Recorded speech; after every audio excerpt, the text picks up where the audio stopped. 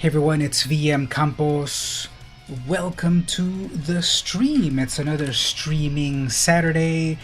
We're gonna play some Magic the Gathering, Magic Arena. We're gonna have some code redemptions. We're going to have some drafting, maybe some 1v1, looking at some vintage cards, play with the new cards, etc. I want to test a couple of things though, because my stream software was a little weird for a moment.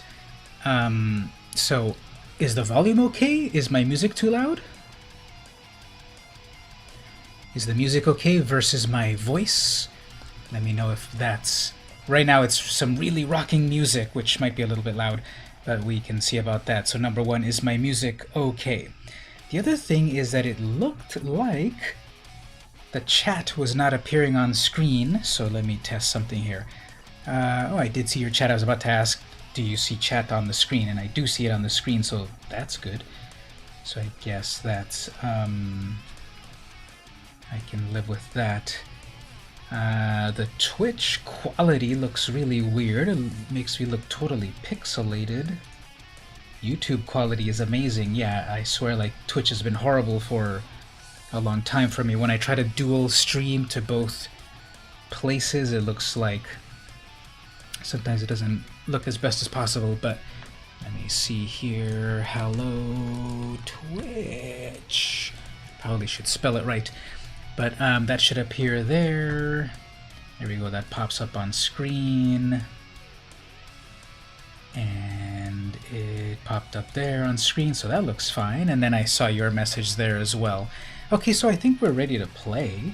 Ready to play some stuff. Here, however, here's my challenges as part of the creator program. Here's a few challenges they've got for me. One is the Command Zone Challenge. Ask your community, aka chat, to choose a commander from Amonkhet Remastered, then build a brawl deck around that commander with your community and win one game with it.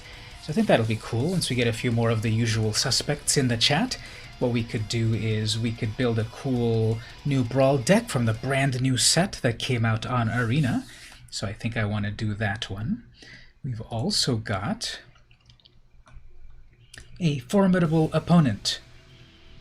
Challenge another Magic content creator to a match via a direct friend challenge on Magic Arena, Magic Online, or Tabletop Paper Magic, and let your community choose the deck that you will play. You do not need to win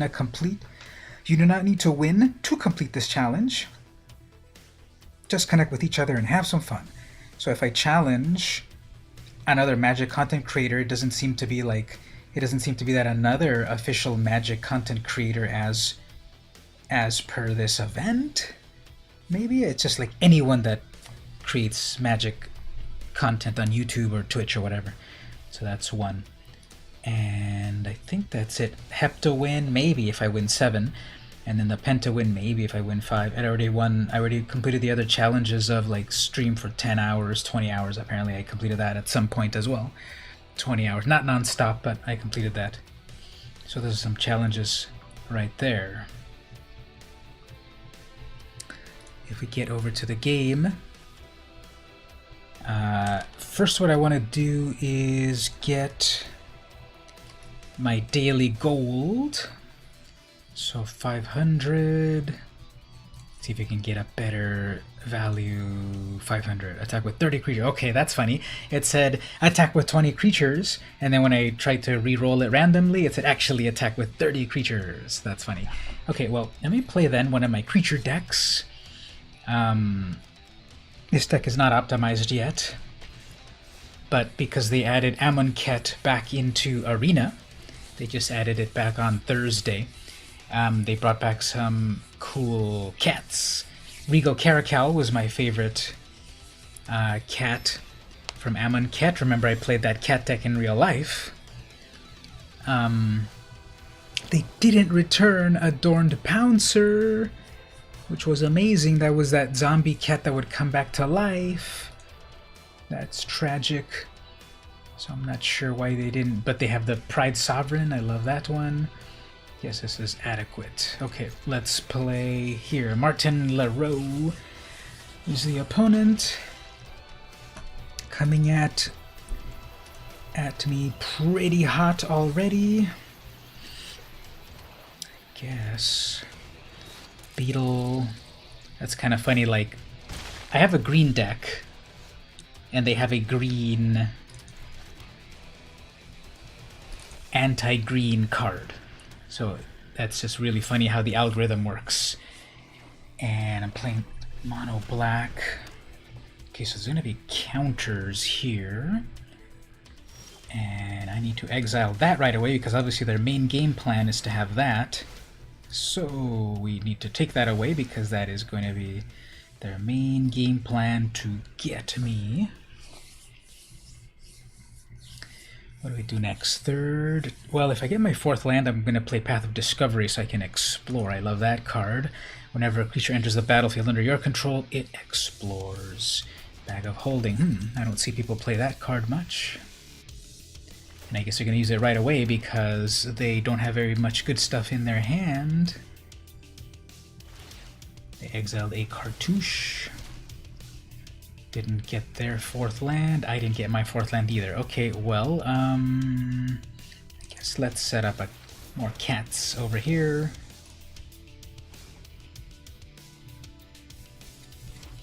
They got their fourth land. That's gonna get murdered. I guess, okay, not completely dead. I can live with that. Fine, we'll play it really slow here. Hopefully I don't get another minus counter on that. Poor little Sovereign. Distribute 2 counters among 1 or 2 targets. Splendid Agony. Pretty epic art on that. Whenever you are in the city, you can feel the presence of the God Pharaoh. Take comfort in that. Ukut, Vizier of Initiation. Aw, man. Okay, so that got weakened as well.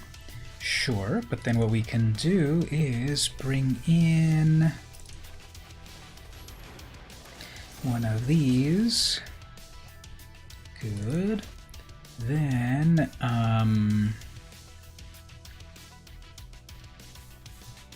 actually I can bring in another one right there. I guess I'll keep it there. And I'll just make more cats.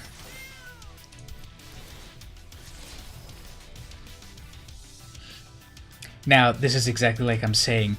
They just so happen to have that beetle that prevents counters, and I would be making so many counters.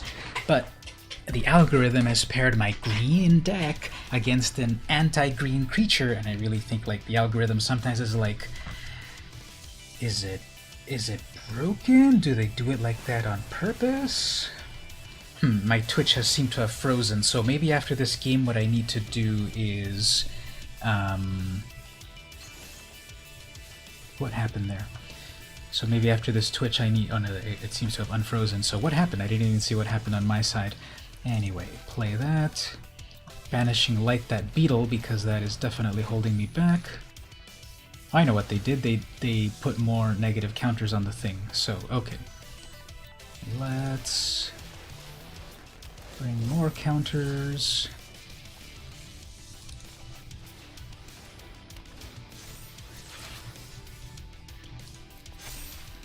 There we go. That's what we need.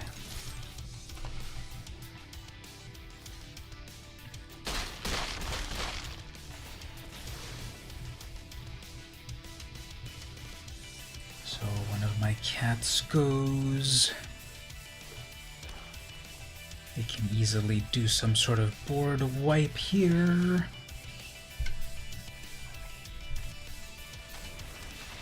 It's not bad actually, and not really a great result. Yeah, my Pride Sovereign has 3 whole...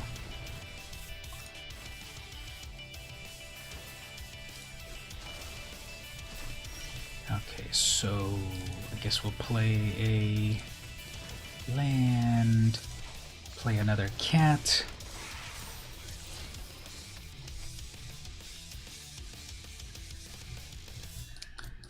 Do some attacks right here. So, okay, Festering Mummy will get to minus something again. I guess what you should do... Yeah, well, whatever you block. Then they'll put that -1 on my 1/1 cat. I guess they got me. Oh, I guess they'll double do it there, even though that one can come back to life, so...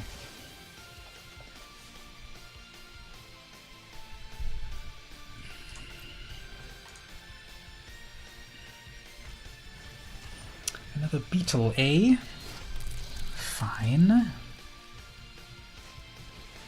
With a cartouche. Gonna weaken that, I guess.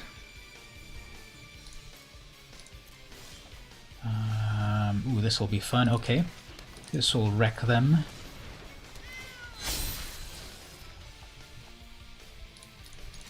They'll obviously... Well, they're totally dead here. They blocked the 5/5. That's still 3, 4, 5, 6, 7, 8, 9 damage. So... And then they're like, I'm done. Okay. So we got one battle complete. So what do you think about that? My cat deck... Didn't get the Regal Caracal at that moment, but the Pride Sovereign is amazing. I love that cat. It gets bigger the more it gets bigger. I mean, the more cats there are, the bigger it gets. So let's play another one. We're about a quarter of the way through the... we're a quarter of the way through on that. So YouTube also changed the system over here. It doesn't show something... Oh, there we go. Had to reset it, so okay. I swear all of the streaming has been acting weirder and weirder recently. But that's back. Is your video buffering? Connection unstable. So many people playing online, I guess, nowadays. So let's... We go first. We can get in a Johnny's Pride mate. Let's see. Are we going to play against a red player that'll torch my cat? Shadow Spear. What will Shadow Spear do? Oh, I can Banishing Light that Shadow Spear if I was going to be mean about it. Double Zephyr Void. Interesting. Are they playing some sort of Artifact Ulamog deck or Ugin deck or something? Bottom on that. Mirror Shield. Okay, not good. Probably need to get rid of that right away. Well, not that right away, I guess. They need to summon the thing, then need to exile it. Let's see. So what amazing colorless deck is this person playing? Nothing yet. Very good. Well, I missed my land. Guess we'll have to play it slow.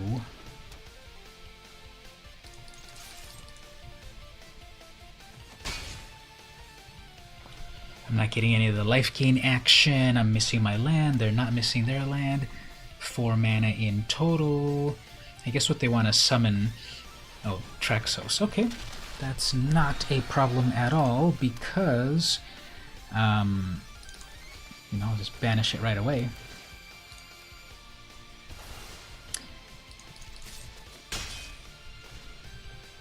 And then they probably had something to untap it at the moment now.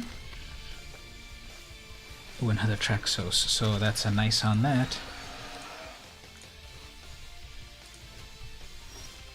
They want to equip that right away, but too bad I got one of these right here.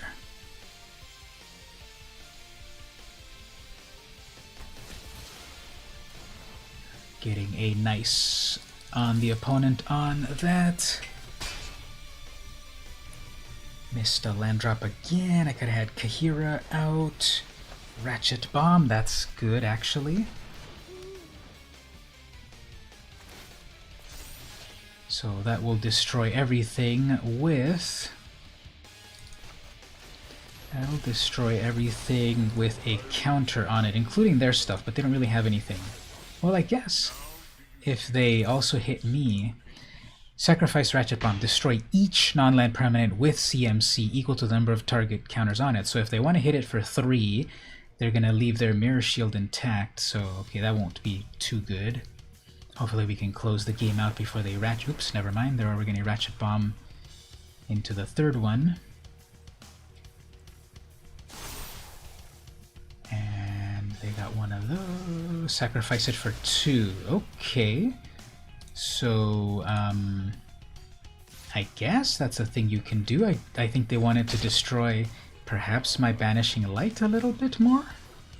Steel Overseer, Final Land. Okay, so as for myself,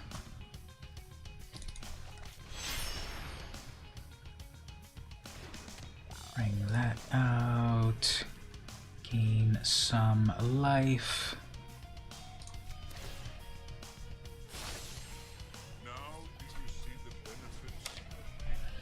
I guess after they attack, Akroma's Memorial, that's a good one. But it won't do much if... they should have tapped their Overseer to do a little bit more damage. Okay, anyway,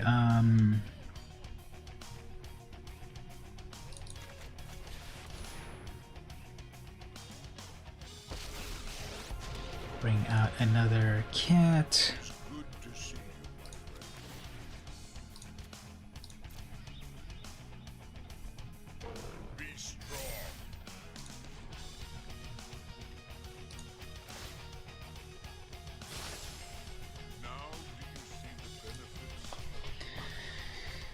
So if I try to attack them, they have the double, they have the first strike, so I wouldn't have done very well. Another one of those.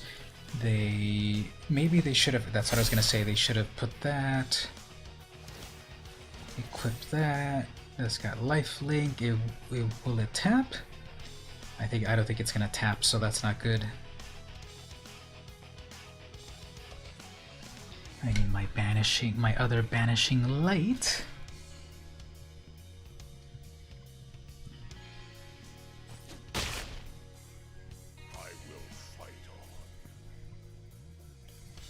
Okay, come on. That's not a banishing light. Okay, well, they did an oops on that. I can put more counters. I can gain some life off of that. That's 4 whole mana.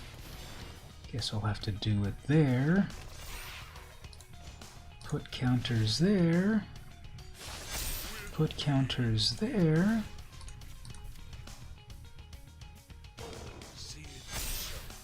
That's 7. That's still 7 damage that their familiars can do.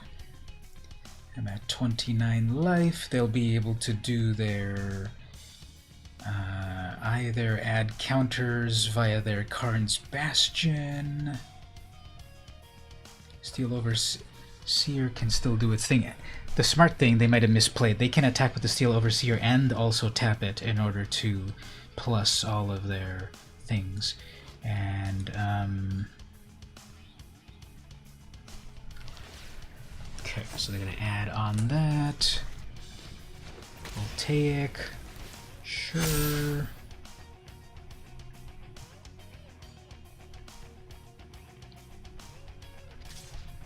So they want to take that one out and take that one, and then I guess hit me.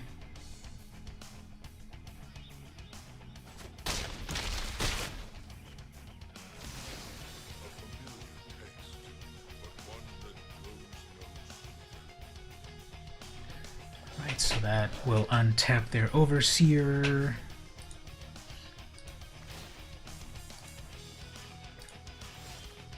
That is not what I needed. Okay, well, I'm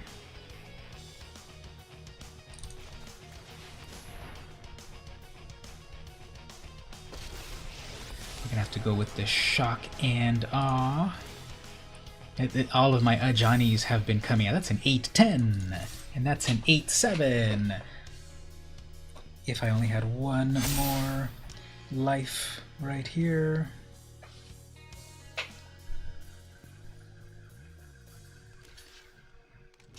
So I'm gonna double block that. They're gonna take me out first. Get one of theirs. So that won't untap anything. Hopefully my Ajani will convince them to go over there. They have Oraska. What are they going to go for? Draw card? Yeah, they're going to do card draw, but then they're out of mana. And they have one of those. They should have attacked. Once again, they should have attacked. And then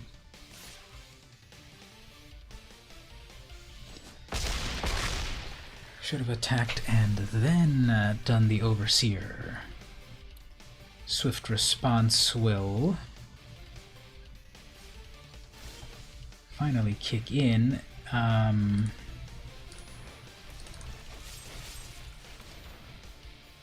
So I can get that. Then I can get that.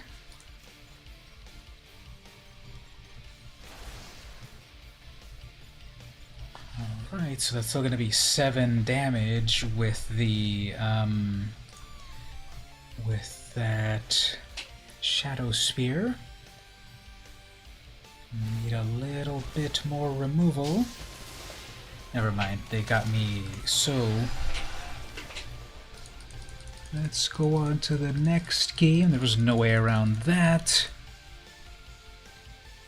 I just need to pull a bunch of removal and I wouldn't have been able to get to it in time, so GG. That's another example where I always try to make the blast zone, whatever it's called, I always try to make it work, and then never really got it to work. And I guess this one time it worked for a person. But when it works, it works. Infinite Moonstone is the opponent. Yes, Season of Growth, at least I can do something there.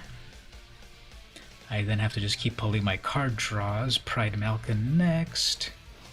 Return this from your graveyard to the hand. Activate this if you control a Planeswalker, which I don't in this deck. So it's just going to be a 3-2 with reach. Okay, there we go. I'm getting those lands that I need. Third turn. Guess I'll bring out the...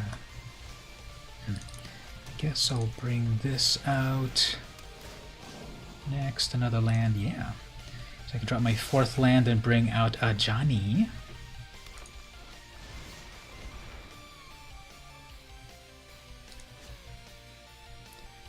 Okay, so they're gonna ramp into some stuff, I guess.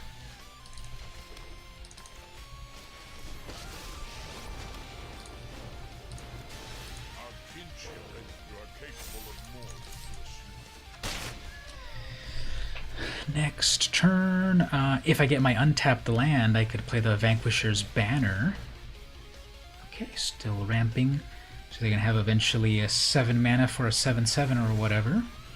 That is not one of the lands that I needed. Guess we'll play it tapped. Bring in.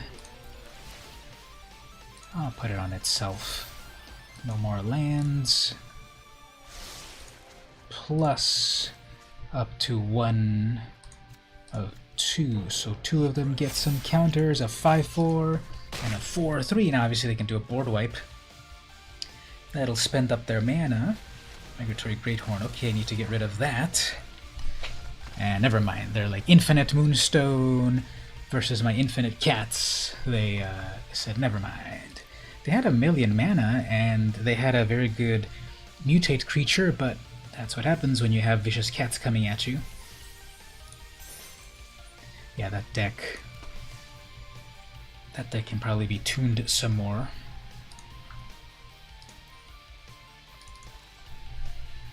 Let me look at it one more time. So we have the Charm Stray, 1 Charm Stray. I have 1 of everything. Oh, okay, that's funny. I don't know if I want to keep that. It's sort of like a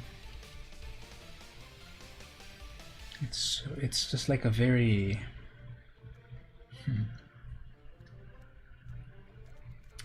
it's almost like and I've got 65 cards. Okay, let's do this as like for real, as a real deck. Okay, let's put the full Leonin Vanguard in there, because that gains a lot of life. And then of course the Pride Mate combo in there. Hero of the Pride, not really. Swift Response, the Prowler, maybe not. Season of Growth, maybe 2 of those, 2 Bronze Hides. Feline Sovereign, how many of those do I have? I've only got 2 in total. Generous Stray, Bobcat. Doesn't have Flash. Pride Sovereign, how many? I just have 1. Let's do 1 more of those. Actually, wait a minute.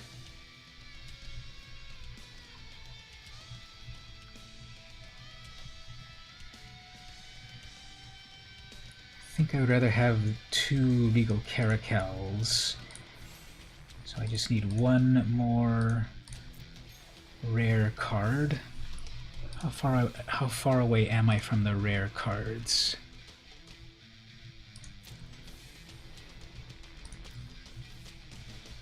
I'm 1 far away from one of those. Okay, well, let's buy a pack.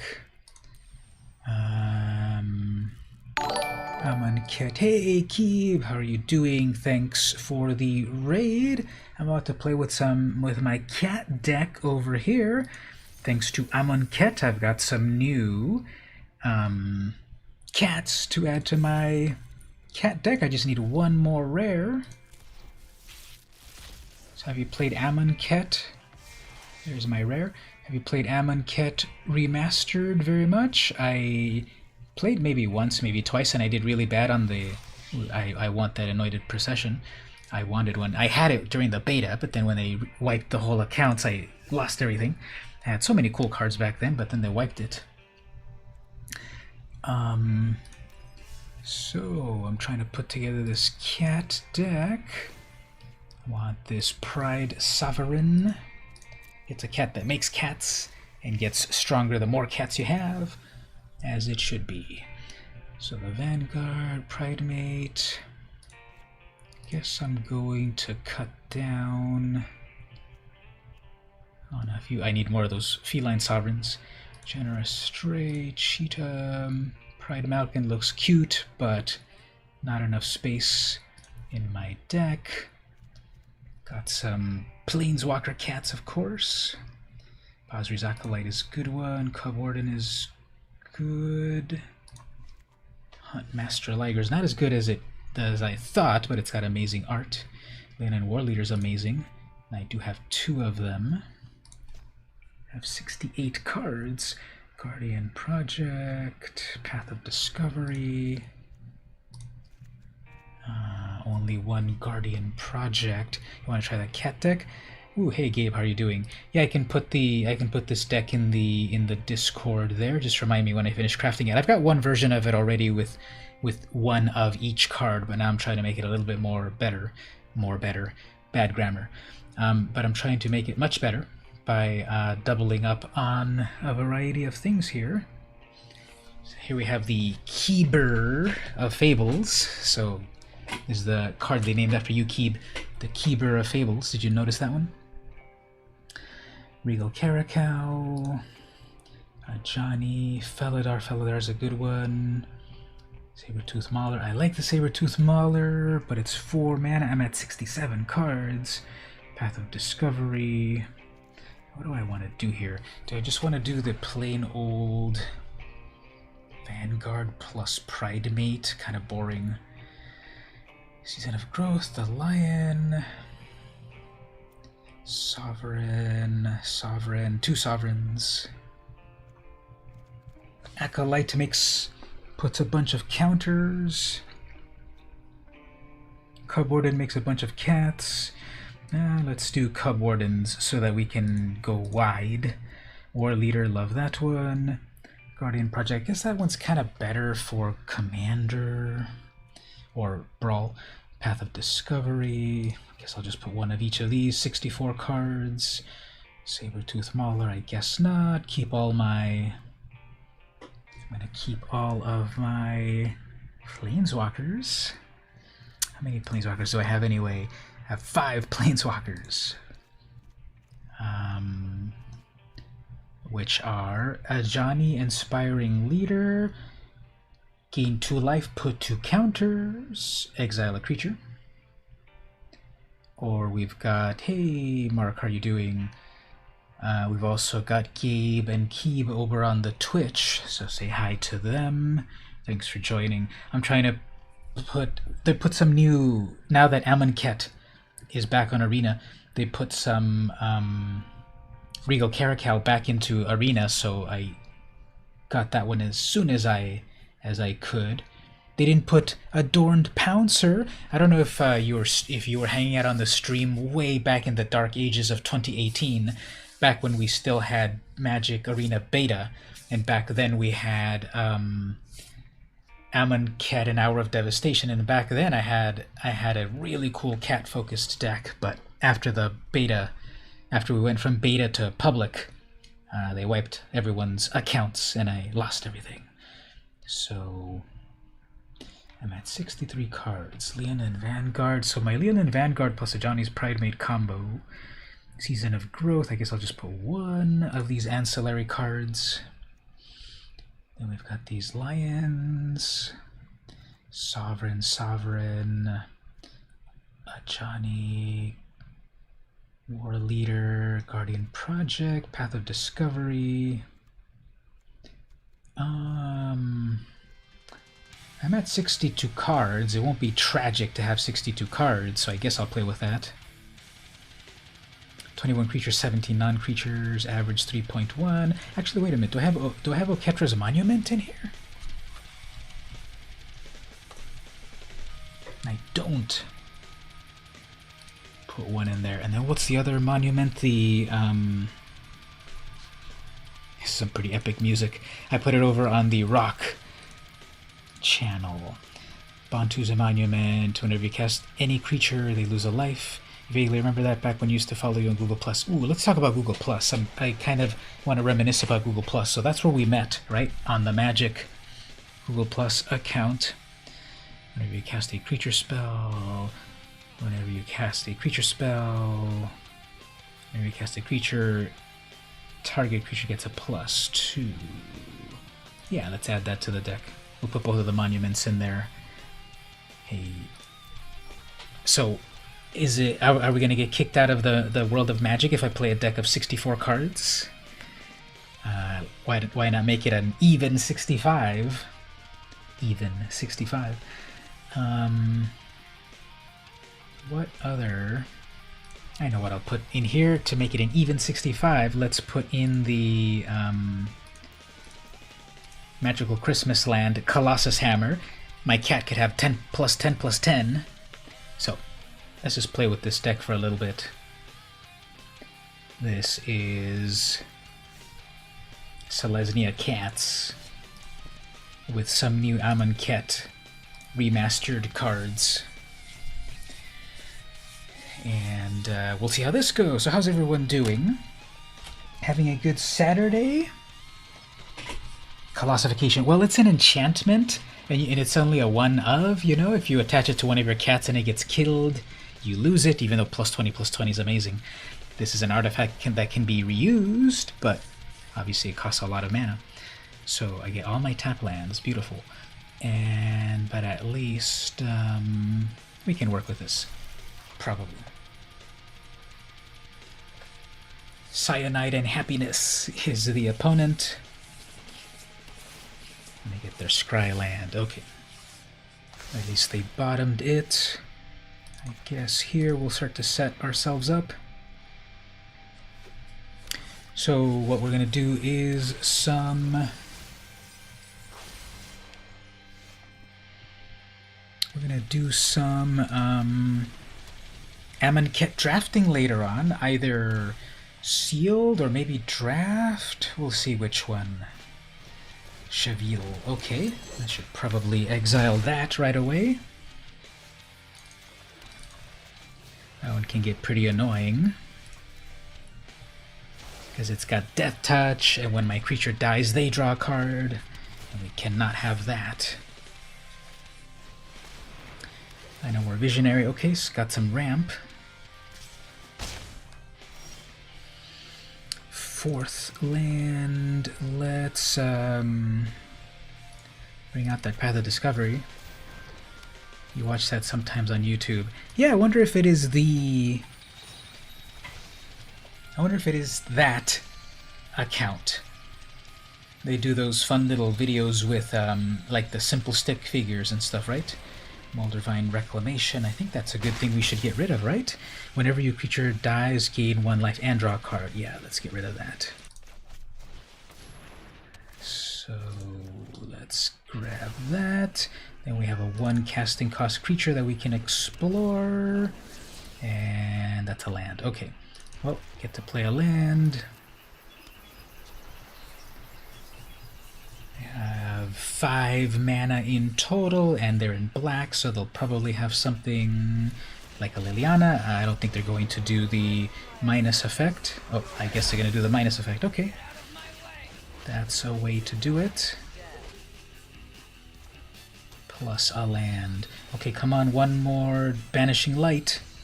That'll really cause them to rage quit. That is not a Banishing Light. Okay, so instead, probably they will have their...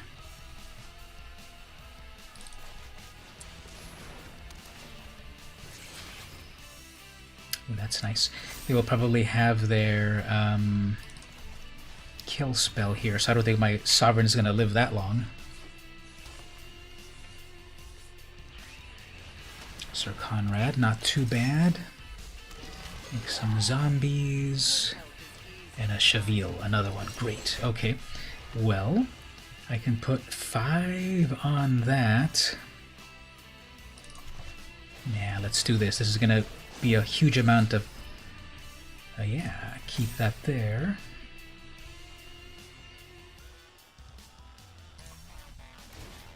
Okay, so they're clearly going to put it there, but then, of course, the kill spell will get it.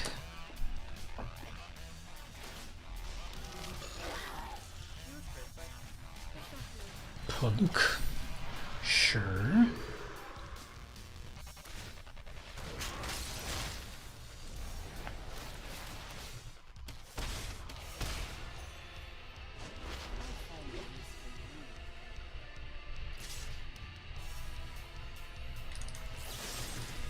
Okay, well, let's get rid of 1 card right there, then another one, but they're drawing way too many cards.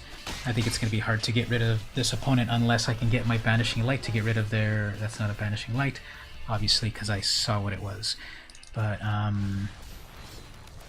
guess we'll just play a little bit longer.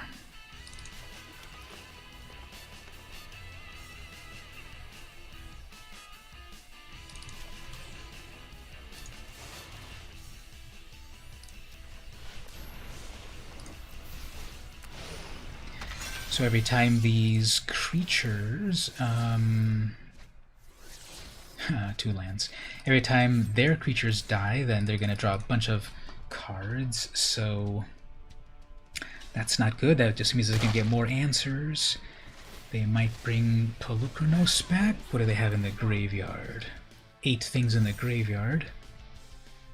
A huge grip of cards in hand.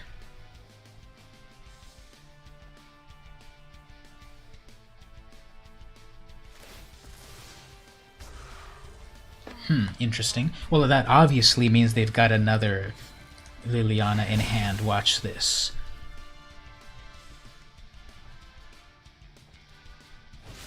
Oh, Murderous Rider. Okay. Not horrible.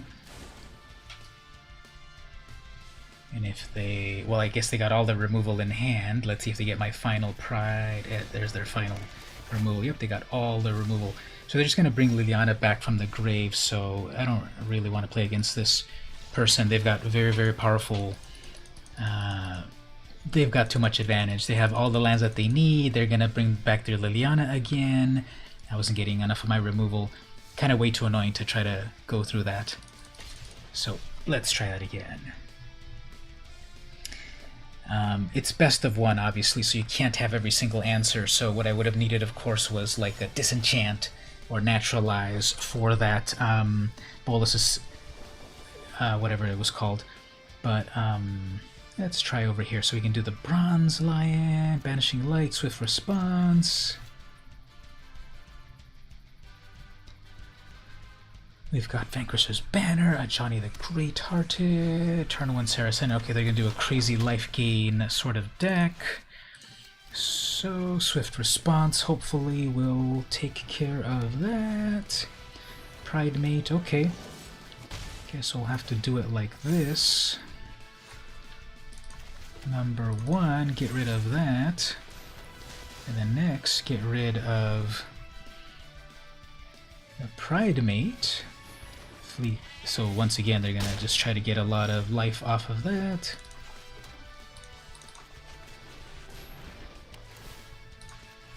Jenna Juice is the opponent.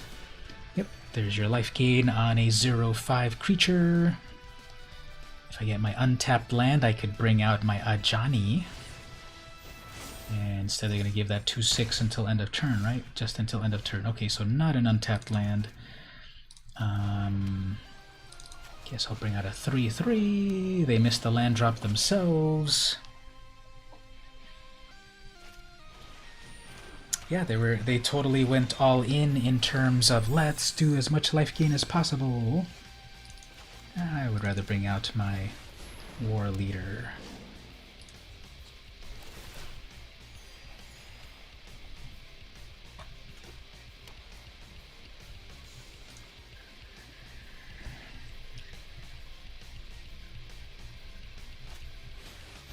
Dubstep on that, okay. Well, let's do this. Let's do some shock and awe with my banner.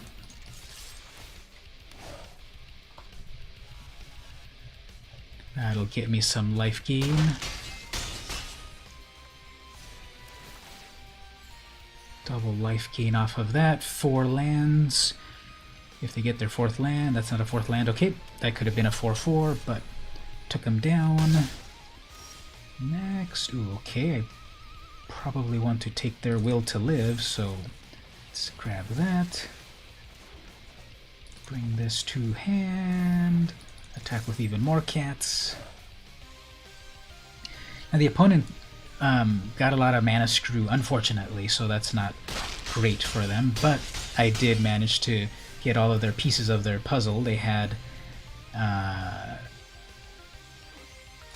the Sarah Ascendant, which would have been huge. Ozolith. They would have gotten that Pride Mate big.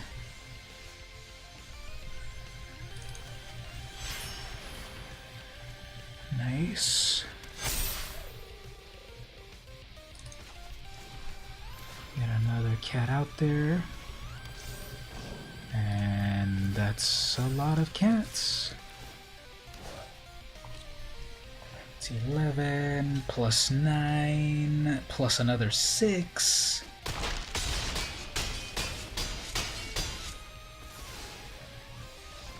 Alright, so that sheep, yeah, it's a 0/5 and it gains you 1 life, and they had their plan where it's, you know, they had that Sarah Ascendant where as soon as you've got 30 life, it's a 5/5. Or a 6/6, I think. And then they had the Ajani's Pride Mate with gain more life, and it gets bigger and bigger. And then they had that one other angel that once you've got 25 life, it's another 4/4. So they had their whole, like, yeah, I'm going to gain a lot of life. But I kind of wrecked the pieces of their plan in due time. So, okay, got the reward right there. That's what I was trying to do. I was trying to get the reward at this point. So we've got a few things that we could do. Here's the idea for some things to do. I have 2 challenges that I could try over on my Creator Challenge portal. So there's that. I could play the that cat deck one more time. Or I could do Amonkhet draft. I kind of want to do sealed draft Amonkhet instead of the other draft. But those are some kind of ideas there. What does everyone think in the chat? Should we do one more game of this cat deck? One of the challenges from my creator program? Or Amonkhet sealed deck?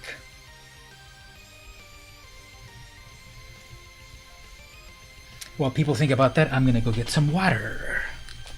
I should probably put this on the BRB to be so professional, right? I will BRB right back, and then we can decide what to play.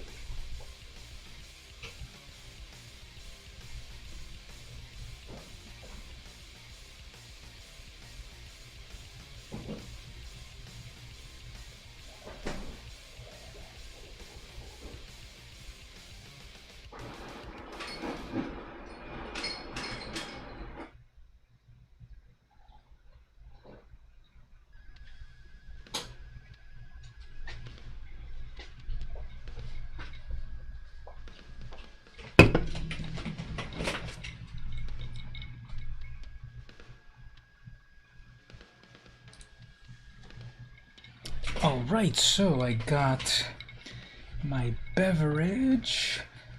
Not a fun one this time, if you know what I mean, but it is one of these Dr. Zevia's, proud sponsor of the podcast. Yeah, right. What do we think? Thank you. So what do we think? Those are our options. Should we do one more game of the cat deck? Should we do one of the creator challenges? Or should we do some Amonkhet sealed deck? Nice top, thank you. This was a present, I think, from my mom from like 1 to 5 years ago, and it's got various Star Wars characters. We can get a close-up right here. So check it out right there. There's Ben Kenobi, there is Luke Skywalker, there is Stormtrooper number 5726, there is Darth Vader, Yoder, and over here C-3PO, Princess Leia, right over here. Right there. So, a friend of mine says you shouldn't wear that shirt anymore. It's no longer clear white. It's turning gray. I guess if you compare it to other things that are white, maybe it's not white like it used to be. So if you compare it like that, I guess if you compare it, you'll see the difference. But if you don't compare with anything, it's still just like the original.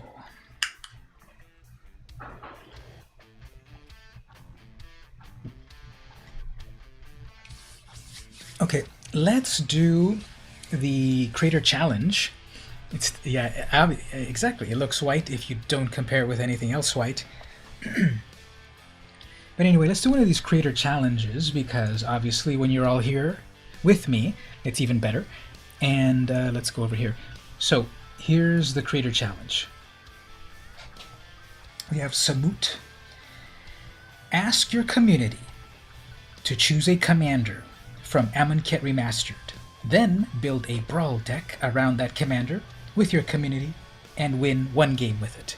So that'll be very interactive. We can all choose a cool commander to work with, make a deck from it, win one game, and then I win the challenge here. And that'll be 15 community game codes.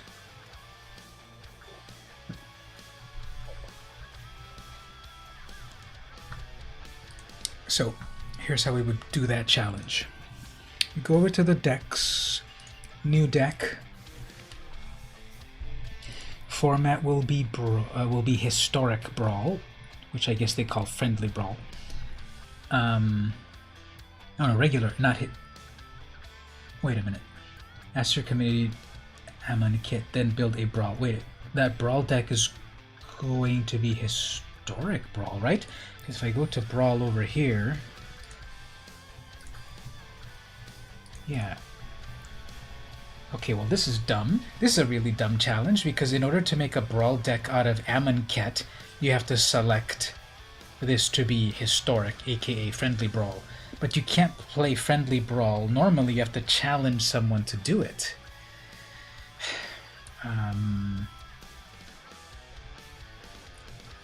let's just build it, and then maybe we'll figure out about challenging someone to it, possibly. So,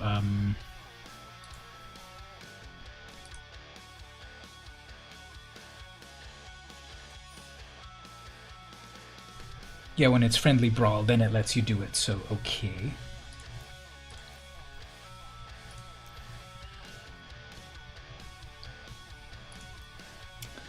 Okay, so show me only not collected commanders in Amonkhet.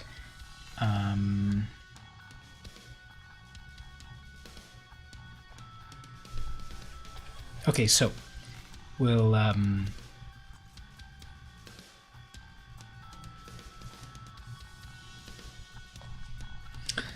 so what? So it says ask your community to choose a commander. Okay, so everyone, what would you like to actually? What have I gotten any commanders that I have collected yet? None. Okay. So everyone, what should we make a deck out of? Should we go with some mono-colored commander? We can have a Gideon, mono white. Well, yeah, that might be true, but we're just going to use this as the commander. We can still use other cards from any other set. So at the moment, we just need to pick what kind of legendary thing do we want to play with. Do we want to play with a monocolor thing? Do we want to go with multicolored? If we go to multicolored, we can have, you know, a 2 casting cost. Brawlmander. At the beginning of combat on your turn, target creature token you control gets +1 until end of turn. That seems horrible. We can do the Scarab God. This one's epic. 5/5 for 5 mana. At the beginning of your upkeep, each opponent loses X life, and you scry X, where X is the number of zombies. So maybe make a deck out of this with a bunch of zombies, and this can never die. Every time it dies, it just goes back to life at the end of the turn. There's the Locust God, 6 mana for a 4/4 flying. Whenever you draw a card, create a 1/1 insect with haste. We can do Neheb the Worthy in Rakdos colors, a 2/2 first strike for 3 mana. Other Minotaurs you control have first strike. As long as you have 1 or fewer cards, all Minotaurs get +2. Whenever Neheb deals damage, each player discards a card. Each player? I don't like that. There's the Scorpion God. Someone used this against me the other day. It was pretty amazing. 5 mana for 6/5.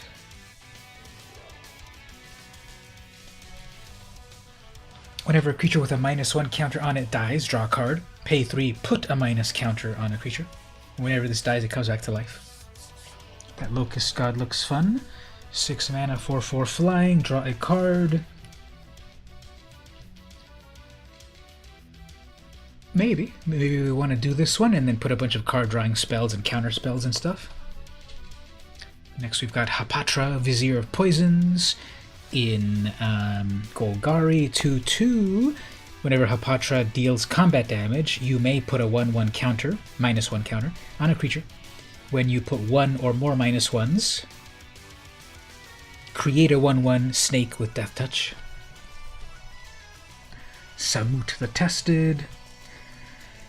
4 mana for a 4/4 Planeswalker. Up to 1 creature gains double strike. Samut deals 2 damage, or search your library for 2 creatures. If you can mix it, that will mill your self-chase, then draws lots.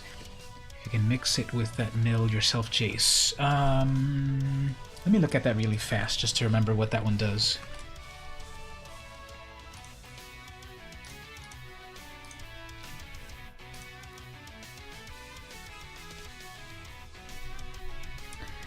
Let's see that other Jace.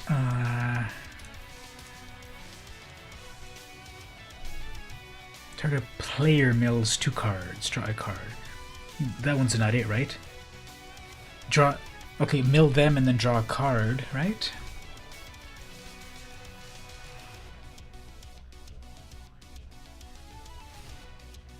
There's Pirate Chase. That doesn't really draw cards. So you're thinking Locust God plus Jace plus other card draw abilities and so forth?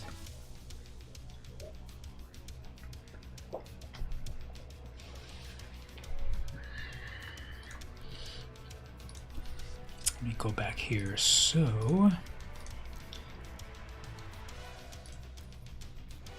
We could have Samut the creature instead of the planeswalker. I kind of like this one better.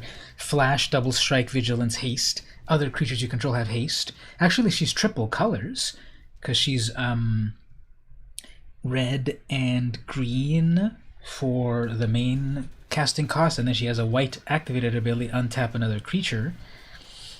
So that would be a triple color Brawl deck right there.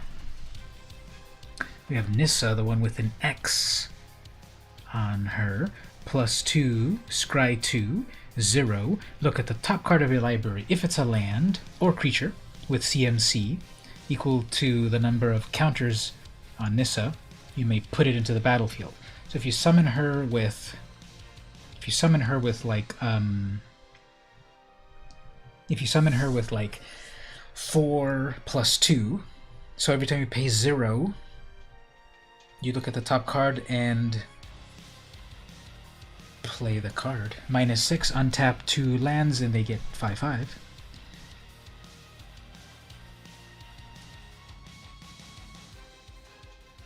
Haven't had much sleep recently. You make it sound like you've got a brand new responsibility in your life that is taking up all your time, money, and love. Nicol Bolas God Pharaoh, 6 mana for a 7. Target opponent exiles cards from the top of their library until they exile a non-land. Until end of turn, you may cast that without paying. Each opponent exiles 2 cards. Nicol Bolas deals 7 damage to an opponent. Creatures... the opponent, the creature, or their planeswalker, and then -12 exile each non-land permanent your opponent controls.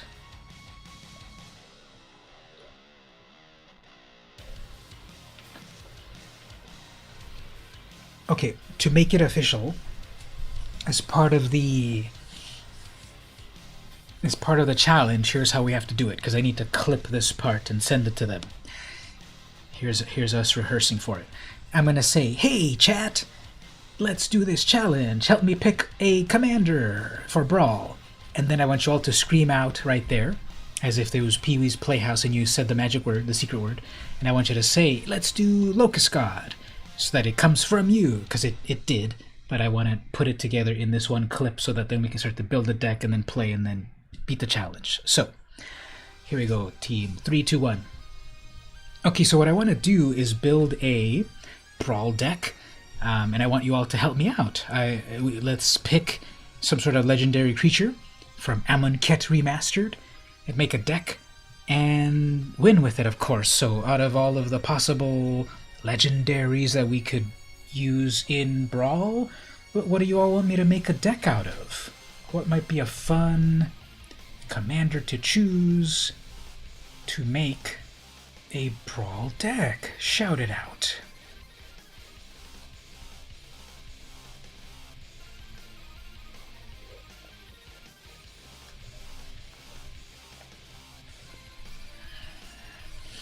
Got some votes for the Locust God. I think that's good.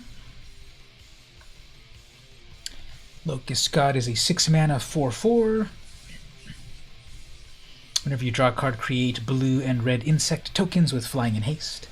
You play 4 mana. You pay 4 mana. We got a vote for Nicol Bolas.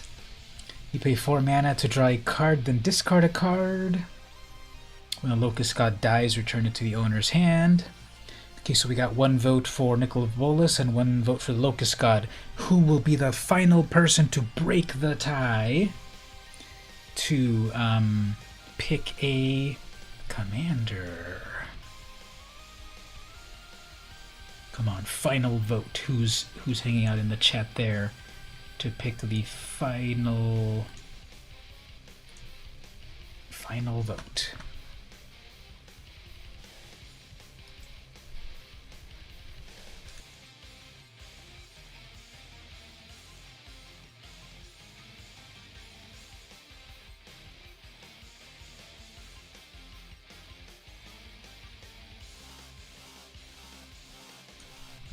Okay, so we're gonna use the random number generator over here, even and odd. We're gonna say even is the Locust God, and odd is the nickel bolus. So we'll go over to our card cam and we'll do the random number generator. So what did I say again? I already forgot. This is it for the final one. Even is the locust god and odd is nickel bolus. So I'm going to shake this, and even is the locust god, odd is nickel bolus. And the result is, that is an even number 10. So even was the locust god. Okay, so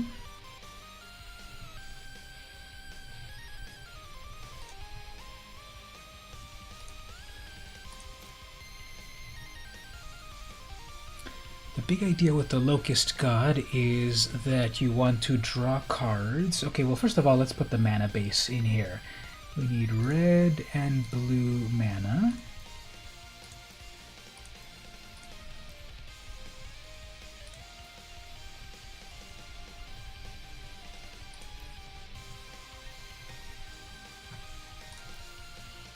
We need red and blue mana. Let's go with this pretty cool looking island. And then on the mountains, yeah, let's just go with Amonkhet lands, just to keep it totally on brand.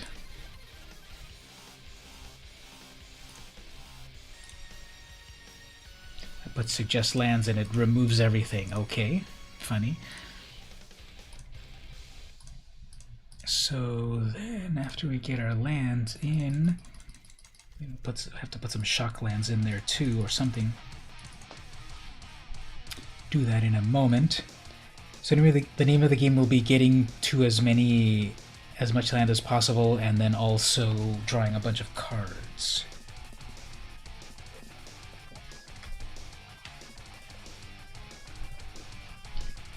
And then maybe some red board wipes. So 24, 25, 26. Okay, 2 of those.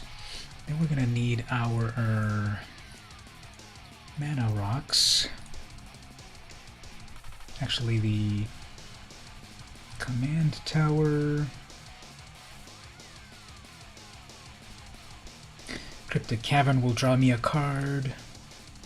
Arch of Araska would as well.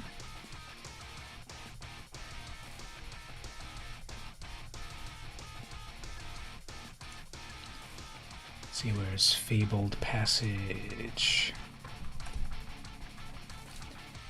There. Arch of Araska.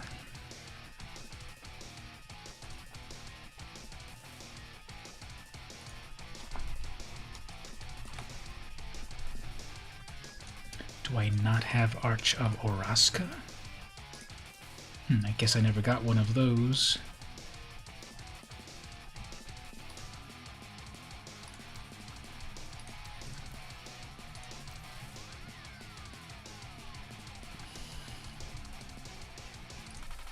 Evolving Wild for the mana fixing as well. Guess we can put those new tap lands. Not the Triome, but the Thriving whatever. That will help mana fix. Mirrodin's Core. Mana fixing, kind of. Ooh, Terramorphic Expanse, of course. Zhalfirin Void helps to scry, but it's colorless.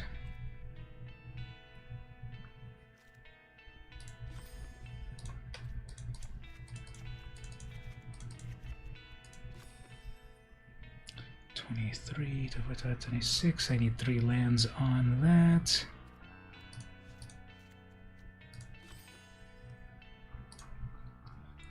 One more land.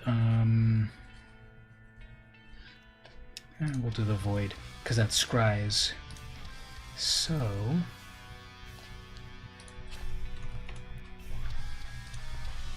Historic Brawl Locust.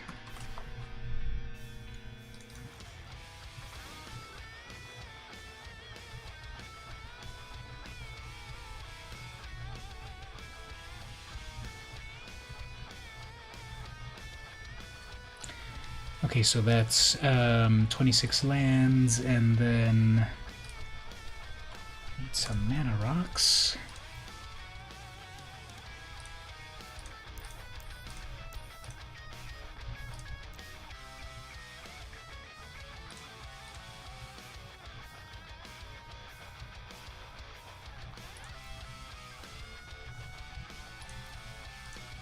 In the artifacts. Okay, so Guardian Idol, Mind Stone, Arcane Signet.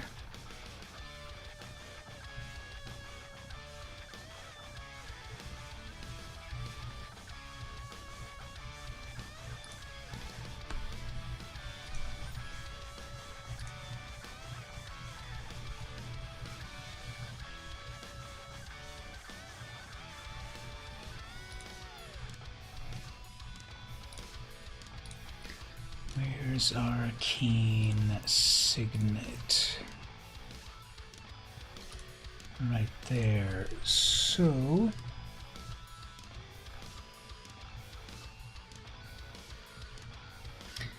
no problem, we'll be here. 1, 2, 3, 4, 5. Okay, we'll do those mana rocks.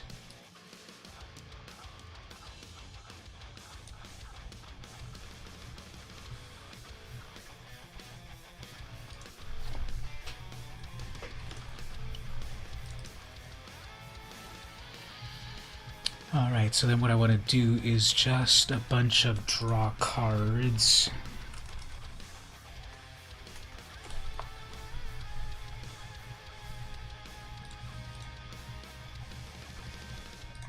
Actually, there's even some artifacts that do that.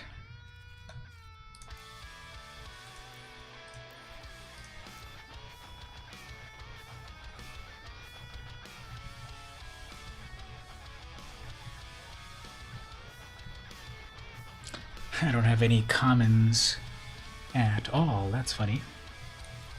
Any uncommons? Rogue, Sunset. 3 bricks, remove a brick. 3 to draw a card. I think I already have one of those. Collected. Gate of the Afterlife. 3. Whenever a non-token dies, you may draw a card. Nah. Azeret, Dreamstone, Hedron.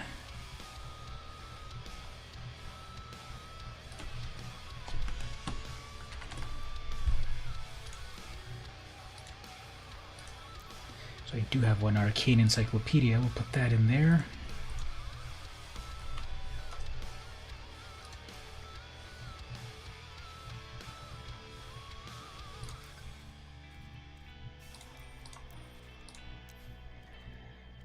Then we've also got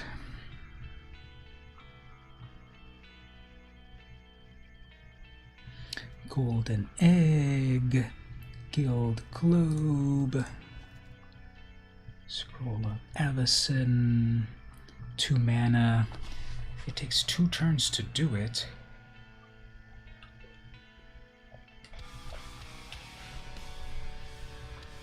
Sleeper Dart. There's an okay amount of these, I guess.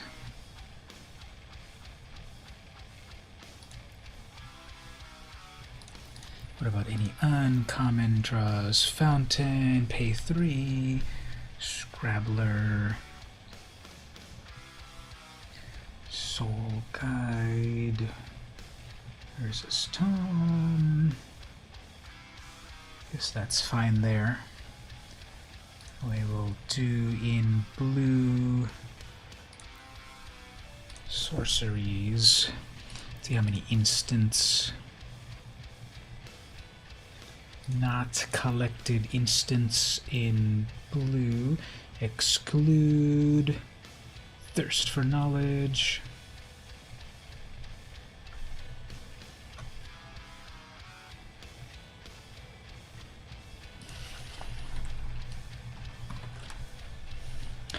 Do I already have a thirst? I think I already have a thirst for knowledge card.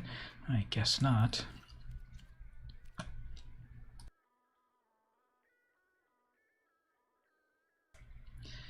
So let's see. Do I want a thirst for knowledge? I think it's good. And I have the uncommons for it, so we'll put it in there.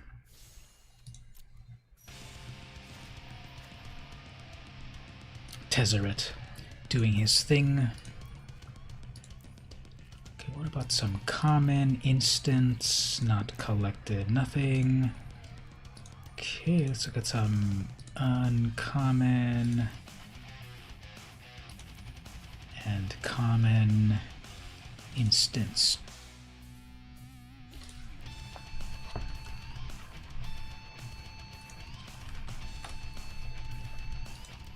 So not collected uncommons versus commons. Siren's Ruse, Befuddle, Uncomfortable Chill, Hieroglyphic Illumination. Draw 2 cards for 4 mana or cycle it. I think we want that, but that's a common. I don't have any more commons. Leave in the dust. Return target non-land permanent. Draw a card. Okay, let's go with collected uncommons here. Glimpse, draw 1 card for 2, sure. Chemist's Insight, draw 2 cards, plus that Reign of Rev, draw 3.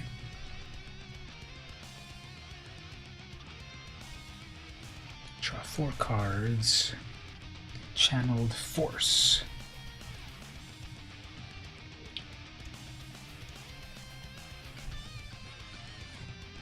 Maybe Channeled Force might be cool. Then we've got common, draw cards. Opt, of course. Frantic Inventory. Radical Idea. I think Blink of an Eye could still be pretty useful. Return, we're going to need some of those return abilities.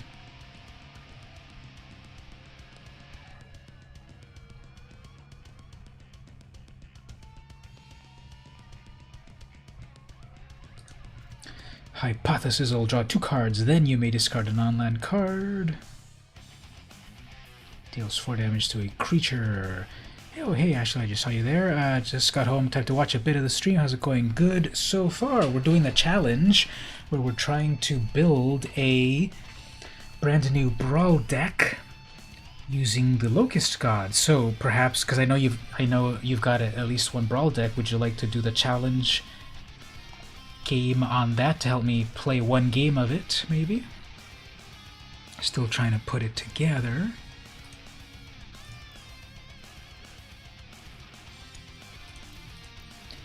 Trying to figure out the best card drawing abilities.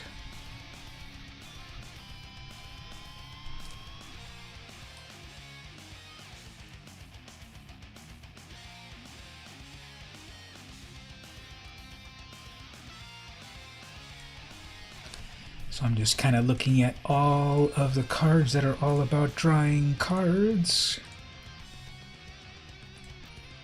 Could do that once you're done, making it by tweet. Yeah, take your time. I'm still figuring out what I need in this deck. Silent Departure, return a creature. Yeah, don't let me forget I need to find cards that say return. Choose a creature type, draw a card for each creature you control. Nope.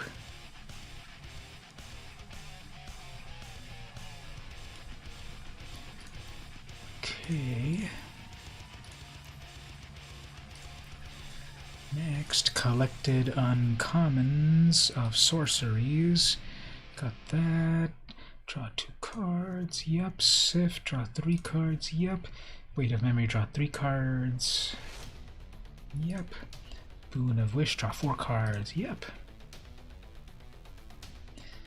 And then lastly in the instance, in the sorceries of common, contentious plan, proliferate,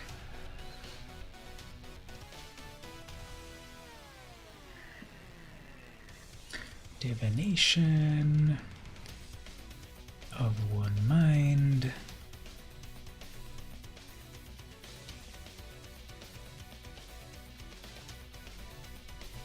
I think we're good there. So callous dismissal,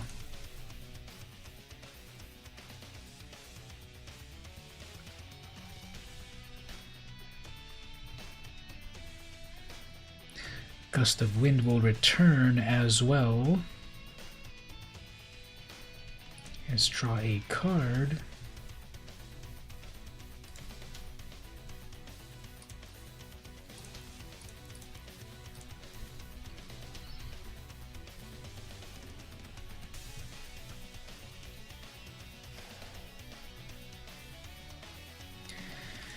And then we can look at the instance,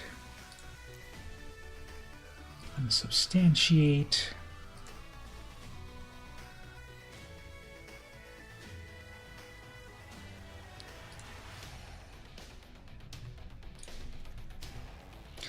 that's 61 cards. Good old unsummon or stern dismissal.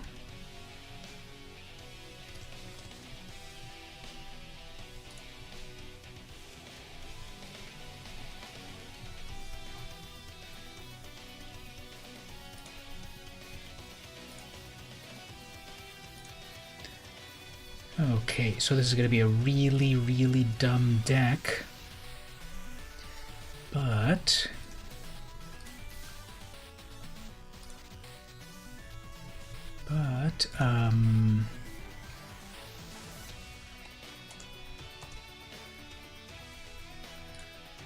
why is that called raw? Historic Brawl, Locust.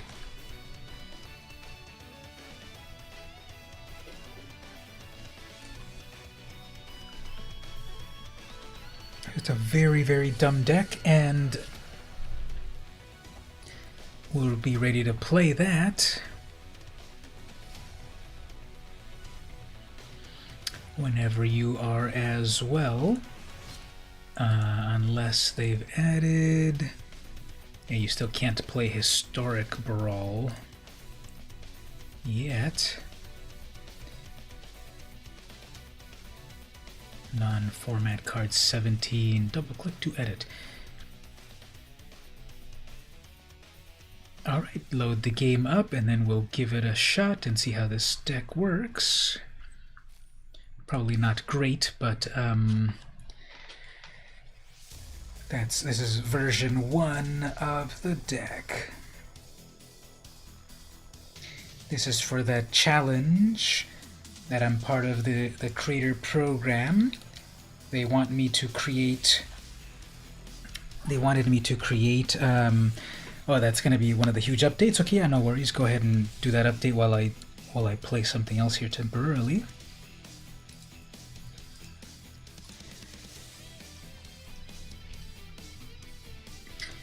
But they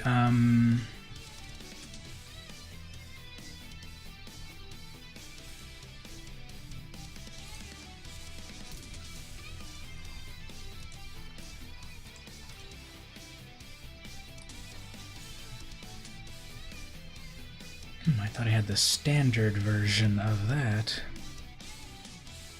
Yeah, right there's standard. Why? Oh, because that's using cards not in the new standard. Does it tell you which ones are Wanderer Strike? Oh, that's the only... Well, I guess I got some sideboard things. God's Willing and Inspired Charge. That wouldn't be too much of a change. Basri...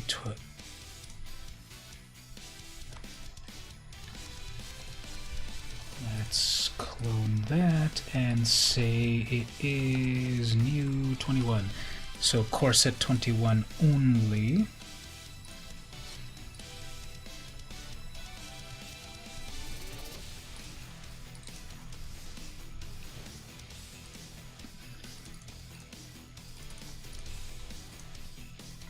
So this one is almost a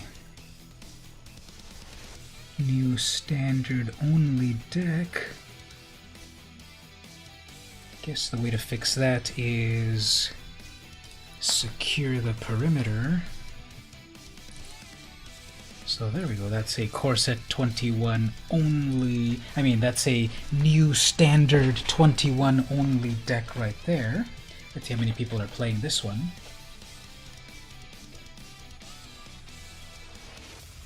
So before rotation happens, they have this. Before rotation happens, they have this preview of here's what it'll be before rotation.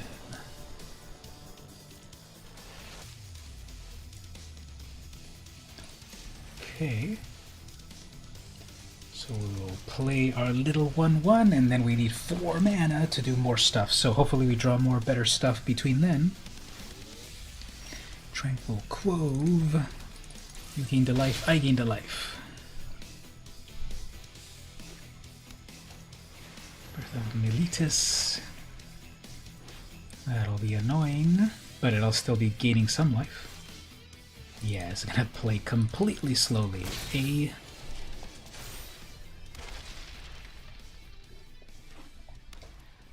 So this format does not have Teferi, but it does have Shadow the Sky. But I doubt that they will shatter the sky. Next turn I can Basri's Aegis, I suppose. Or I could also +3 my course. Okay, they can exile that, sure. No big deal. No attacks. I might as well do this.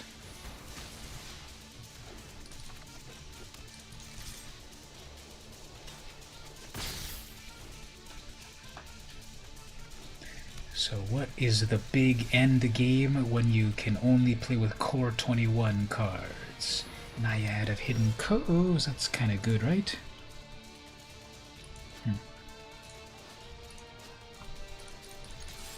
Probably won't read that.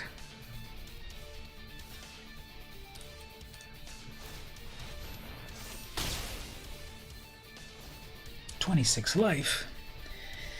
Okay, next turn I guess the Sigiled Contender. That's a big old giant. How do we get rid of that? It's just a 5/6. Okay. It's not a big deal, I guess.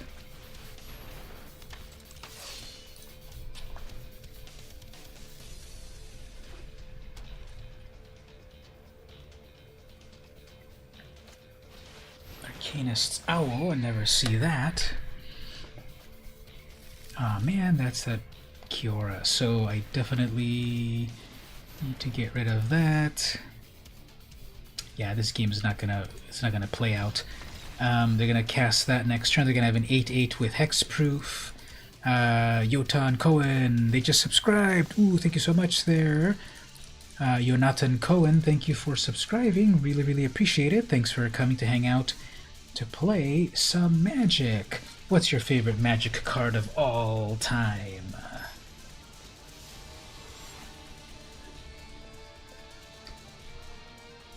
Mine is... I have various possibilities for me to choose based on whether it's a good card or a memorable card.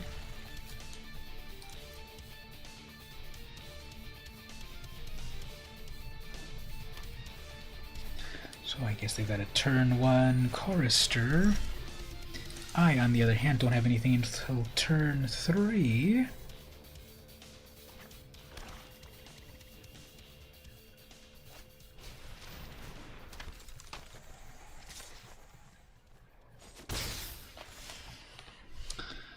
Wow, this deck is, or this draw is really something else. I won't get anything meaningful. They have the 3 mana for murder or something. Does murder rotate out?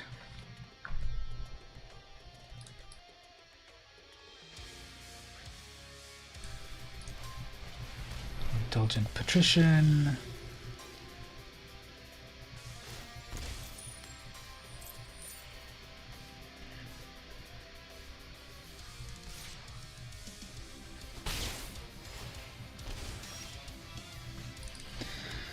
Well, they have their whole complete plan. Guess once I get my 5th mana, I need to bring out that, take out that Patrician. And the Chorister, they've only been getting 1 mana.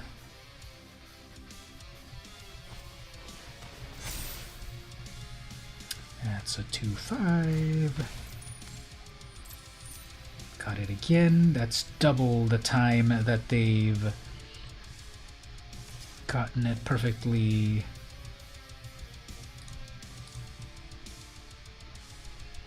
Two coins at once, and they got it both times.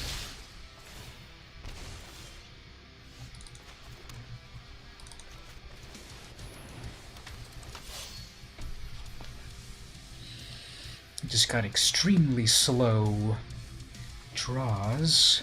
This is the best of one. You never know what you're gonna get.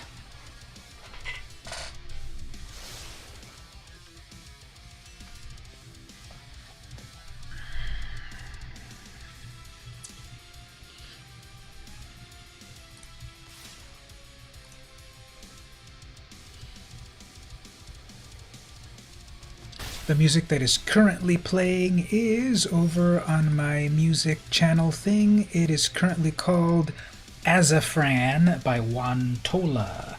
I have this, I'll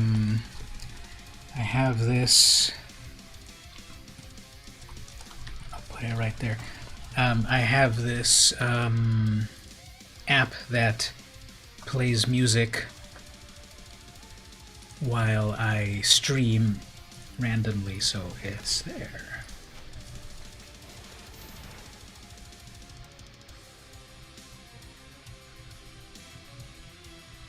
It has different like stations, and right now I'm in the rock station. I've had it on different ones like Chiptune, Happy, Triumphant, and then this one is the rock station. Not only did my opponent get all of the cards that they needed perfectly, but they also are a very slow player.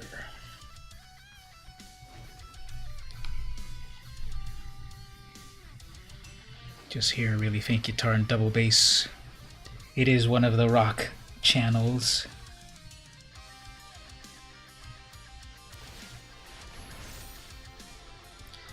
That's a 4/4, I guess.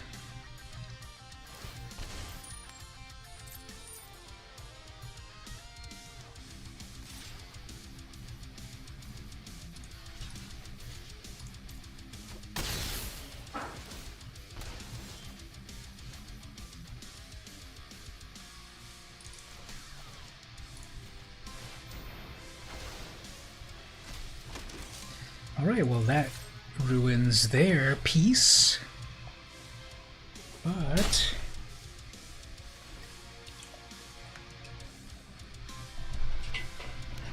do they have one final amazing card in hand that they've been holding on to? Another Tavern Swindler, sure.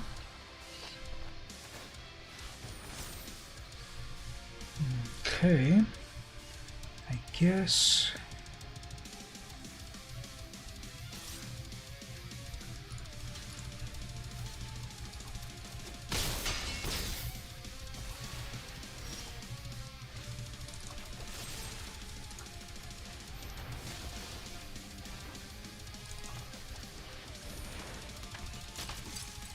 Alright, so let's see. Are they going to top deck something amazing because I'm dead? Unless... Okay, well they have those. Are they going to try to Try to flip some coins. You can only do that on your turn, so that could kill me if they get double. No, actually they can do it anytime. So, gain a little bit of life right here. 2 life. And I can't even attack, because if they take completely the 6 damage... Yeah. Let's see if they win by flipping 3 coins and having the mathematical impossibility of 3 coin flips and 3 heads. Troll. Ah, well, that's enough then. Okay, so did you get your thing updated, Ashley? We can see about playing that that Brawl deck, perhaps?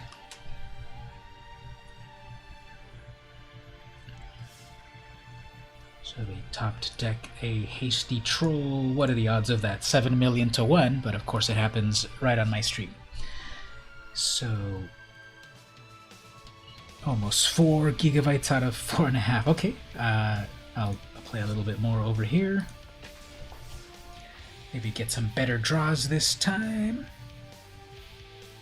And then, yeah, well, we just had a big update. We had the brand new Amonkhet set added, Amonkhet Remastered, added to Arena, so that's a huge update. Supposedly, I thought that they were going to make it so that you could, so they would like hotfix it better than before. I guess if you play it and turn it on once in a while, it'll do that, but I guess if you don't, it's still going to be a huge update.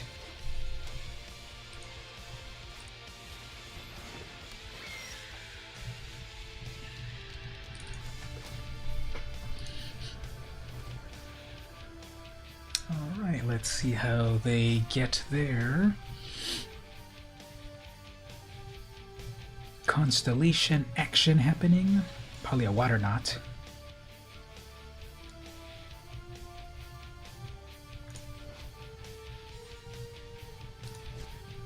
Oh, it doesn't have constellation, it does that. How much you have to update? Yeah. Do you remember when was the last time you you played? I don't know if the opponent really has such amazing plays to play with that amount of effort. They have 1 blue, so that's probably an unsummon, right?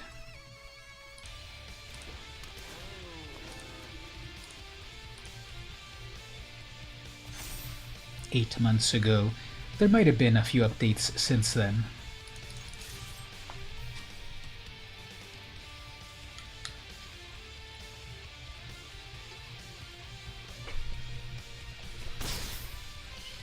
Yeah, what is up with this opponent? They kept holding up 1 blue mana for no reason.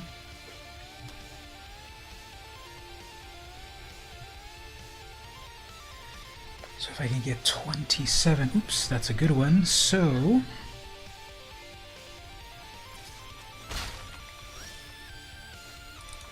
That's a good one, so we gotta remove it right away.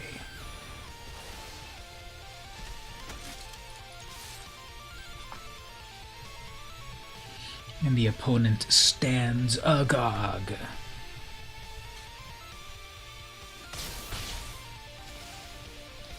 So I'm almost there. If I can get 27 life, I will be able. If I can get 27 life, I will be able to make my 4/4s. I will be able to do it actually, because once I attack with 1 of my creatures right here, then I can activate the ability. There we go. And then we can also bring out Basri. So finally we get to summon a Basri, and that'll be a 5/5. So even if they have their Archon, I'm sure they're going to cast at least 1 enchantment.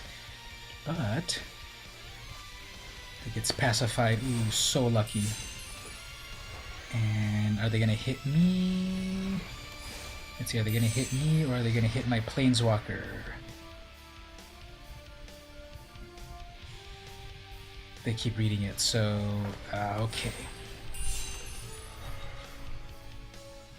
So that really messes up my plans.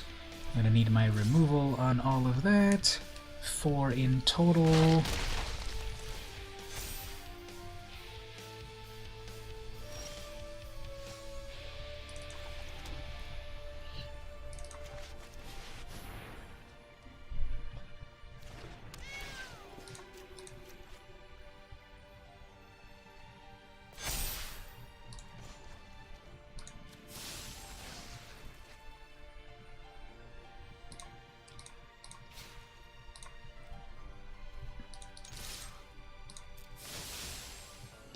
So at least that speaker will get another plus. So with that single blue mana, I doubt that they're holding up an Opt. It's going to be a Mystic Subdual. You're online and functional. Okay, good. I'm getting tired of this opponent, so let's move on. Okay, let me go over here to the challenge area, and I see you right there, so I'm gonna put Brawl. Where's Brawl? Brawl right there. Alright, so we're gonna try out the deck that we made on stream here. The chat voted for the Locust God with a little help from the random number generator, and we're going to give a shot to this. Go easy on us. Go easy on us, Ashley, because this deck might not be amazing on the first blush. You know, I just remembered I forgot to put Jason there, but there's a lot of card draw ability in here. There's mana ramp, card draw, and so forth. So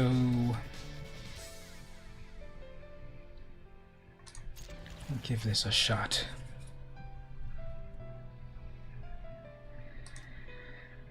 Well, the chat helped me to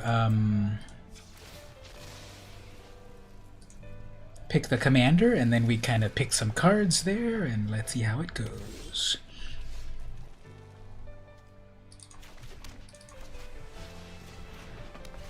So we'll start some card draw action over here. Arcane Signet is always good. I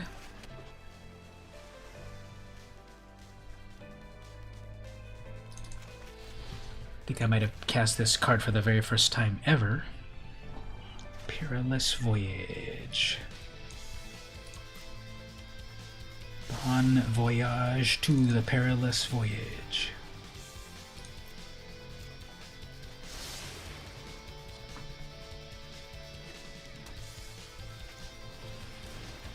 Uh-oh, all of the colors are online.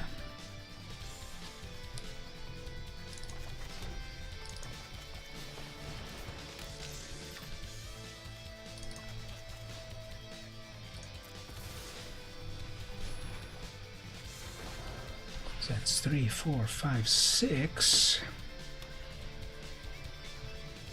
That might be where I need to be. Oh no! Not my poor artifact.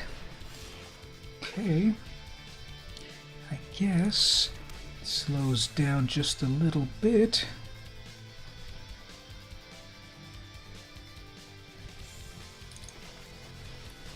Draw some more cards.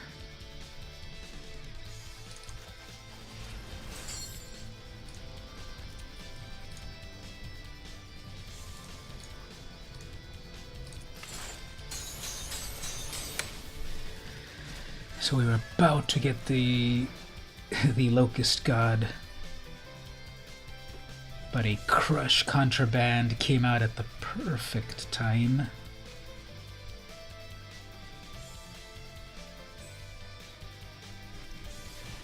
Richa Raptor, that's a good one.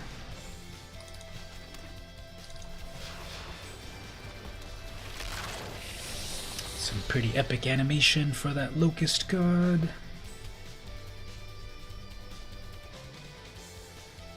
One, two, three, four, five, six, seven, eight. Oops, that's 8 mana. Right, 1, 2, 3, 4, 5, 6, 7, 8. Yeah, that's 7 mana. Uh-oh, one more mana and we have a really big dinosaur problem. Watley! And a raptor, okay. That's a lot. Watley's already at 6. Watley's so good because you can uptick her very easily. Okay, so we make one hasty critter right there. What can we do here?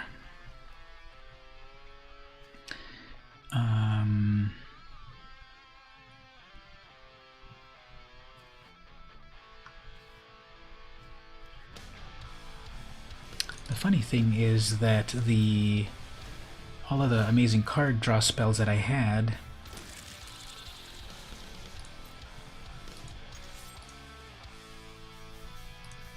got used up, but got some things. 1, 2, 3, 4, 5. Uh-oh, there's that final mana. Not good.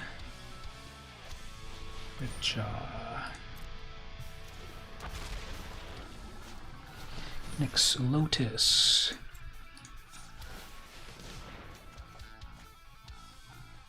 Guess I don't need one of those. Make another one of those.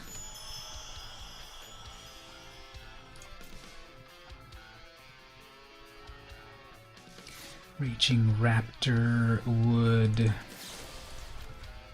ramp. There we go.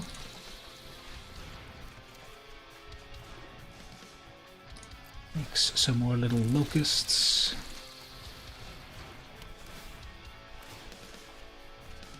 Sure, get on in there, locusts.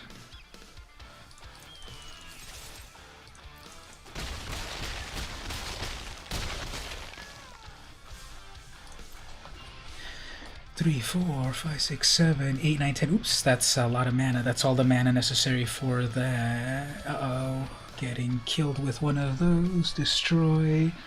I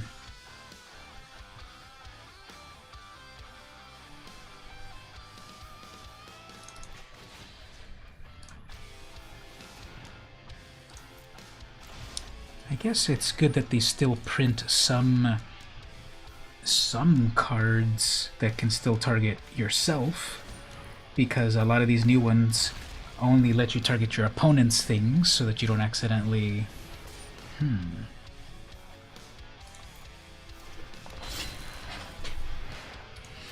What is going on here? If a source would deal damage to another dinosaur, prevent all but one damage.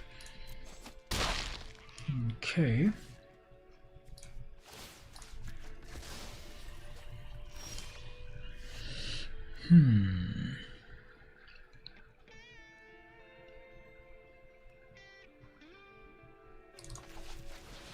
Let's try some hypothesizzle.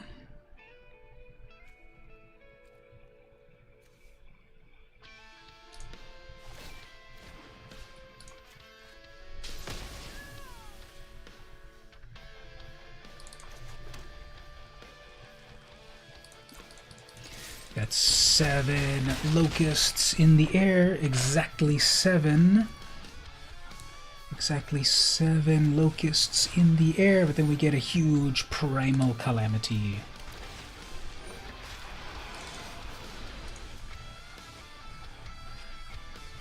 That is a very scary, huge creature.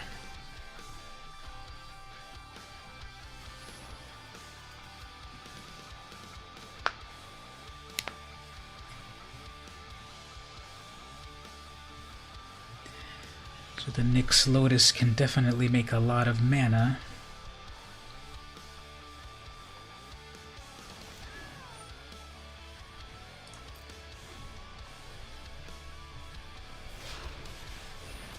man. Miscalculation.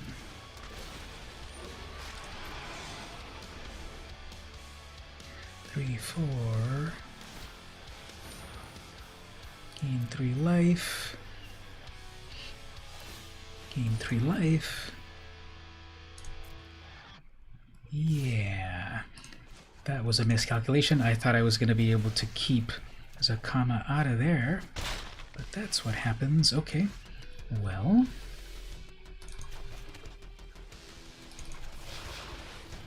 Let's try to do a little bit of this.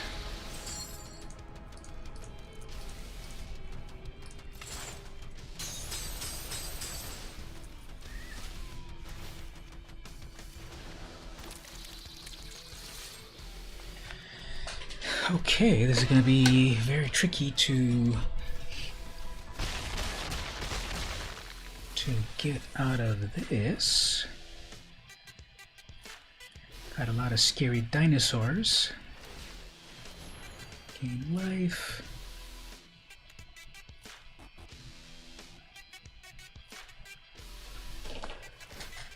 Gain life. Another life. Okay. So we got a big old 9, 9. Another gain life. How can that be? Okay, back to 18 life. Not good.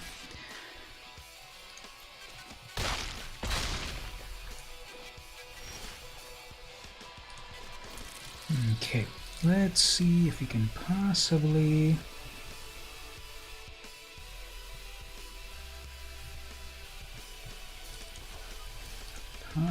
get out of this.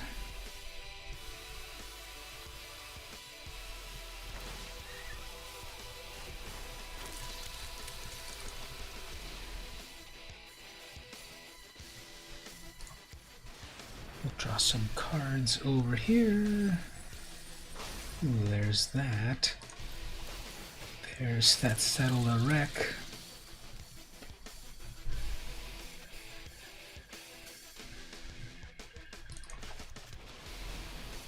Draw 2 more cards here.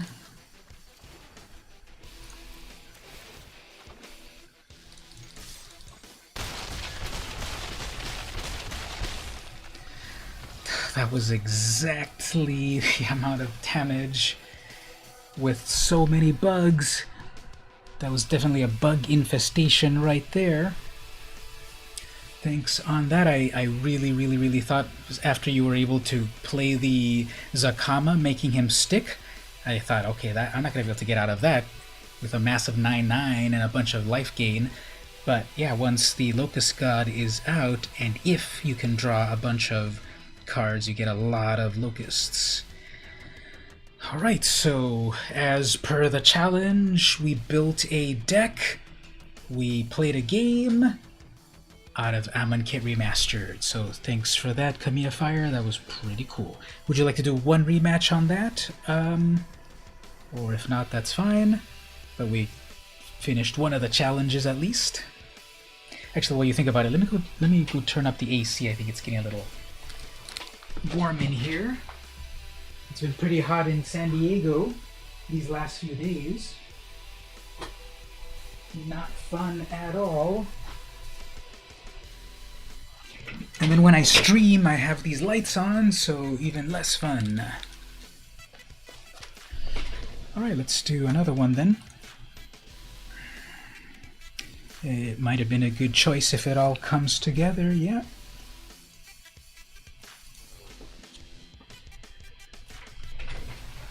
The Locust God would have come out to play a little bit faster if my mana rock hadn't been destroyed.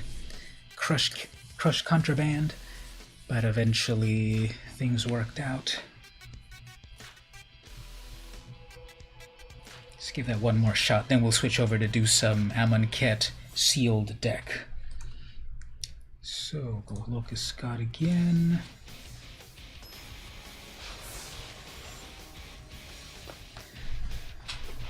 So we have an Elder Dinosaur Legend, and then we have a Amonkhet God. Okay. Adequate. I recently rewatched the Mad Max Fury Road. Has anyone seen it or not seen it? Mad Max Fury Road.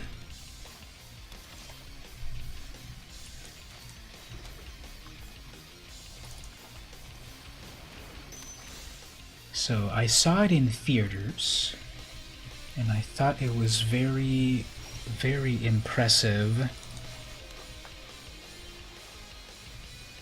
I thought it was very impressive in theaters, and at home it was also very good.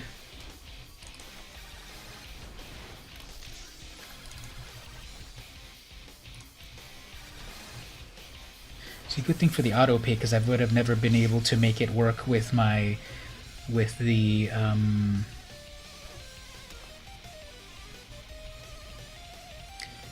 math of doing something with my golden egg. Tap it, sacrifice it, add 1 mana of any color. Uh-oh.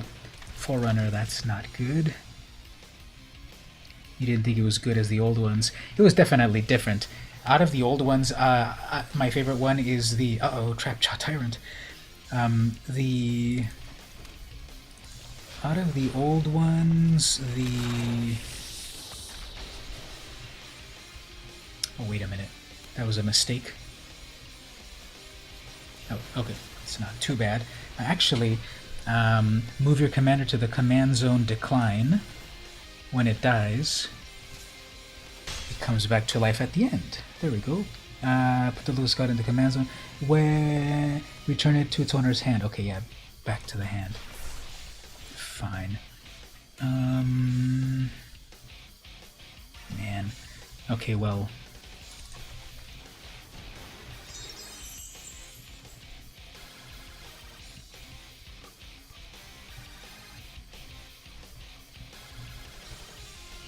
That has jump start.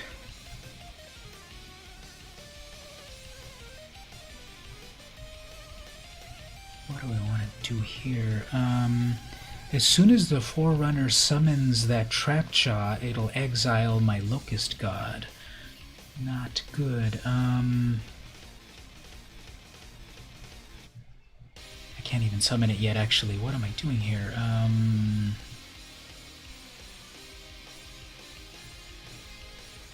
I can't play anything. So out of the original movies, I liked The Road Warrior the best, Mad Max 2, The Road Warrior, and Mad Max 1 was next place, I would say, and then I haven't seen Beyond Thunderdome in a while.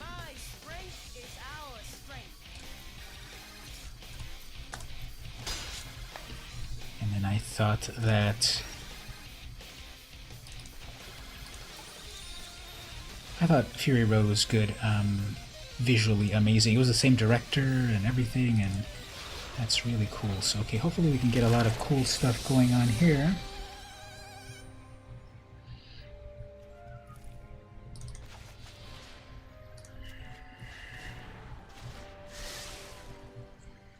Then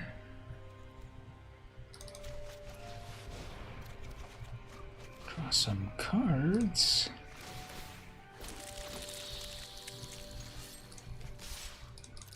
My Locust God doesn't have it. Those are good. Road Warrior, probably my best. You have not seen it. Original Mad Max. I want to see the new ones to get the chance. Yeah. Uh-oh, Regisar Alpha.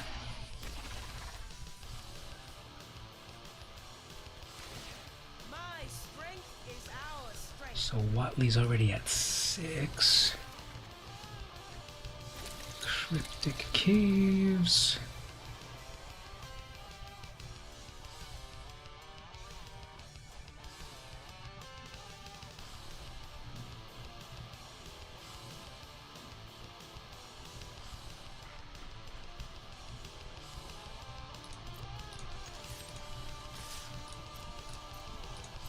Four, five, six, seven. Whoops, I should count properly.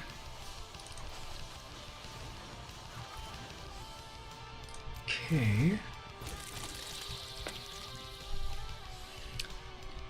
3, 4, 5. Okay, I had a million mana. Okay, so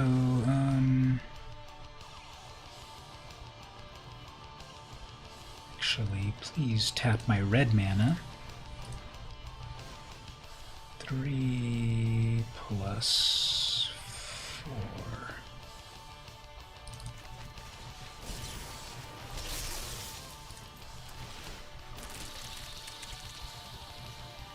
I think we're good at that point. And how much is that mana for her? 4, 5, 6, 7, 8. 8 mana. Okay. Got a Zakama coming soon. Polyraptor. Not good. Actually, that's got haste because of the alpha. Guess we've got to do some of this.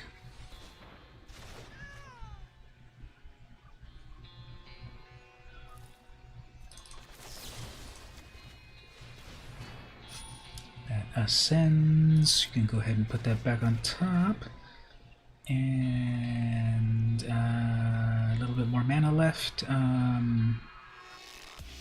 Sure. Draw some more. Discard 2 cards. Oops. Okay, let's get rid of one of the red.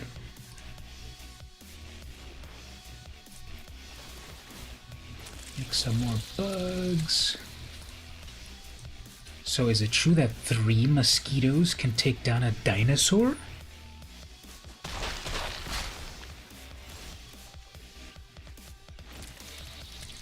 Zalfiran Void to see what's coming up.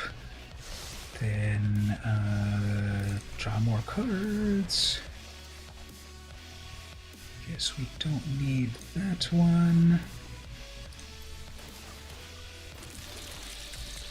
Do one of these. Draw a card from a book. Reading is fundamental.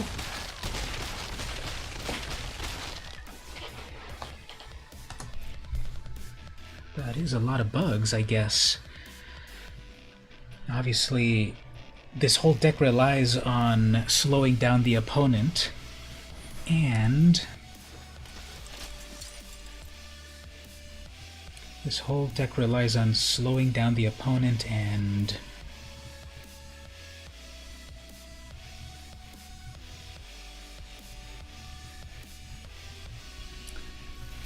that the opponent doesn't have a lot. Oh, that's a good one. Actually, Kinjali Sunwing is very good because it'll make my creatures come in tapped.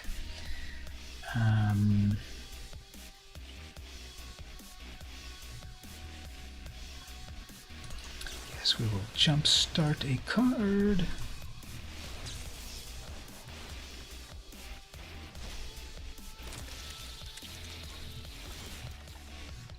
Don't have enough to stop me. Yeah, that might be game over. I don't know. I know that I don't like it when I play against someone that they have lethal and they still dirtle around, so let me just go for it. I still could have made some more beetles, or insects, but yeah, I guess there we go right there. So thanks for the rematch on that, and I guess when this deck gets going, it gets going. It's a big old bug infestation. To be honest, I wasn't quite feeling it when I was building the deck, but I guess I synergized it just enough so that you've got disruption for the opponent, you've got a bunch of card draw to ramp into some stuff, and then eventually you have a huge swarm of flyers, so good game on that. I'm definitely worried when Zakama comes out. Zakama untaps all your lands, and then you can do anything you want when that happens, so... And once it comes together, exactly once the Locust God is out, makes just so much stuff going on. So, all right, thanks for that. I'm gonna switch over to Sealed Amonkhet. We'll play a little bit of the new old set.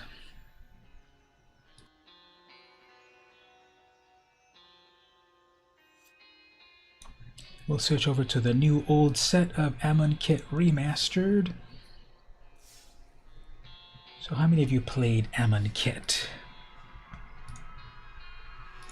when it was new or such?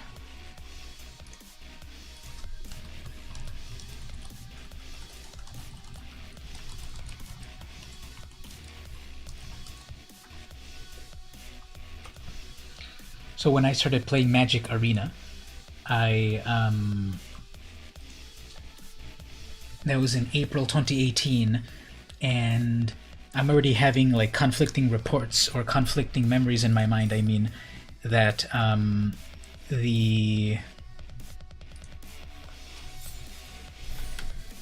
could have sworn when I started playing that it started with Ixalan moving forward, when I don't remember what else was there. Ixalan, maybe Dominaria.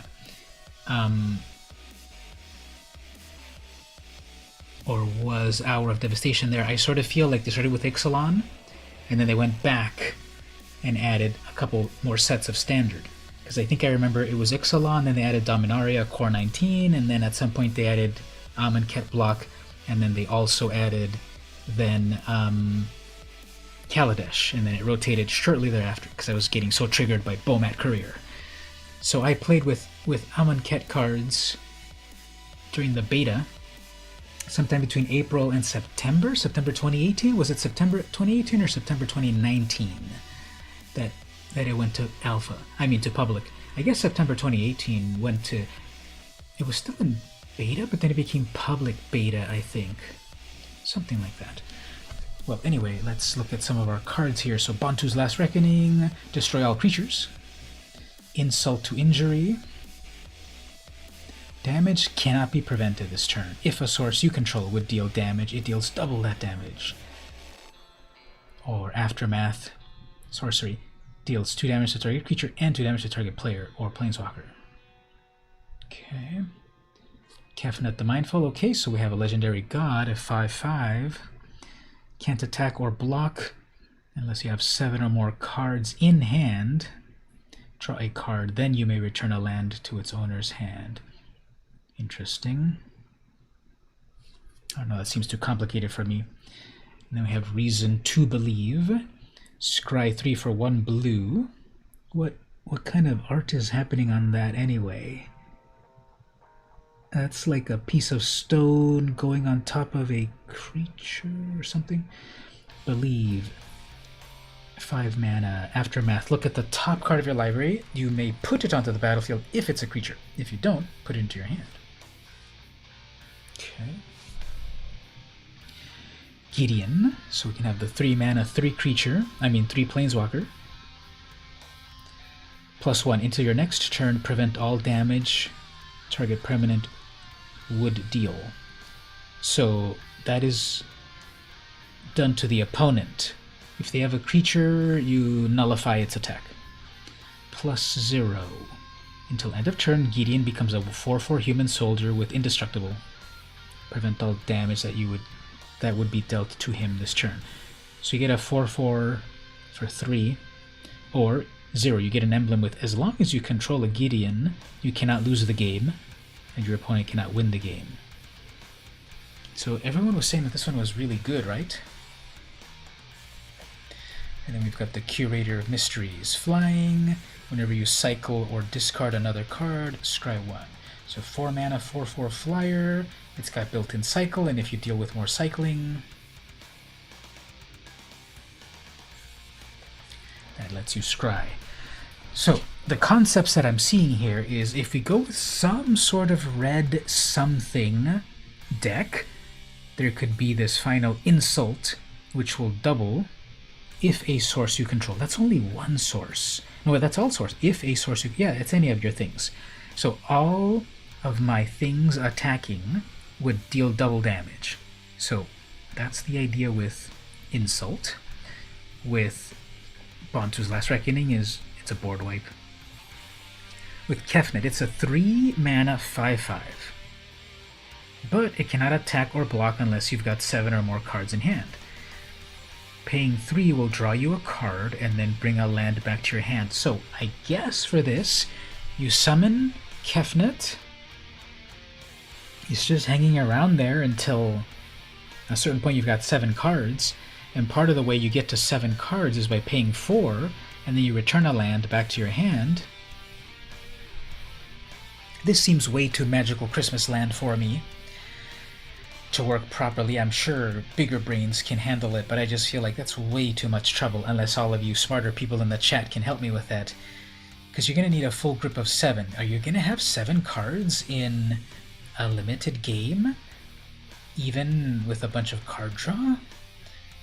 The idea for that is card draw. Putting all your eggs in one basket, one big 5/5 flying indestructible, as long as you have 7 cards in hand. I don't know. The Curator, well, its idea is that cycling or discarding lets you scry for more things, and by itself it's a 4/4 with flying. I guess that's okay. The Reason to Believe, this is a sneak attack in Simic. Well, not exactly sneak attack, but look at the top card of your library. You may put it directly onto the battlefield if it's a creature. So obviously if you've got a huge creature, you can pay for free. Well, you're going to pay 5 mana for it, and then put it directly onto the battlefield. Before that, you have to Reason, so you scry 3, so that doesn't seem that amazing. We'll look at our other pulls, of course.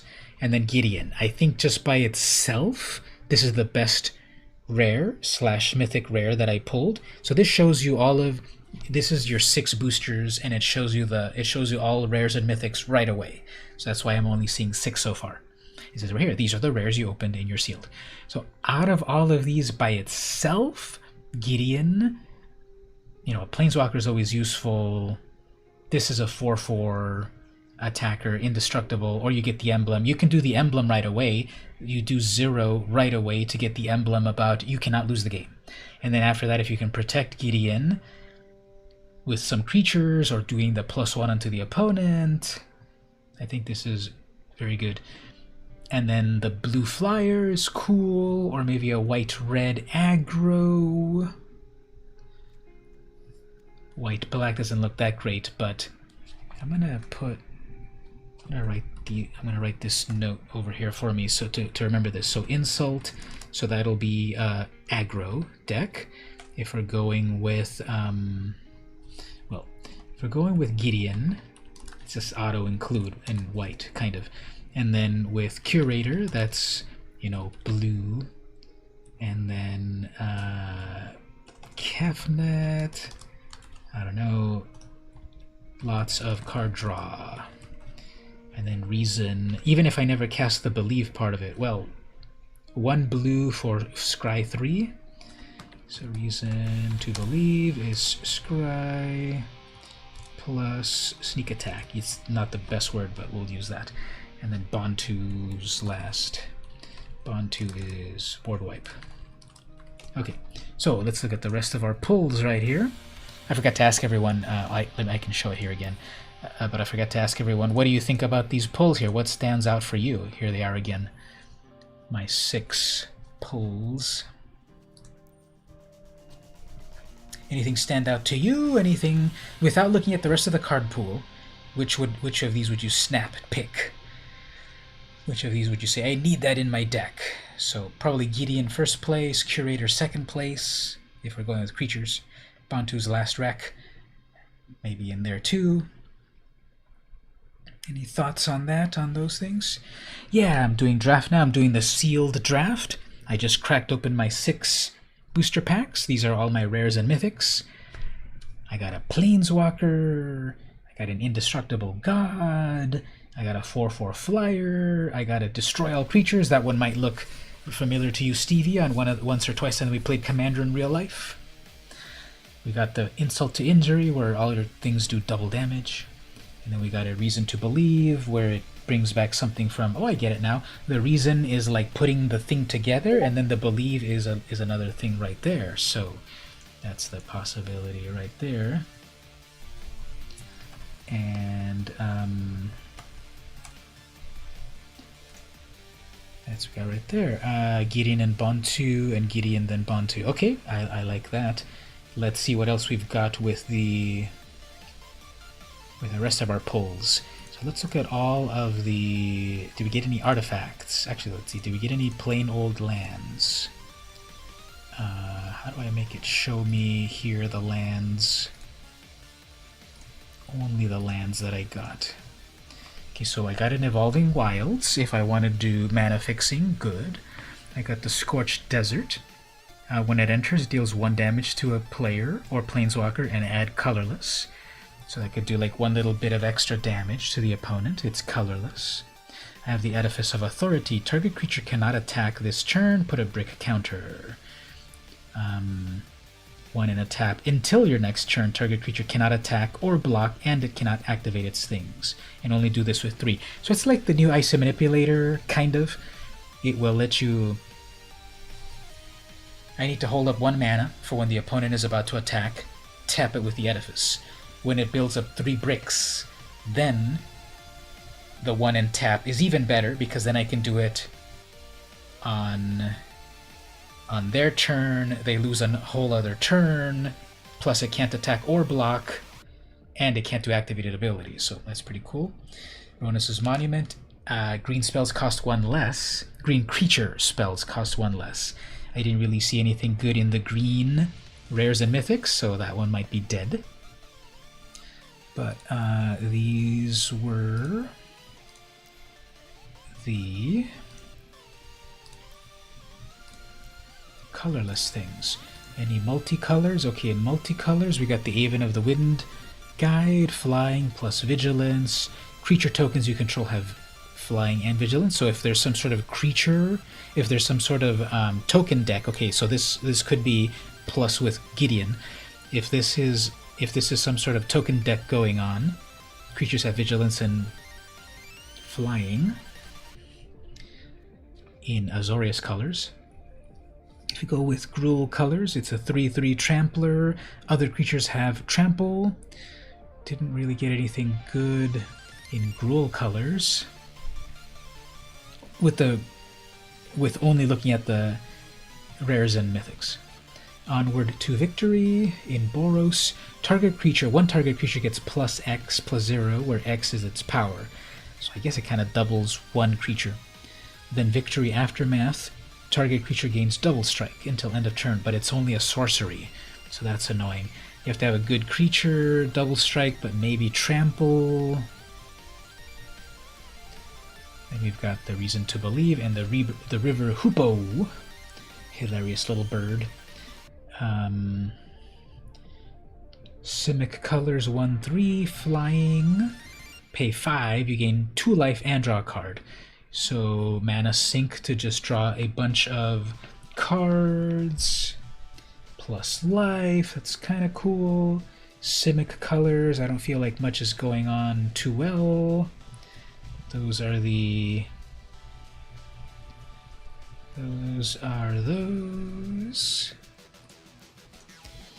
Let's see, in general, the enchantments. Compulsory Rest, okay, that's a good one in white. Enchanted creature can't attack or block. And then later, I can pay 2 to sacrifice a creature and gain 2 life. Cartouche of Knowledge, 2 mana. Enchantment, draws a card when it enters, and then the creature gets +1 in flying. Cool. Lay Claim, 7 mana, Aura.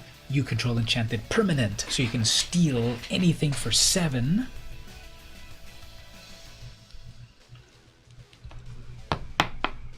Trespasser's Curse, 2 in black.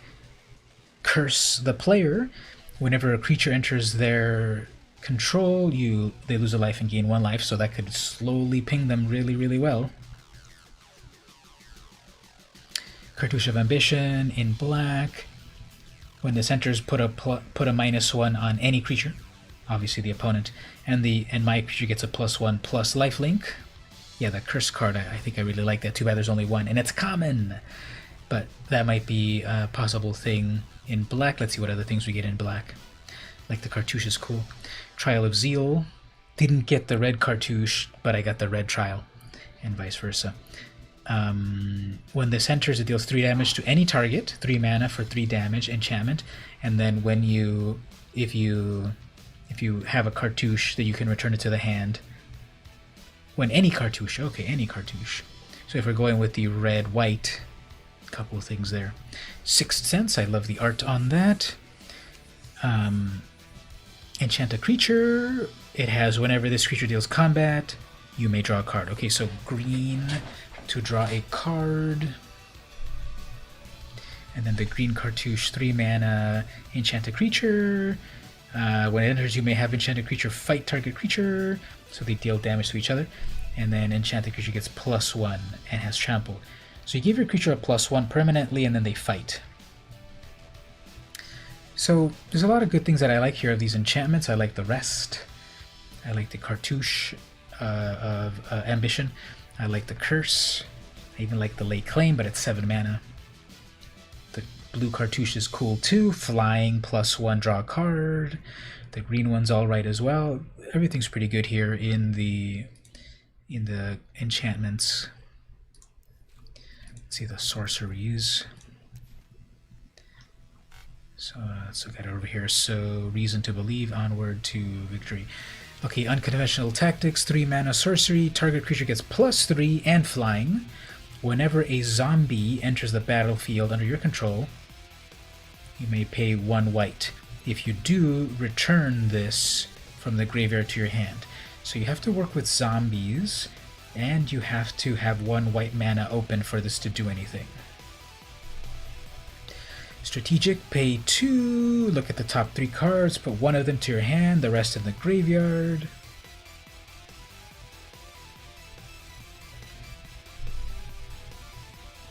Floodwater, 6 mana, return 2 creatures to their owner's hand, or cycle. Bantu's Last Wreck. Lethal Sting, 3 mana, as an additional cost, put a -1 on your own creature, but then destroy another creature. Wander in Death, 3 mana sorcery, return 2 creature cards from your graveyard to your hand, or cycle it. Crash through, 1 red. Creatures gain trample, draw a card. Puncturing Blow, 4 mana, deals 5 damage to a creature, and exile it. Beneath the Sands, 3 mana, search your library for a land, put it into the battlefield tapped, and shuffle. So there's a little ramp right there in green. So the Puncturing Blow is useful, the Lethal Sting is useful, Floodwater is kind of expensive, but that's useful.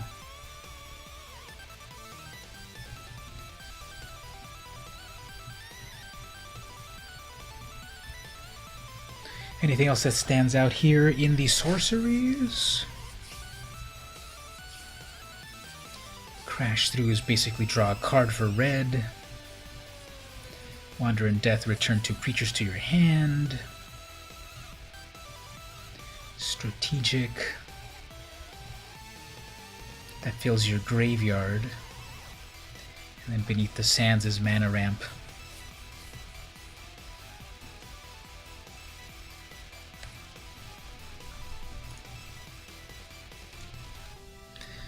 Alright, let's look at the instance.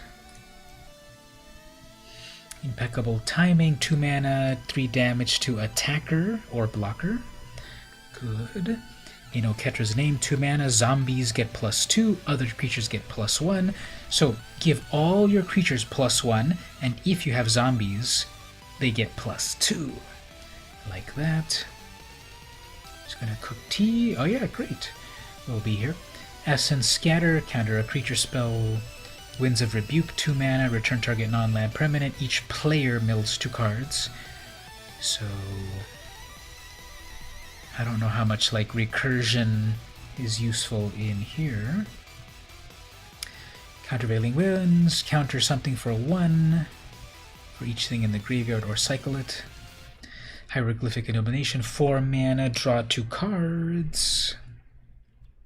Scarab Feast, 1 black, instant exile up to 3 cards from a graveyard or cycle. I guess that will help with the aftermath things. Magma Spray, 2 damage, exile it if it gets killed. Blur of Blades, 2 mana, put a -1 on a creature instantly, and it deals 2 damage to that creature's controller. Fun combat trick. Pursue Glory.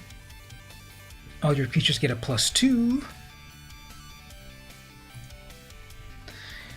Singing Shot, put 3 -1s on a flyer, or cycle. And then the Onward. And lastly, the creatures. So here's a zombie, a 2/2. Whenever another zombie enters, you may tap an artifact or a creature. Ghostwalker 2/2. With Exert, it gets +1 and flying, so it'd be a 3/3 flyer. Vizier Remedies, a 2/1 for 2. If one or more -1s would be put on a creature you control, that many -1s are put on it instead. On a creature you control. So it doubles your minus counters on your own creature? Oh, -1. Oh, never mind. It subtracts 1. That many -1 counters -1 are put. That's really weird wording. So if you're going to -1 your own creature, this will stop 1 -1 of it. From anyone, even your opponent. Disposal Mummy, Zombie Jackal 2/3. When it enters the battlefield, exile target card. Now I think I'm already seeing somewhat of a zombie theme coming together. Maybe. How many zombie things do I have? Because I have the Doom Dissenter. Well, in white we have the Binding Mummy. Oketra's Name gives all zombies a lot. Disposal Mummy. Conventional Tactics. But then the other zombies are in black. The Bone Slasher, the Miasmic, Kenra Eternal, and then the Doom Dissenter. Guess not as much as I thought. Okay. Slither Blade, that's unblockable. If you put some cartouches on it, it's good, but there weren't that many cartouches. The Crab, it's a 1/5. There's the Vizier. It's got Afflict 2. Whenever when it isn't blocked, draw a card. Kefnet, Curator, Striped River Winder, so a 5/5 hexproof. Or Cycle. The Dissenter, when it dies, create a zombie. Kenra 2/2 Afflict. Miasmic Mummy. We could do black-white when we've got Bantu's Last Reckoning. Marauding Bone Slasher, Zombie, Scorpion 2/2 Death Touch, Pitiless Vizier 4 mana, 4/2. When you cycle or discard, it gains indestructible. Horror of the Broken Lands, a 4/4. Burning Fist Minotaur, 2 mana, 2/1 first strike. Discard a card, it gets +2. Pathmaker Initiate 2/1, tap it to make a small creature unblockable. Fervent Paincaster 3 mana 3/1, tap it to deal damage to a player or planeswalker, exert it to deal 1 damage to a creature. So it's like a red Tim.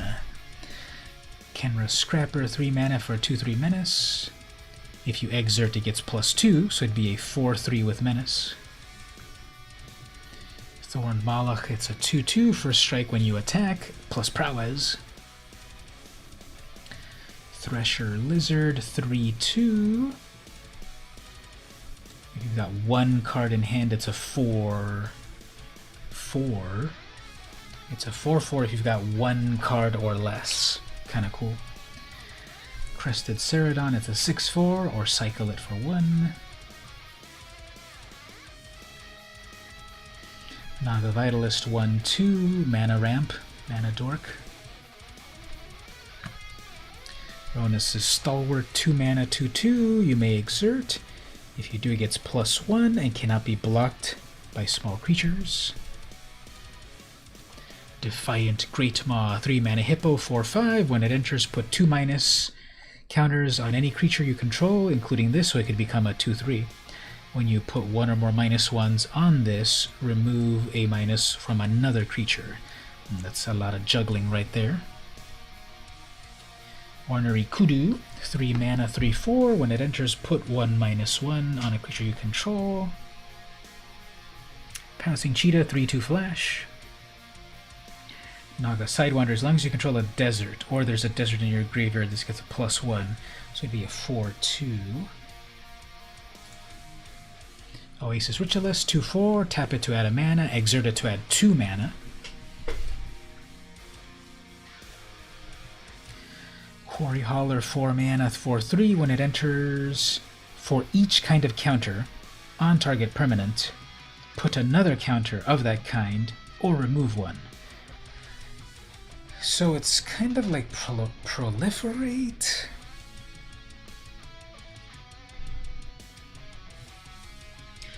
Even Wind Guide, we already saw that. And the Charioteer, yeah, we already saw that. So there's a lot to choose from. Pretty complex. Let's see if we have any that we have more than one of. There are a few that we have more than one of.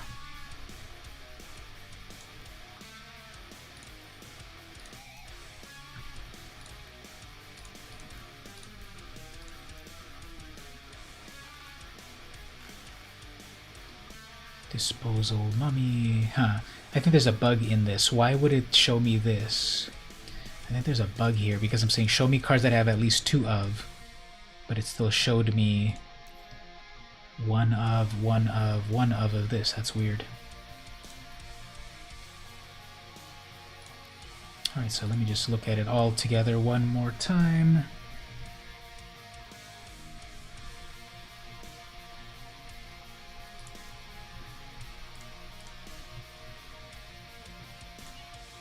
So all together in white,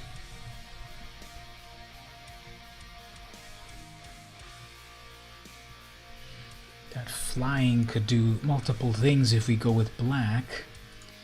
In blue, got a Cartouche,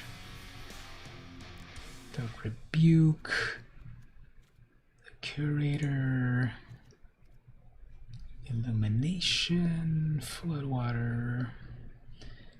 I think I'm going to go with white-black because we have the Trespasser's Curse. We have some stuff that can happen with zombies. Got the Cartouche, Lethal Sting, Scorpion, and then beyond that we have the Edifice,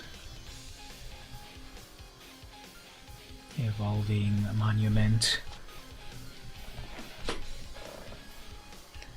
Even that Ronus' Monument, even though it's reducing the cost of green spells, it says whenever a creature spell, whenever you cast a creature, some creature gets +2 in trample.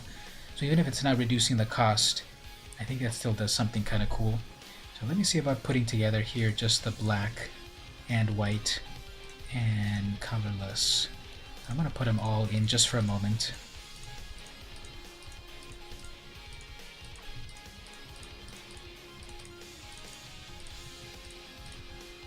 That's already 43 cards actually, so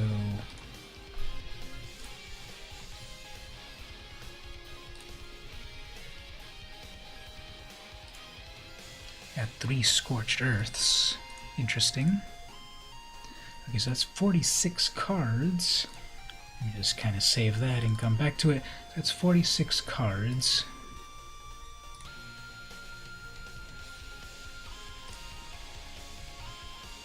$17 lands.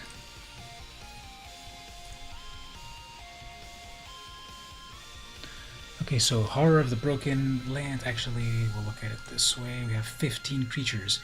So I have to keep all the creatures as is, so that means I have to remove about 6 or so non-creatures.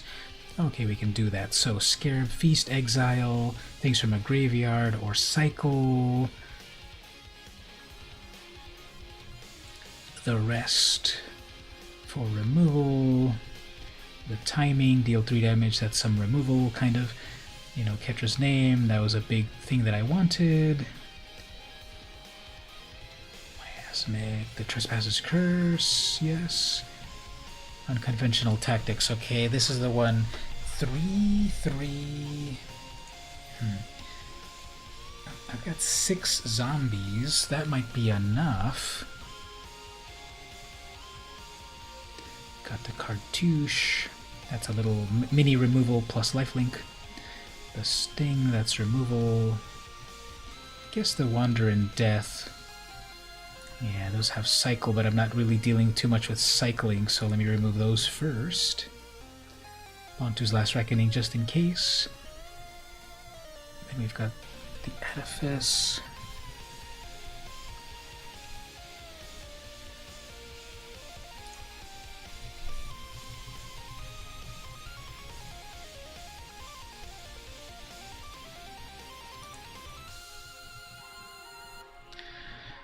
Compulsory Rest, Impeccable Timing, you know, Ketra's Name. That's 42 cards.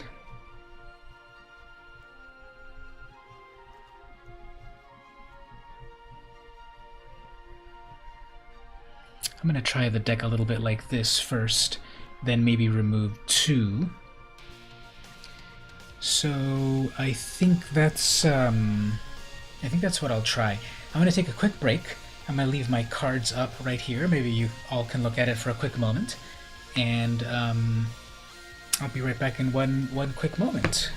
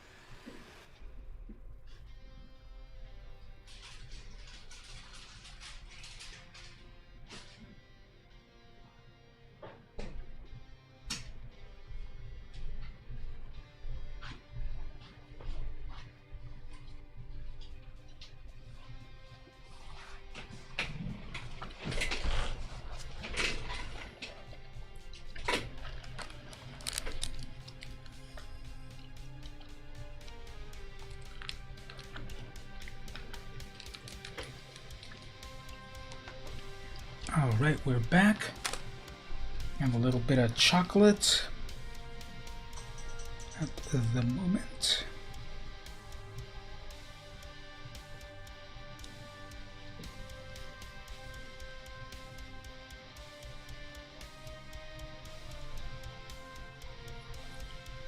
Ever since the update of my phone, I feel that the Do Not Disturb feature doesn't work like it's supposed to, because I have it set for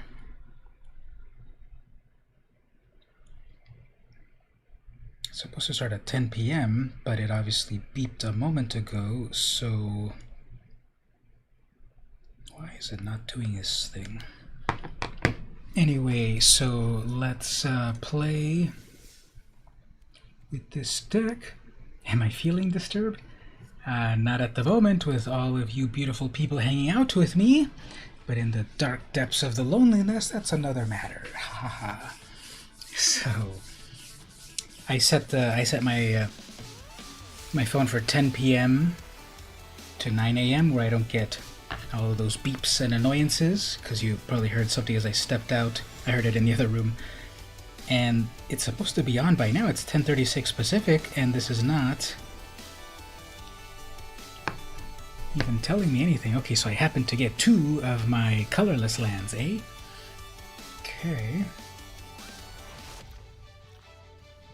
It's kind of bad.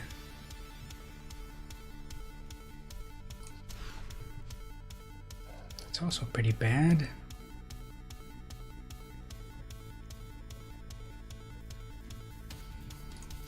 Fine, let's send back the biggest thing.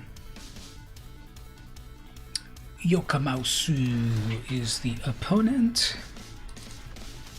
See, that's a big brain play right there. You play a land and it damages them.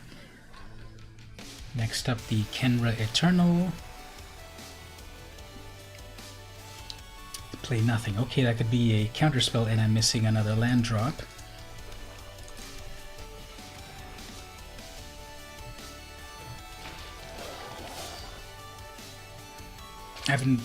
Obviously I haven't played with Amonkhet in a long while, so I don't remember all the cards in here and what tricks people might have. So if I get my 3rd land, I can do the Edifice. That is not my 3rd land, but it is a Trespasser's Curse, so let's set that up. No block. Okay, so they're playing, or trying to play Simic colors. They have one of the Jace lands right there. You see Jace in the corner right there, looking all lonely. Well, that was the first time that was ever useful. Uh-oh, Trespasser's Curse did its thing. So they might do some sort of graveyard shenanigans here.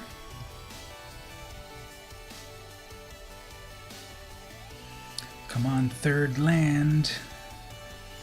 If I get my 3rd land, that's a 3rd land. Good enough. Okay, I can minus. I can do the Lethal Sting to destroy that 2/4. Or I can do the cartouche will do both, actually. So target a creature you control, and then put a minus counter on that creature,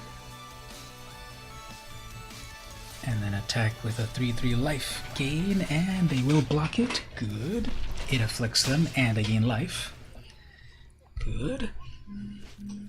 Trial of Strength, okay, sure. Man, that creates a 4/2. What is up with that? Plus, they also get the minus. They can then untap. They can tap the Vizier to untap a land. Instead, they'll attack. Okay. So what we can do here is I can start tapping their 4/2 with my Edifice. Target creature cannot attack this turn. Put a brick counter. So, or I could minus.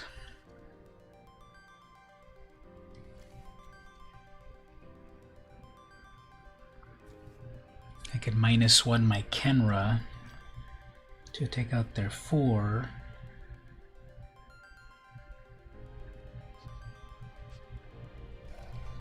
guess we'll set it up this way. So the edifice will tap down their 4/2. That's some fun construction sounds. That's a 3/2. Do they have a desert? Yep, they've got a desert, so that's a 4/2. They also lose a life on that. I got that Trespasser's Curse perfectly on turn 2, basically. So that is definitely doing what it needs to do. Double green. Uh-oh. 25 life.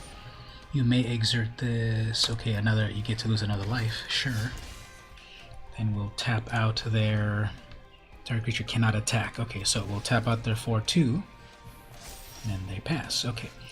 So, next what I could do here, I can bring out my... Oh, that'll actually...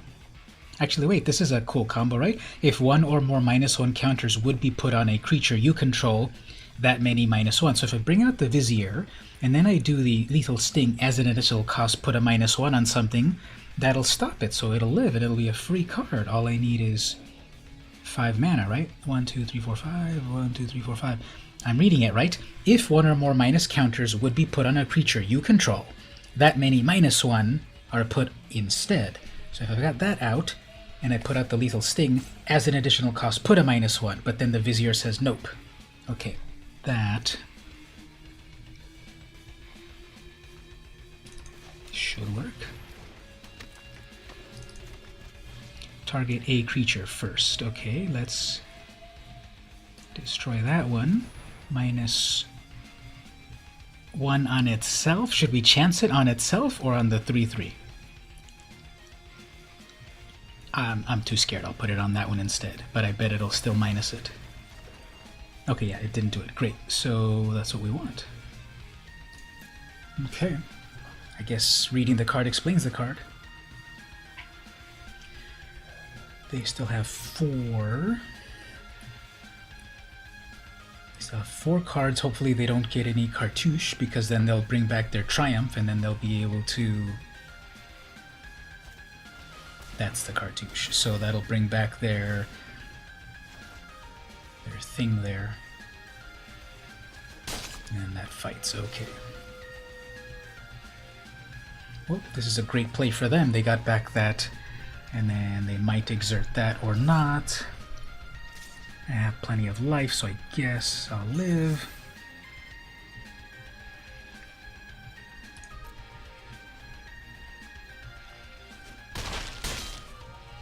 They're gonna untap probably with the Vizier. They'll untap their... eventually, so they'll probably untap it as I attack. What we want to do, though, we can't attack yet, and I'm gonna have to keep that edifice available. That was a misplay, perhaps. Yeah, they could have untapped their own Stalwart, but I guess they want it to untap their lands.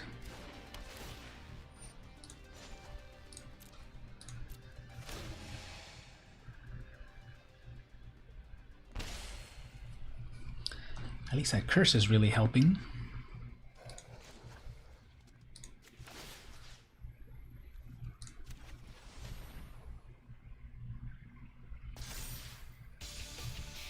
So the cool thing about that edifice is that at least... What type of deck did I end up building? It's kind of a little bit of a mishmash of things. Nothing too powerful. The only thing that's helping me at the moment is my Trespasser's Curse. They lose a life every time they summon a creature, and they've got a lot of creatures, so that's not fun. Uh-oh, they're about to summon something big, maybe a Nissa.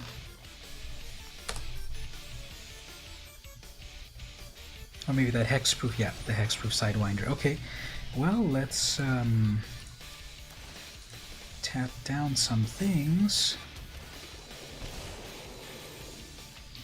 We have 9 in total. If I take 8, I'll have to double block.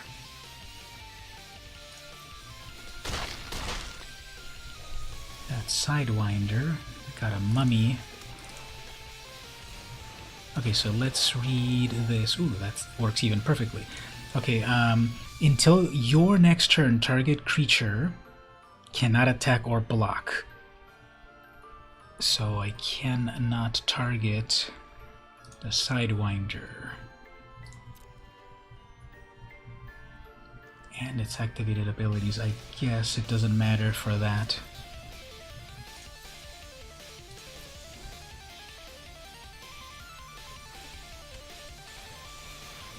And then a final 7/7, great.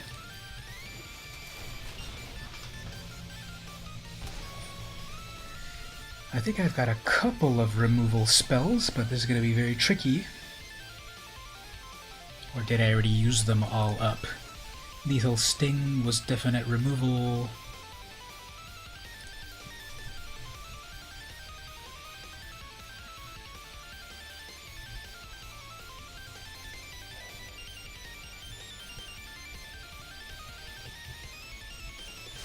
And they have the Vizier of Many Faces. This duplicates a thing, right?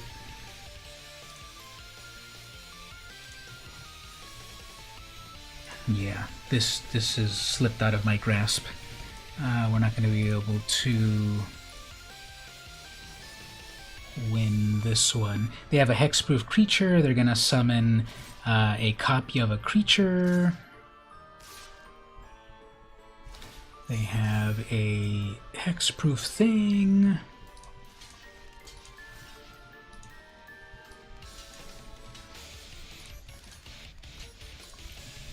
They just were able to play everything necessary, so...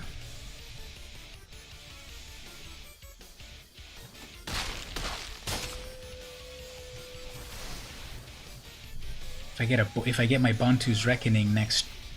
Oh, there's my Bantu's Reckoning, so... That's what you call a top deck.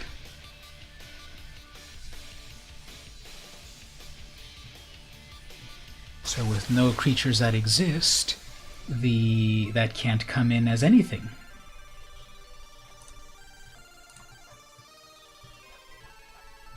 So that was a top deck.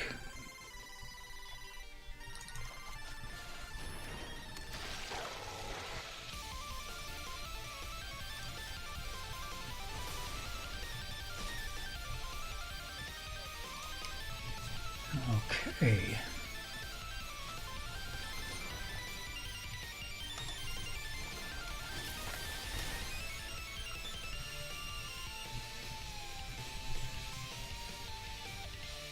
So then they have a target to duplicate.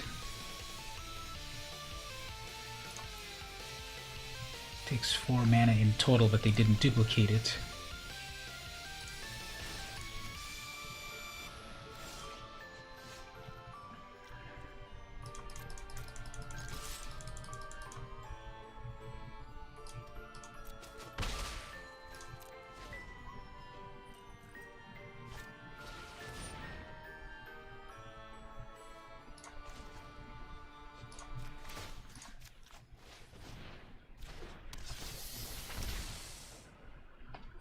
Okay, they're gonna have 3 of those, I guess. And I'm just getting lands there. Okay,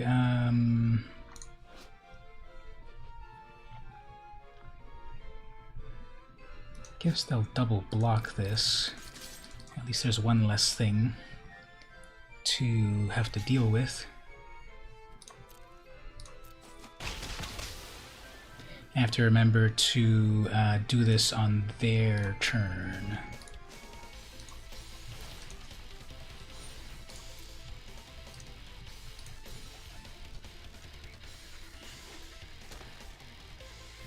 They still didn't play it. Okay, fine.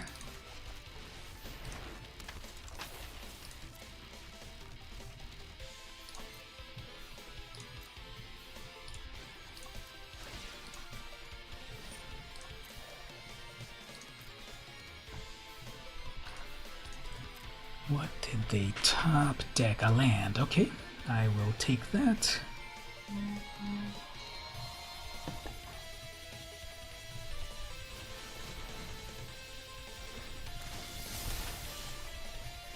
Another land. Amazing. Okay, so let's attack with...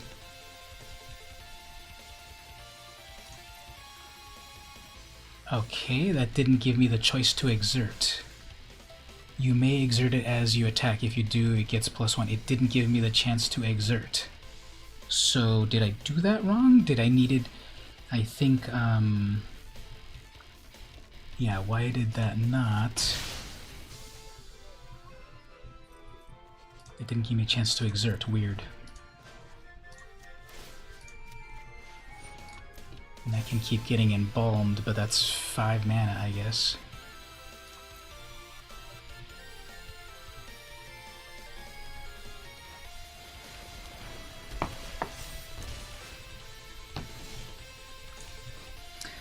Power and toughness equal to twice the number of creatures you control. At the beginning of each combat, gains flying and your choice of whatever. Ooh, that's kind of epic. But we have that.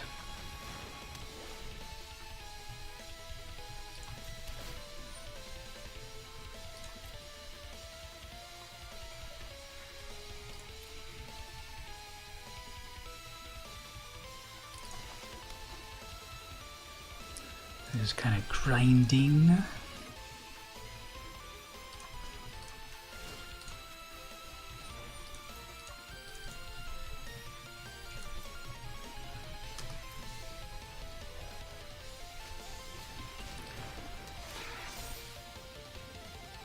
So all we need to do is wait for them to cast 5 creatures.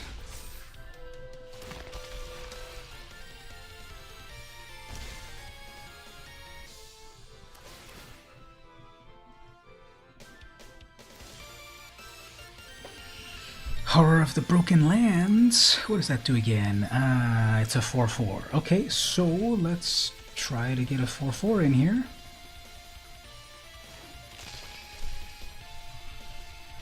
So I guess we gotta tap the...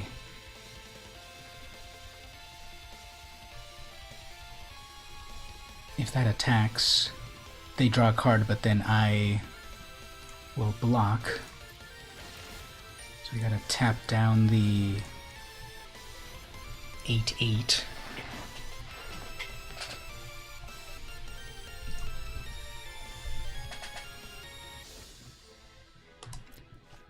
What did they draw? Draw 2 cards. Okay, they have plenty of mana for that. 1 more land.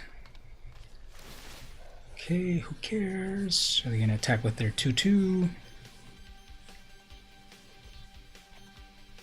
They want that card draw. They wanted that card draw, so unless they have some sort of instant, it does seem to be pausing for them, so... It looks like something's there.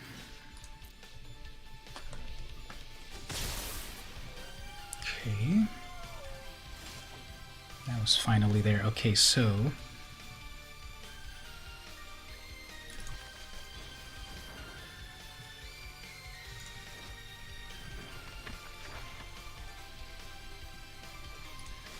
if I'm reading this right, target creature cannot attack or block until my next turn. So okay, there we go.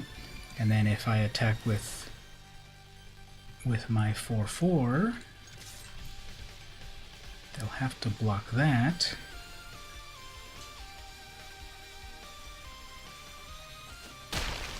Good. Then I don't have the protection of the edifice, so that will be some sort of 4... And actually, it still gets locked down. Okay, even good, even better. Why did I not do that properly before? Gustwalker. Okay, we gotta do Gustwalker properly. It didn't let me exert it last time, and then the opponent finally... Alright, that was a pretty long one. They gave up finally after that curse. The curse was the only thing that well, Bantu's Last Reckoning, top decking that, and then that curse constantly pinging them definitely helped. I'm gonna look at the deck one more time because I'm at 42 cards. Let's see what else to improve, perhaps. So I need to keep all my creatures. That's not a change. I need that compulsory rest really helped. Impeccable timing never came up. 3 damage to an attacker or blocker. Catcher's name never came up. Give your zombies +2/+1, or your other creatures +1 instantly. That Vizier Remedies was a cool combo. Trespasser's Curse was amazing. Gideon never came up. Cartouche was pretty cool. Minus the creature... -1 on a creature, +1 lifelink. Lethal Sting, that's the removal. Bone Slasher, Wasteland, Death Touch, Bantu's Last Reckoning totally helped. The Edifice. I think I'm going to remove the Ronus' Monument just to get to 41 cards. 42 isn't terrible, but obviously getting closer to 40 is better. It's supposed to be when you summon a creature, it gives some other creature +2 and trample. I have 15 creatures. What does everyone think? Should we keep the off-color monument? It's going to cost 3. It's not going to reduce costs, but whenever you then summon a creature, it'll get +2 and trample. We could try it again with 42 cards. Maybe one more 42 card battle, then we'll decide about removing that. It only buffs until end of turn. Yeah, but if I've got a few more than the opponent, that final bit of +2 trample could help. Yeah, let's remove it. Let's see, because it's just temporary. And I didn't miss it last time, so okay, we'll go with 41 cards. Let's try it there then. We'll try it without it, then maybe we'll put it back in, but we probably won't even miss it. How does that saying go? You never know what you had until it's gone or something. So it never came up on the last game, so we'll see about this game. Well, while the opponent comes up, I will show a vintage Magic card right here. I'll put it on the big screen in just a moment. It is from Ice Age, Black Scarab. 1 white mana, enchant a creature aura. Target creature gets +2/+2 as long as any opponent controls any black cards. That creature cannot be blocked by black creatures. So a completely sideboard card, your opponent has to have black creatures. And then, what a coincidence. Okay, so here where we have the, 1 red mana for something. Oh, okay, that means they have a magma spike or whatever it's called. So let's set up a little bit of the curse. I curse you. Yeah, they must have that 1 magma spray, whatever it's called. Now in red and green they could... Is there Naturalize in this set? Could they get rid of my enchantment? Malach? Okay, not good. What do we want to do here? So they give that. Now they got their perfect cards. They're totally aggro, so yeah, they're gonna keep wanting to do that. Okay, well, there's not a whole lot of curse cards that exist, are there? But I think they're fun. Let's bring out this 1/1 that comes back as a 2/1. So let's see if they magma spray it here, and let's see if they have another red removal. There's magma spray. Oh, actually, when it dies, not exile. So okay, well. Hopefully we got their 1 red removal out of the way. Another Malach.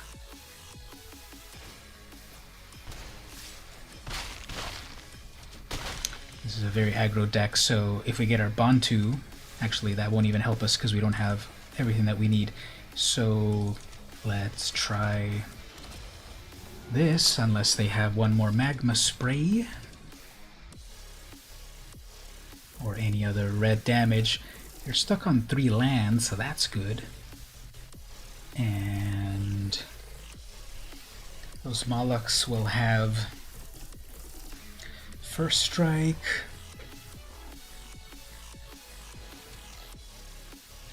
That's never good when the opponent is... Huh. It's kind of weird. They paid the mana, but then they moved forward, so I think they mistapped that, but they probably still have a combat trick here.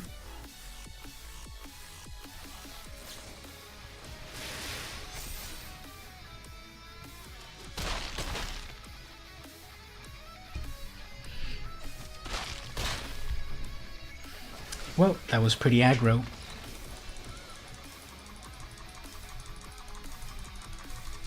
Compared to the last game that took 10 years, this one took 10 seconds, so GG to my opponent.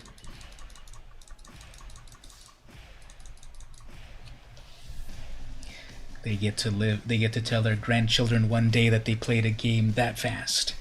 Alright, let's see if we can get a real game going on this time. Definitely that turn one tap the creature to give haste really won them the game, so congrats. Now let me cancel this so that it doesn't like pair me right away with the same person maybe.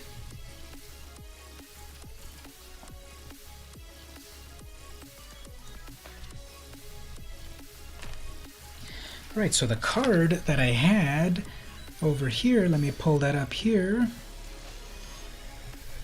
That is the Black Scarab. Look at that beautiful art from Kaja Foglio.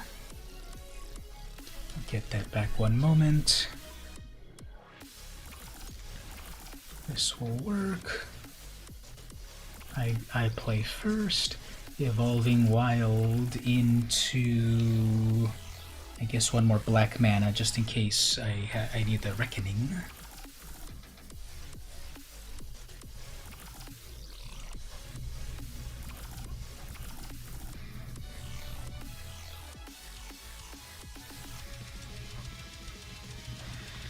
So it looks like the opponent has had to mulligan very complicatedly. I will do the Evolving Wild secret tech. They don't know what kind of colors I'm playing. Same here. Hilarious. When things take that long, it makes me think like, is the opponent hacking the system to get their perfect card?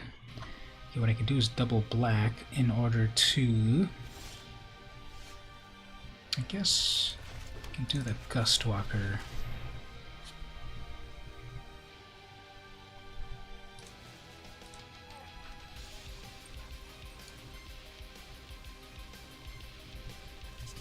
So what was the last movie that everyone saw? Obviously home or theater, if you want to count theater back in the old days, or at home.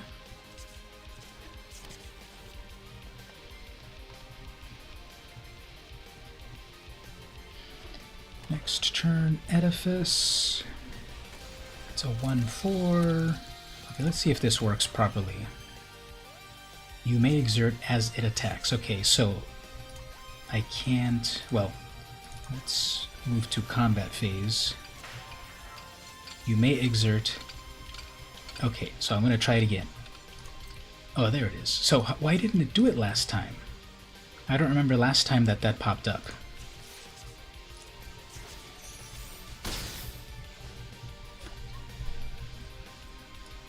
So my compulsory rest, I want to hold on to that. I'll be able to hold off that dung beetle for quite a while. You just saw Phil Head today. What's that? Not sure what that one is. Free Solo? You mean the movie Solo? The Star Wars movie Solo? I gotta watch it. I saw Rogue One when that debuted, and I thought that was amazing. Okay, they're gonna curse me, so okay.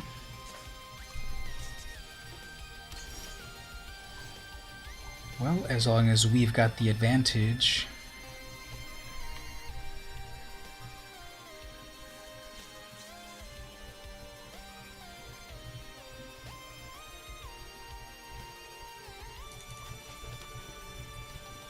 Free Solo is a movie about a guy who climbs a mountainous cliff edge without any ropes. Ah, okay.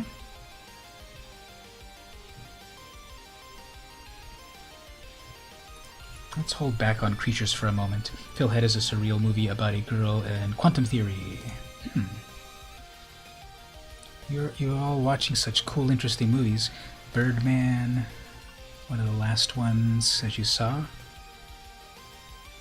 That's cool.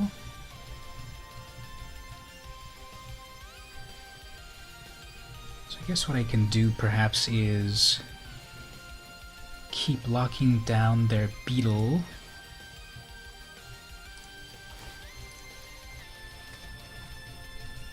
And hopefully get ahead in attacks, so that then when I start to bring out my other creatures, that curse won't be as bad. Is that how you deal with a curse besides destroying it? That you just have to have more than what they have?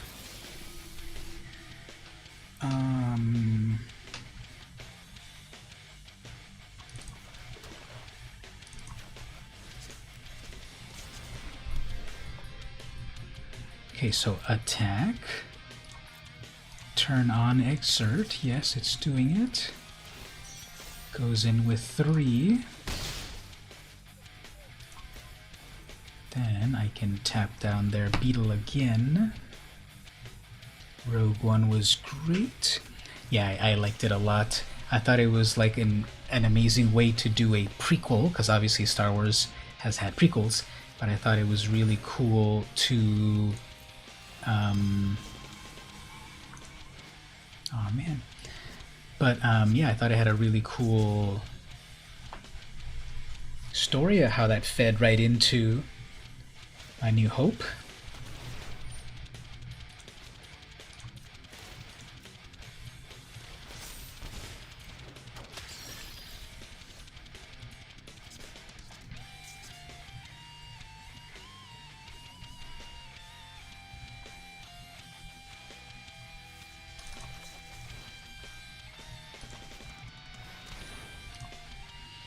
And then, of course, the epic battle at the end with the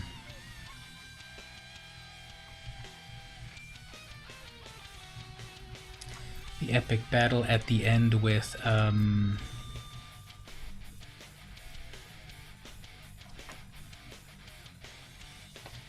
Darth Vader.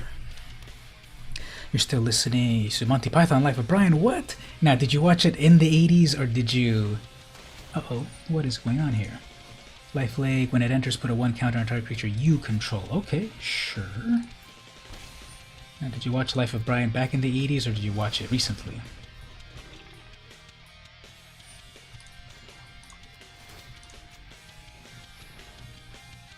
Okay, so I'm going to have to keep locking down that Amit.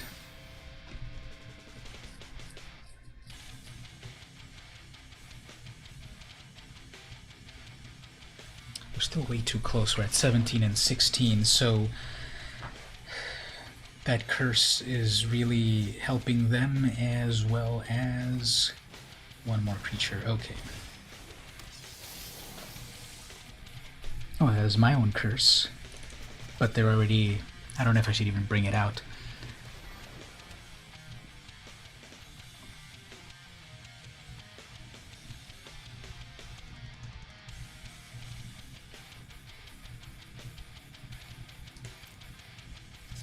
Yeah, I'm gonna have to go into just attack mode here.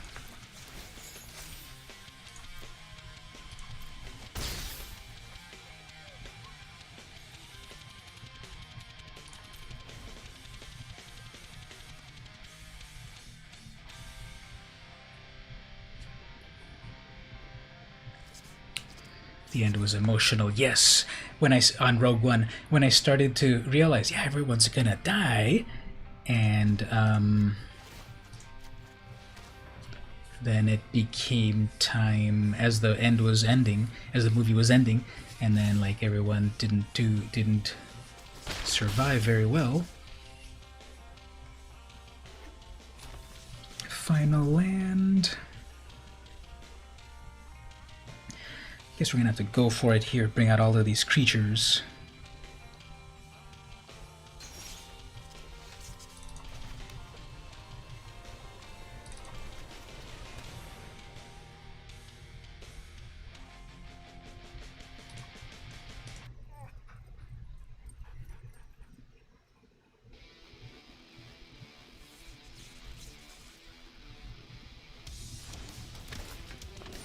So watch I bring out all of these creatures, and then I get the Bantu's Last Reckoning.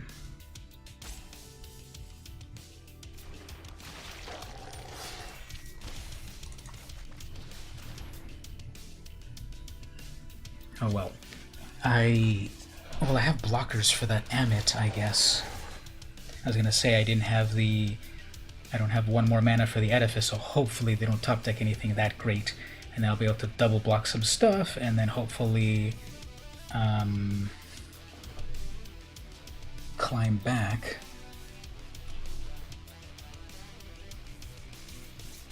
They keep eyeing their Vizier, so they might have to do like a sacrifice. Okay, it's just a land, good.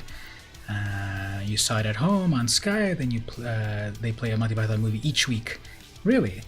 There's only like 3 Monty Python movies, so do they keep playing the same ones over and over? Because there's obviously Monty Python and the Holy Grail, Monty Python and the Life of Brian, Monty Python and the Meaning of Life, and like A Night at the Opera or something, whatever the other name of that is. Okay, so I think we need to get rid of that 4/3. So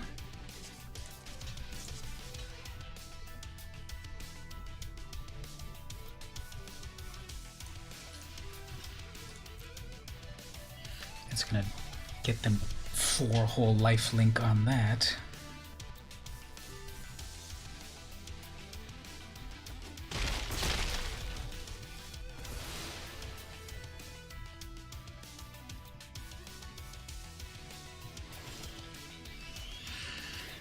Well, that's an instant, so that'll help.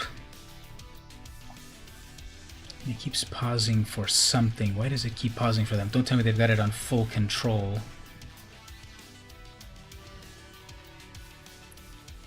Actually, they can pay or I can pay?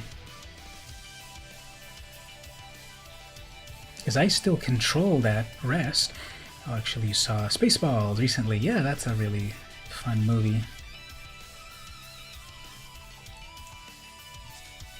So why is it that they can pay the 2 life? Shouldn't I be able to pay? It's my enchantment. Okay, anyway, let's tap out their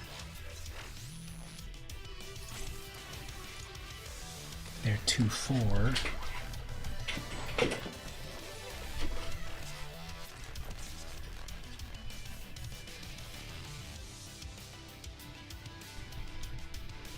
I don't know why for some reason I thought that it would be like that it would be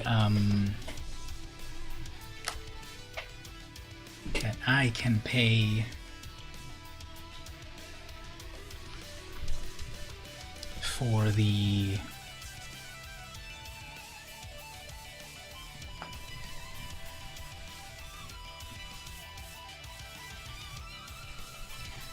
I can pay for the 2 to sacrifice. Let's see here if they do decide to attack.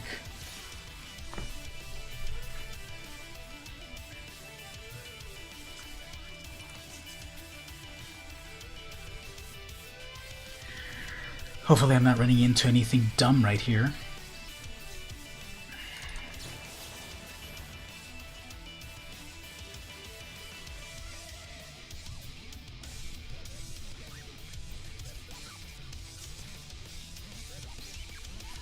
They might not realize that mine is doing that, so let's see here. That'll kill that, that'll absorb that, unless they have a combat trick.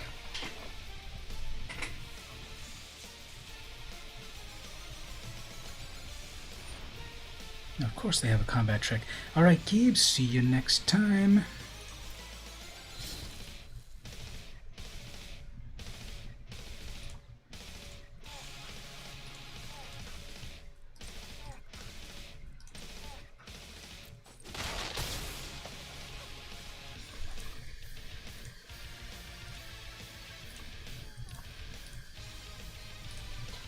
This opponent doesn't realize that that does its thing. If I hover over it, maybe they'll see, why is that thing sparkling? And then another land. Okay, amazing. So then over here, Aftermath, all creatures able to block target creature must do so. Tapping out in need of sleep here. Have a great weekend. Thanks for coming to hang out and helping out during the draft and everything.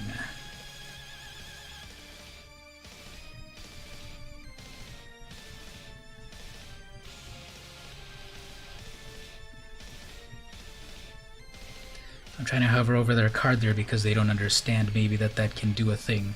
And they're going to play their Aftermath on whatever they want, and then I have to block with my 1/1, and I have no more blockers. So we really need that Bantu's Last Reckoning.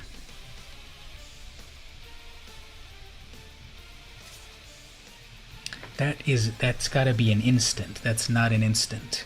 So I'll just let one go through, which is not great. Okay, there's a Death Touch. Okay, we want that.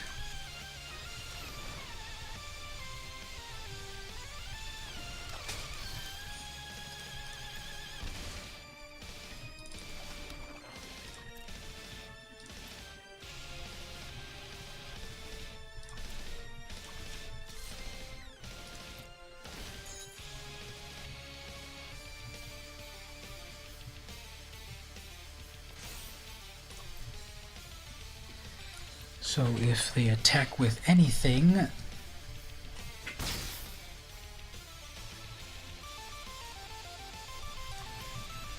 so if I tap down their Ritualist, they might attack with that Beetle, which I'll take out. If I tap out their Beetle, they might attack with the Ritualist, but it'll kill my Scorpion, but it'll kill their 2/4.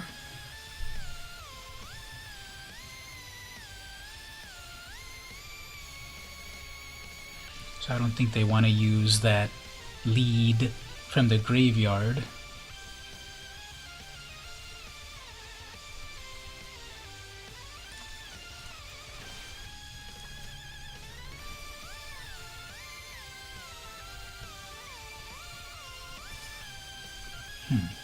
Okay, I guess I can have one more indestructible spell here.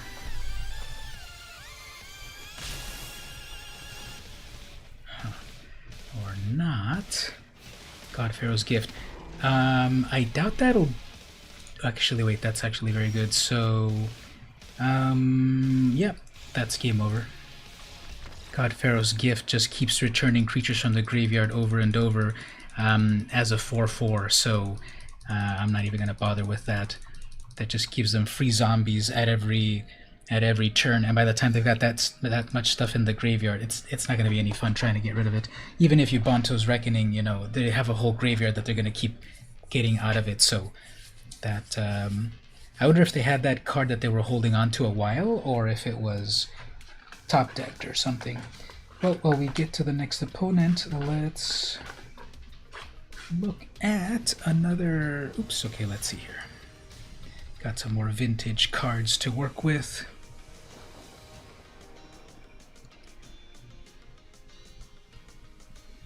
So we've got a couple removal, a couple of creatures, not too high cost.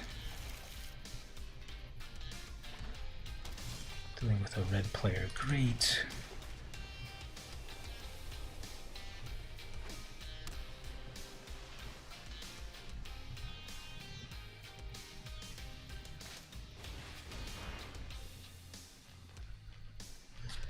Alright, so they're strategically planning here with 3 cards.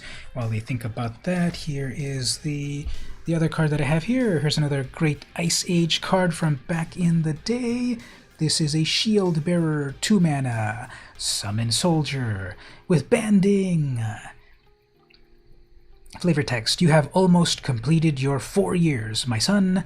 Soon you shall be a Sky Knight. And that was said by Arna Kennerud, Sky Knight.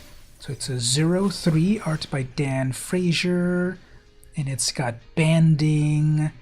So it's got all that amazingness of complication of banding. Now let's say they've got Magma Spray. Would I rather lose my Gustwalker or my Emmet? I can do 3 damage sometimes, and then that can have zombie synergy. Which one would I not mind losing? I guess the Kenra, because the Gustwalker can just do more damage every other turn. Good old banding, they need to bring that back. Definitely, they had these chances to bring back banding, and they didn't. They had that one Magic 25 where they reprinted cards from like every set, and they didn't bring back any banding cards. And I think there was at least one more like big master set or something.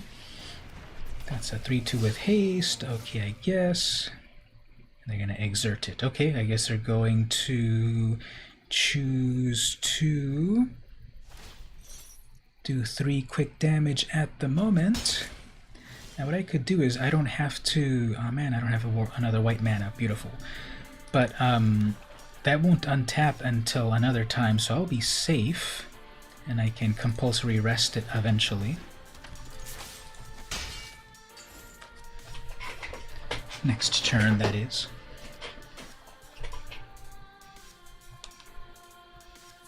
So they did come in with a 3/2 with haste exert, but playing Jeskai colors. 7 mana to eternalize. That'll come back as a 4/4. Need 7 mana for that. I guess I can also leave up an impeccable timing. Impeccable timing might be better instead of compulsory. 2/1 prowess afflict. Okay. So they probably have something to activate prowess. So let's do the compulsory rest. Oh man, what do we want to do? Okay, it did it again. It didn't let me exert. I think there's some sort of bug in this. Like, I don't know. Do you have to choose it individually? Because it didn't let me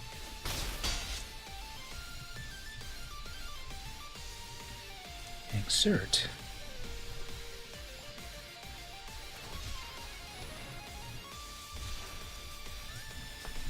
What is going on with it? It didn't let me exert. I could have done 1 more damage. Okay, so what do they want to do here? Something will obviously prowess kick in. I guess not really. 3/4, not a big deal. Let's remove that 3/2. Let's lock down the... Now what I could do is bring out Gideon. Nah.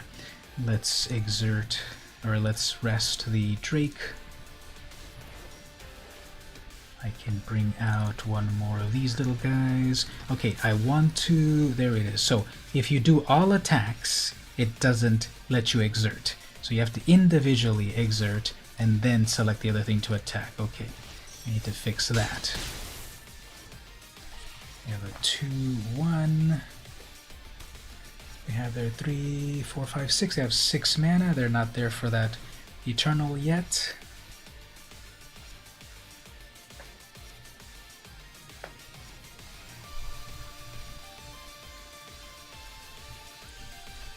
Might be a bug where they never properly programmed it. A Paincaster 3/1. So the opponent definitely is aggro.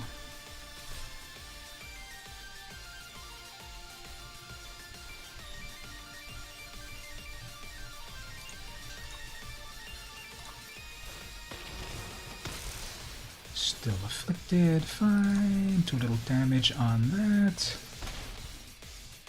Okay, let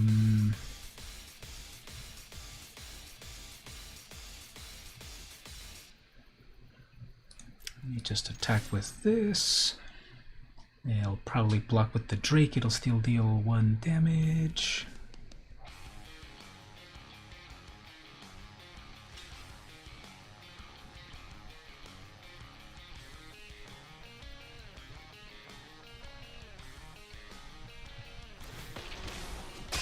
So Afflict looks pretty scary.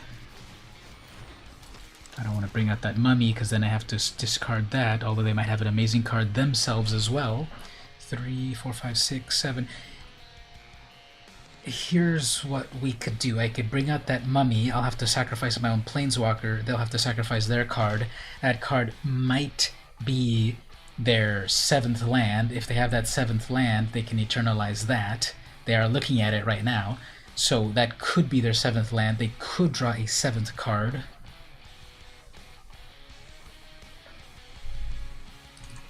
Let's YOLO. That was not a 7th land, so hopefully they didn't top deck a 7th land. That was a 7th land.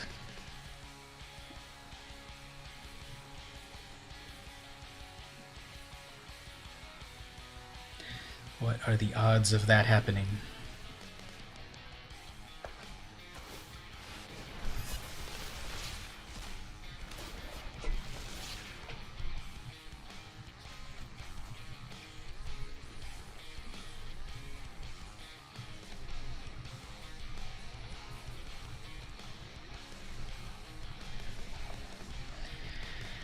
Alright, so next turn I get to untap with a bunch of Gustwalkers in the air, at least, so best case scenario is that I get my Bantu's Last Reckoning, and then I attack with 2 Exerted Walkers, that'll be 3 in the air, plus my Afflicting Kenra, and then the Miasmic Mummy.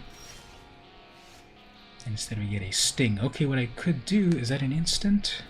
That's a sorcery. So I could...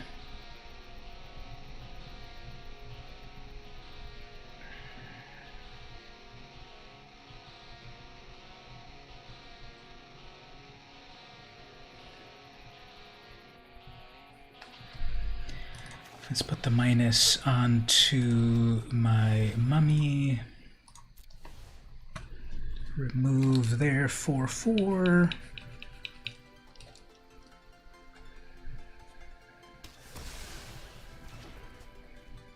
Exert both of these, so we got to do it right. Exert, exert, and then attacks. That's a 3/3 in the air. It won't die by 1 blocker. Let's see if they're gonna block with that 2/4 because I doubt they want to do 2 damage to the Kenra or whatever. They'll be at 1 life.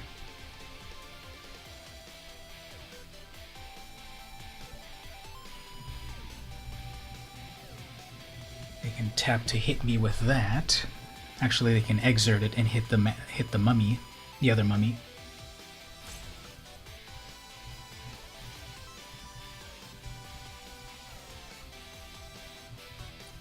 Yeah, I think that's what they should do. They should block and then select to exert, because then they could do that 1 final damage to that mummy, Miasmic Mummy. Yeah, see, they're figuring it out. There it is.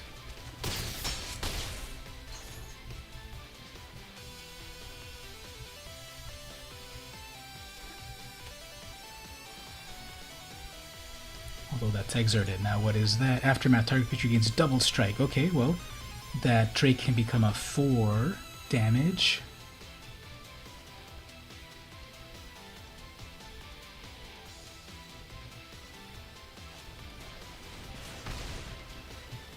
Okay, it's a -1, sure.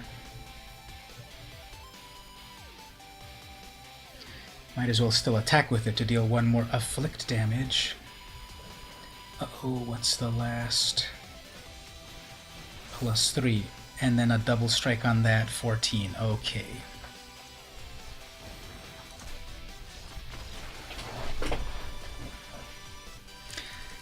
Complete luck on that. So, that was 1 win. Let's claim the prize on that. That is 400 gem and 3 packs. That's pretty fun. Let's go open up some packs here. Got 1 core set 21. Ooh, got a gold wild card, nice. And we got some Amonkhet boosters. Anything good here? Wild card. Zero many faces.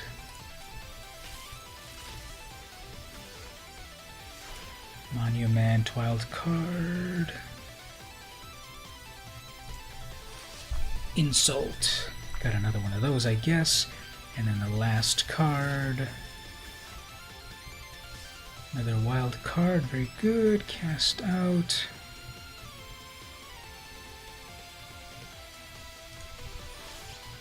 New Perspectives, 6 mana. When it enters, draw 3 cards. As long as you have 7 or more cards in your hand, you may pay 0 rather than pay cycling. Oh, that's kind of fun. Okay. Well, I've been streaming for 3.5 hours. I probably will wind down soon, unless anyone wants to play 1v1, but I think going to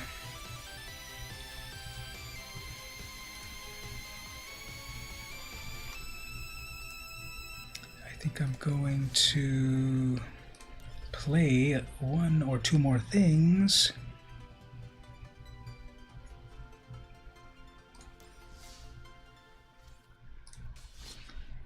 So just for fun, here is this standard. Actually, do we have Jumpstart? Maybe let's look at Jumpstart to see about getting any more cool lands and stuff. And lands plus dinosaurs. Let me play a little Jumpstart to see about getting some more cool lands and such. Battling Pet.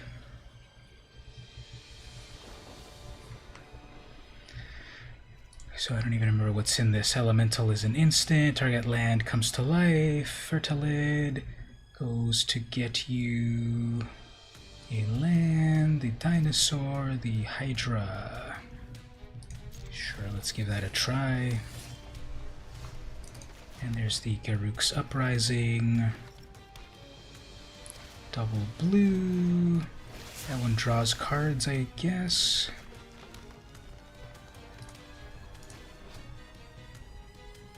Oh, it's a mill. Okay, so I've got a mill opponent. I should have realized because of the land. Check it out right here. This is the modern millstone land. The mill me 2 lands, I guess. It's not too bad. That's mills 4. Okay.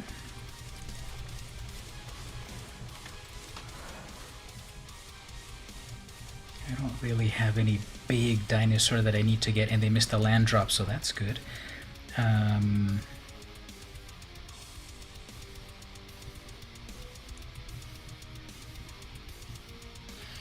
Let's see about creating some bunch of land stuff here. This assumes I get a land.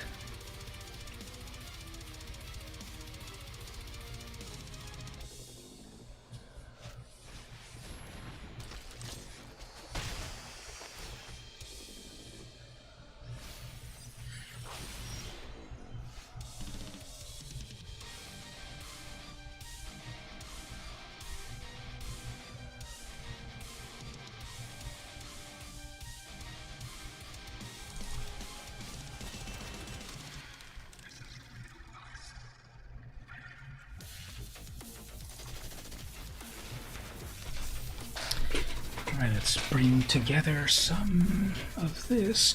Whenever this or another creature dies, mill 1 card. Okay.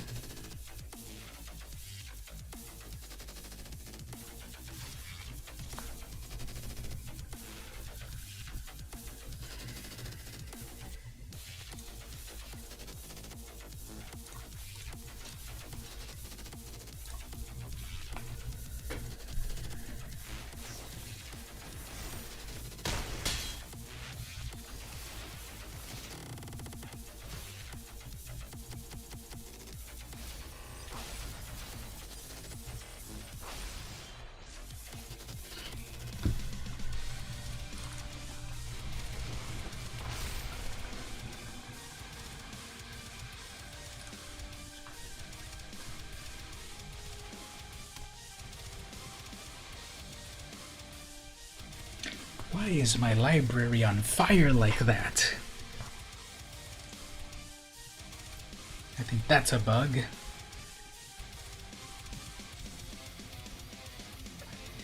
so Fertile Lead needs 2 mana to do its thing.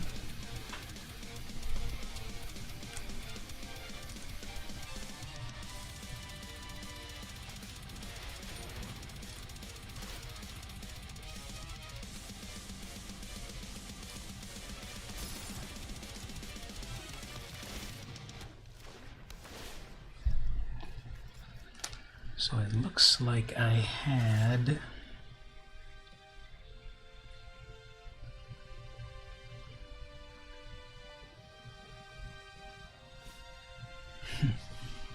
I think I've only got like 3 lands in total after what it showed me here, so...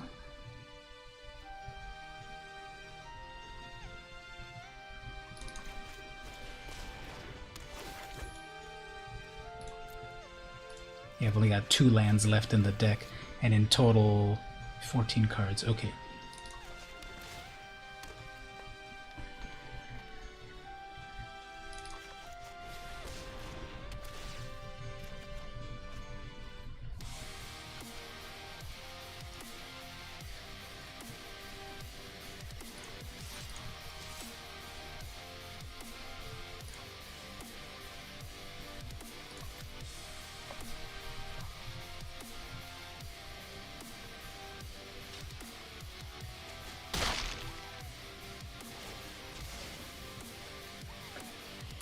So I definitely need to get rid of that somehow. Mills... oh, it mills 1 card. What was the thing that was milling me for 4? It might be an impressive field. Hopefully they don't get too... they definitely have a mill strategy going on. Double mill. So, that's gonna mill me for another 3, I think. That's gonna be 2 plus 1. Yep, another 3. Or actually 4, I guess. Okay. I think that was my last land of all.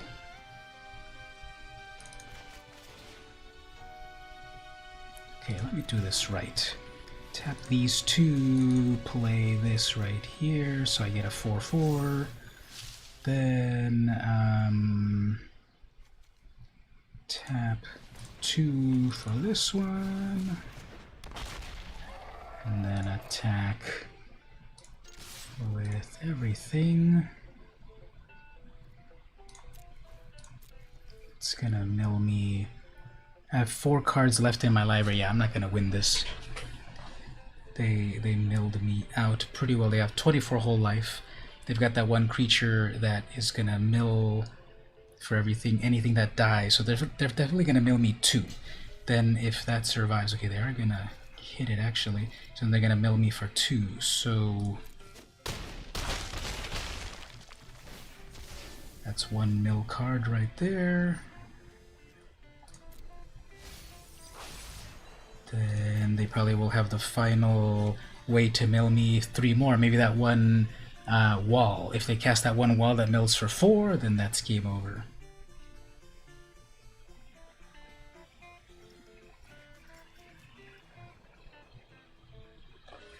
This Hydra.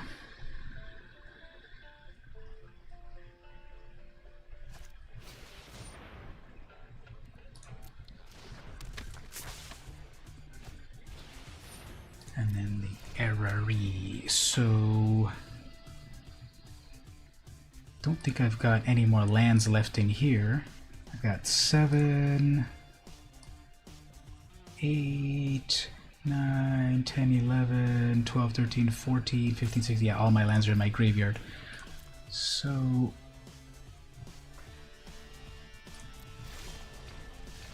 Prontodon.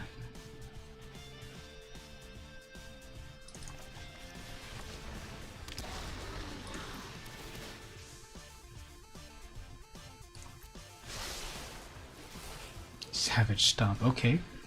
I got 1 card left in hand, and then when it comes back to them, target Target player draws a card, then draws a card. Okay, so they're still gonna...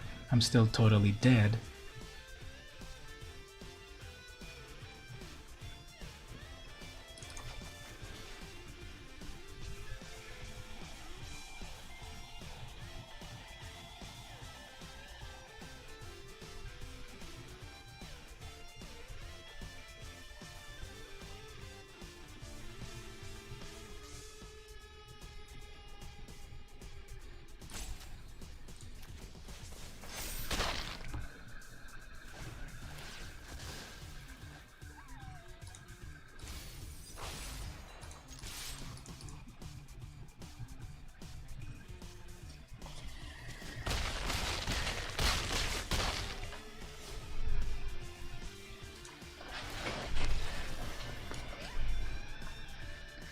So 1 life on that. To be honest, I should have realized that as soon as it was a mill deck, there would have been no point to play that, because in a limited environment, I think the mill deck is very good. You've only got 40 cards, so I shouldn't have wasted my time with dreams of that possibly turning out any other way. So gotta play smarter in terms of not wasting my time with lost causes. Spitfire is the opponent. They go first. There's that Zendikar Royal. Hopefully I can kind of get into it. I like that Zendikar Royal a lot, but let's see what the opponent has. Turn 2 Dryad. Yes, turn 3 the Brontodon. Never mind, they probably have something with that. Double black, triple black. They have a Liliana deck.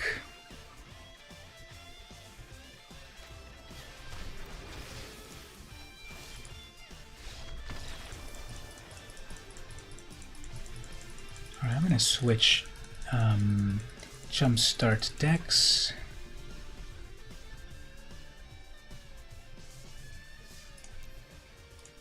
So that deck was seemed to be probably mono black, so they would have had all the removal. I don't want to deal with that either. So where's Jumpstart? Right there.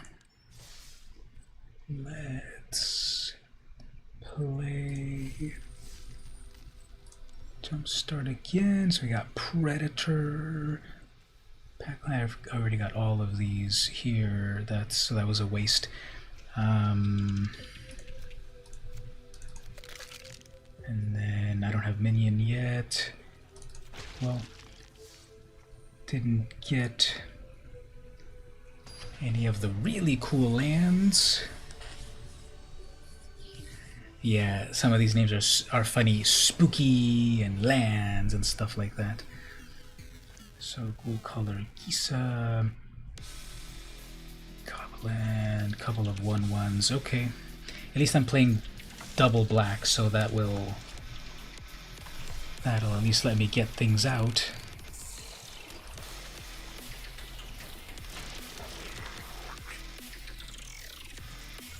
I'm curious over here on the flavor text.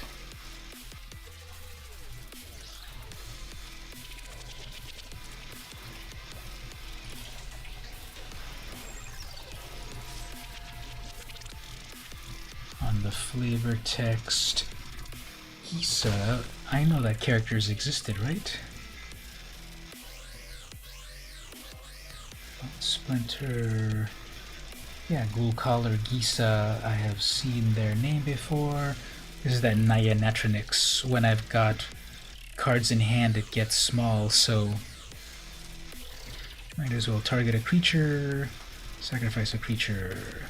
We don't need that to get huge.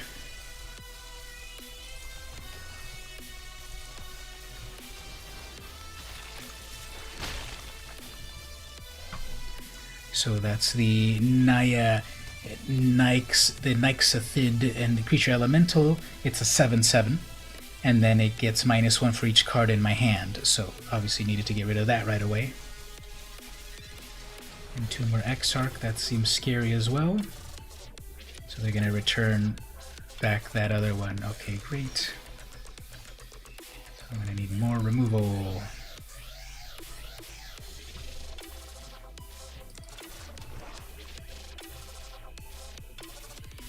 If a creature will die here,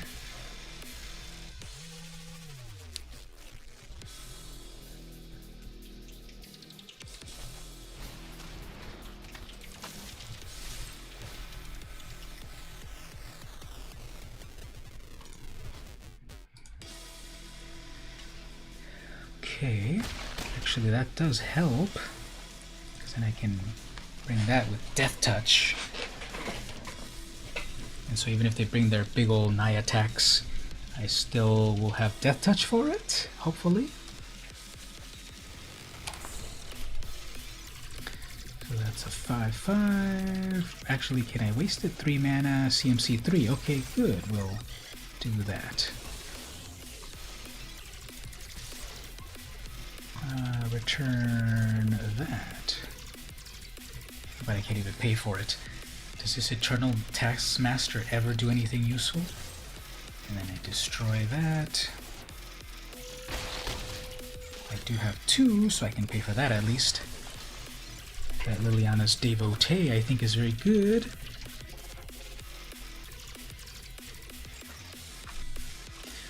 He says, sacrifice another creature, create a zombie.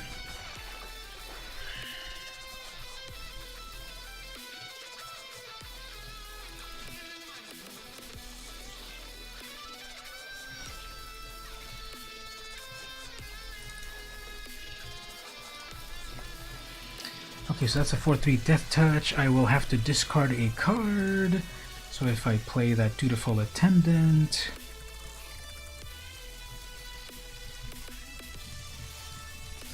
I probably won't block with that. Do I want to pay 3 mana and I'll have... no.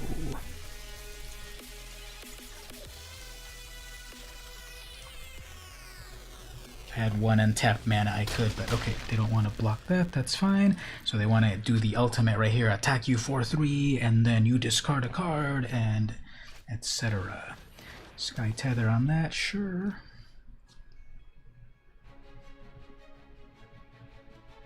Still have 5 whole mana. Obviously won't block on that. I'll discard my Attendant. Get a tapped zombie. Unless they have 1 more blocker, that's still game over for them. Oh, there's the blocker.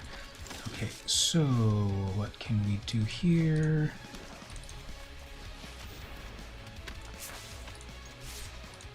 Attack with 1 of those. Probably should block. Guess I should have attacked with that first. Oh, okay, I guess they think they can live with 1. If I attack with that 4/3, that doesn't matter because I have nothing to discard. Phyrexian Rager. Draw a card and lose a life. Whoops. Phyrexian Rager raged all over them. Draw a card and lose a life, and they had 1 life left, so reading the card explains the card. Reading more than half of the card explains the other half of the card. Exactly, this brand new background, this brand new Amonkhet background's pretty epic, isn't it? Someone, when I was watching them reveal it last Thursday or whatever on the official Magic stream, of course people love to complain. Someone said, "Can you turn it off? It makes me physically ill." Now I don't doubt that some people then do have some discomfort with things, but I don't know what's the point of like complaining on the live stream about all that. This looks like the exact same hand as before. Okay, this is the exact same hand, isn't it? I have the Goblin again, I have the Rusalka again, and I have the Devotee again, and the Bone Picker.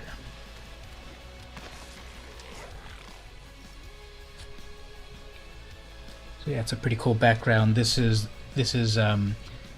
Naktamun on the world of Amonkhet, or the plane of Amonkhet, and this is happening during the Hour of Devastation because the Hekma protective barrier has been destroyed, and you see all of the external stuff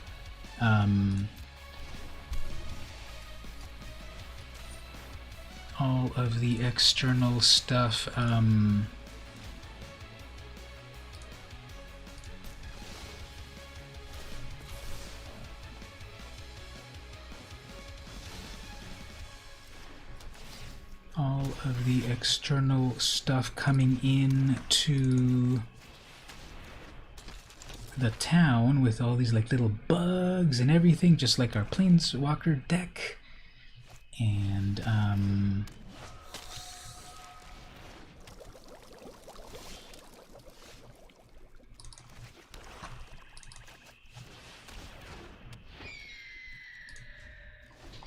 yeah, exactly, the River of Blood down here after Razakath did his rite. It happens somewhere over here. Alright. It's a 3/2 lifelink and death touch. I should probably get rid of that right away, right?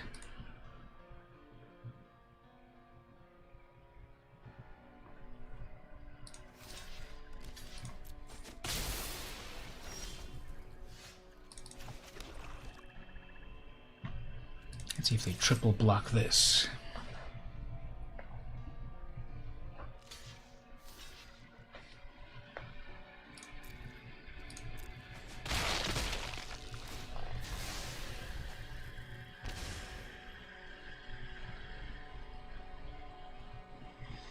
Okay, so this Gourmand is useful when there's a creature on the battlefield first, so I need that. The Cauldron, you need to sacrifice something, then gain a life and draw a card. We have the Cauldron, okay, they can go search for something, and I'm just gonna mana flood here for a while, so let's see if we get anything. The Smote.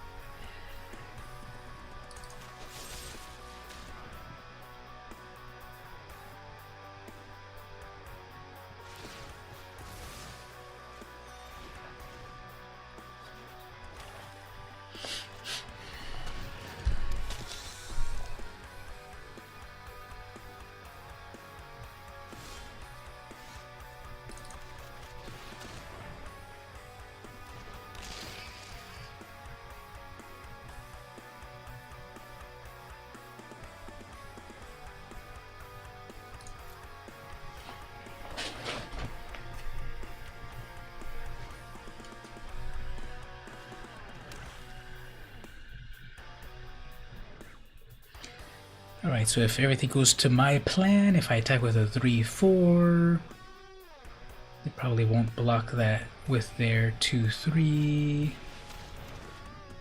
Returns a couple of things back. The Newt, okay, you can sacrifice the Newt to do 4 damage.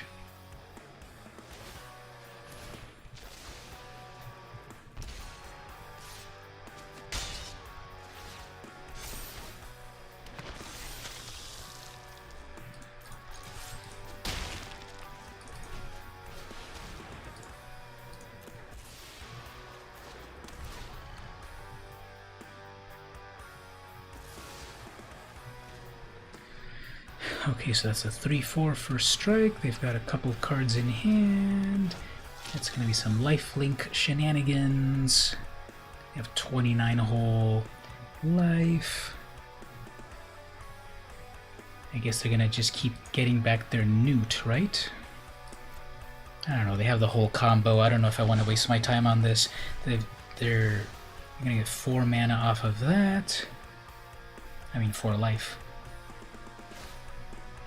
Gonna keep bringing that back, so yeah, I don't want to deal with this. This is gonna keep doing their combo.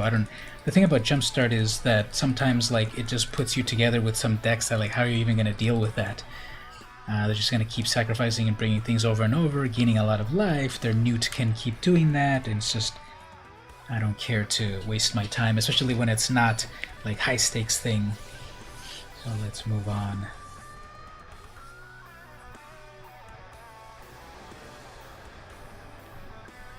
OMG, Free Dank is the opponent. Oh, that was funny. Their pet changed from one thing to another for a moment. So like eliminate, that just destroys. If it was, this is not best of 3, nope, it's just best of 1. I don't know why the arena team loves to have everything as best of one. That is not real Magic, but almost everything is best of one. Mono red.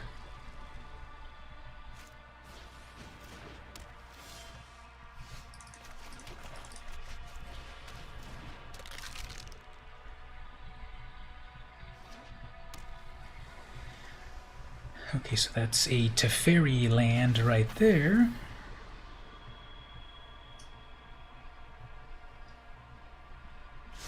Bottom to both.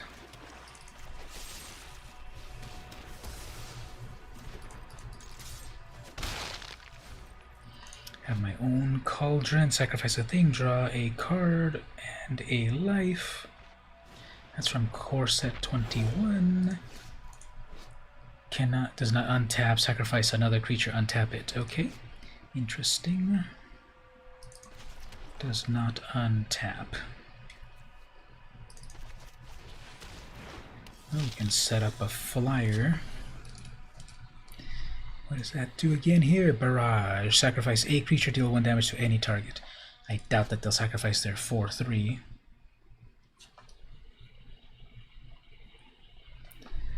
Village Rites.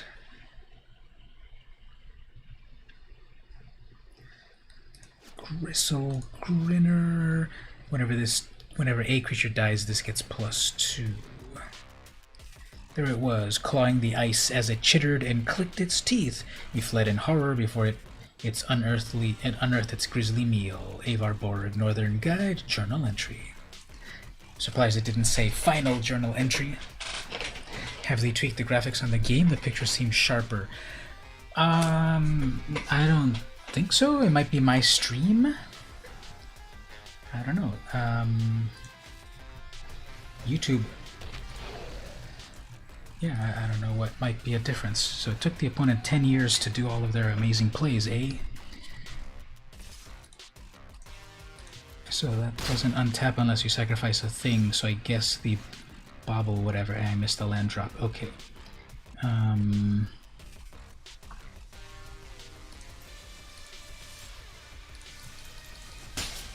That's an instant, so...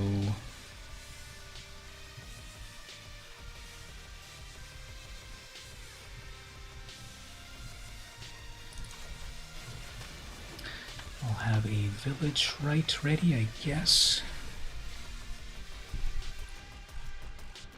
So the combo here is the Hobble Fiend will eat the extractor so that it untaps the brute, and then the Hobble Fiend will also get big.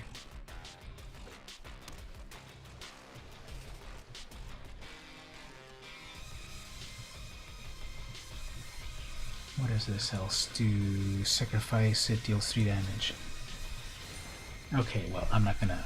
Well, actually, I will use my own creature because the Hobble Fiend wants to eat it, and I will instead do it myself. That'll draw me 2 cards. Black Market. So that could be pretty amazing, although I missed my mana drops, so...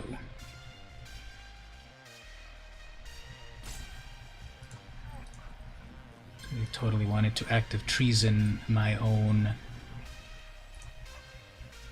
card and then Hobble Fiend it, so...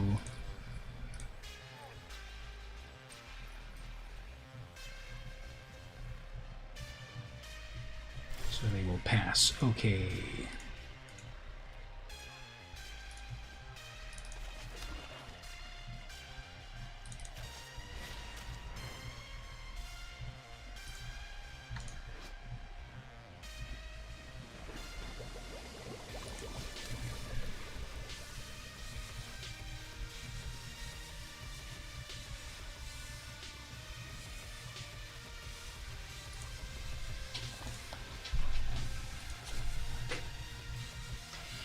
Keep reading and rereading their Chained Brute, but yes, you do have to sacrifice something else for that to come to life, but I think only on their turn, right? Activate this ability only during your turn, so you have to sacrifice something, but Tutelage. Okay, that doesn't really do anything, although they can still pay 1. Gonna mill me a little bit. And this is the card right here, where a person will draw a card, then they have to discard a card. So clearly, this person is gonna spend quite a while figuring out what the most amazing card for them to keep is. As we've seen so far in the game, the person is very indecisive, perhaps. So, get ready right here. While they take 10 years to do that, let's look at another card right here. Ooh, look at this amazing card right here. Back from Ice Age. This is Touch of Death. I can't believe the focus never focuses on this camera. There we go. So, Touch of Death,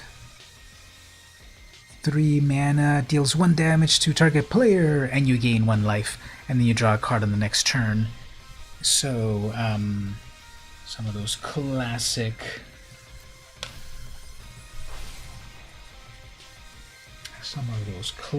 cantrips from back on the world of Ice Age. Yes, I can't believe the opponent is still contemplating. Okay, so that's going to untap. Yep, that was obvious right there. It's going to attack as a 4/3.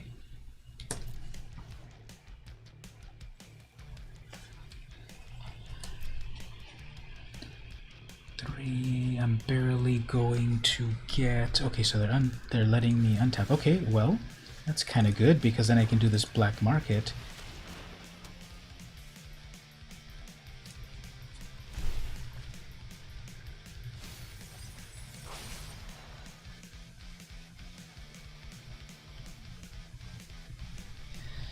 So the Ghoul Collar can come back to life as a 2/2 from the graveyard. I can bring back to life over and over the Sanitarium skeleton.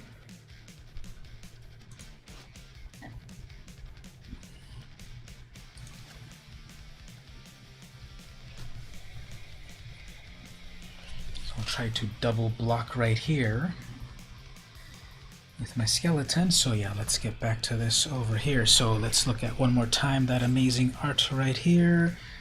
So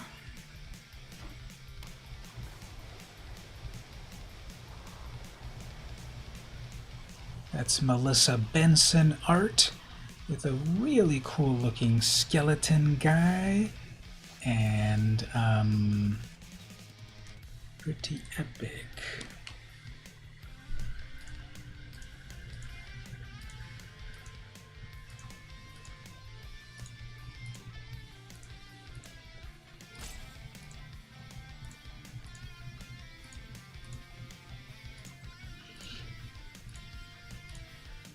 So what do we want to do next? If we get the 6th land, what I could do is I can play my Gourmand. Now probably what they'll do is they could sacrifice it based on that other thing over there.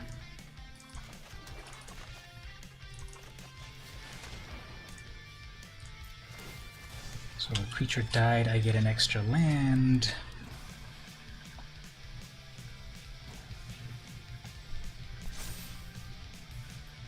Have to sacrifice their own thing. They can't really use that.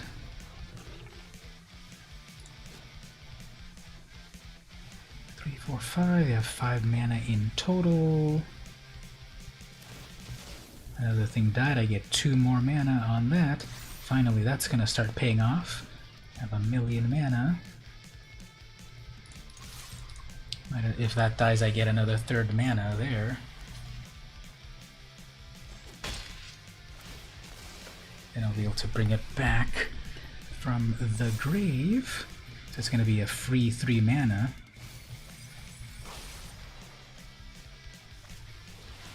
So 5, 5. Final land. Alright, so I get 3 mana for free. Each player sacrifices a creature. Okay. And the opponent, oh my god. What a player. Well, I get at least a free... I get a card. Wind Reader Sphinx, worthless. And I got my 2 wins on that. Okay, so I'm done with that.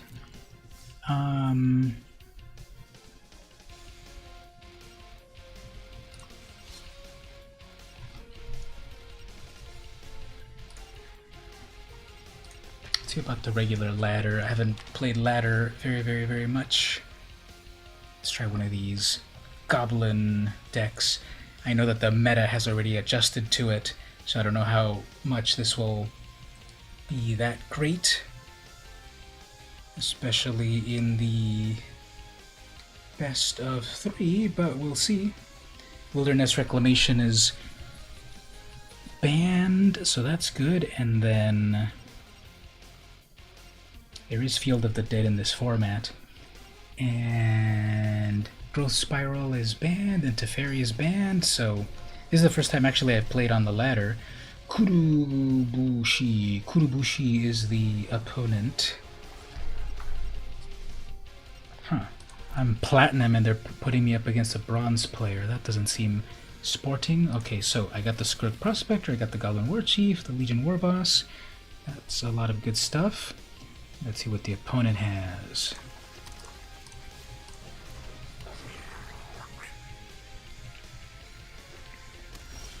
I think they're also playing...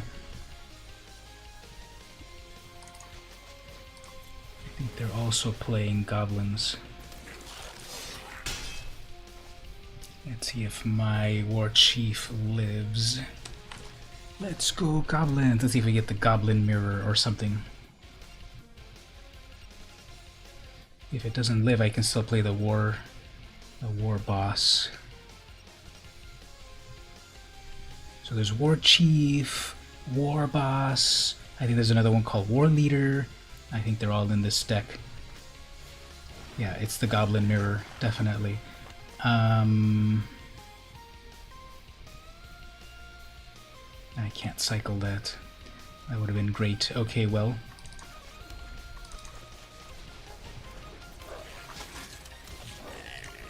They probably won't block that. If I lose that, I guess I'm okay. Okay. Still have 4 power. 3 lands. Got my Incinerator. Castle Embereth needs 3 in total. So if I drop the Embereth, give the creatures +1, that'll be 6 damage. If they have no blockers, they have the Matron. Okay, they're gonna go get something.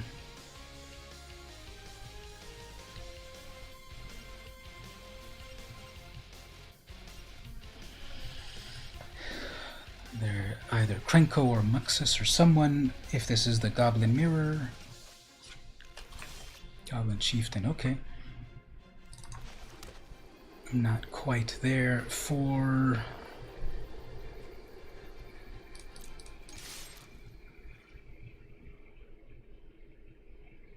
Guess what I'll do is...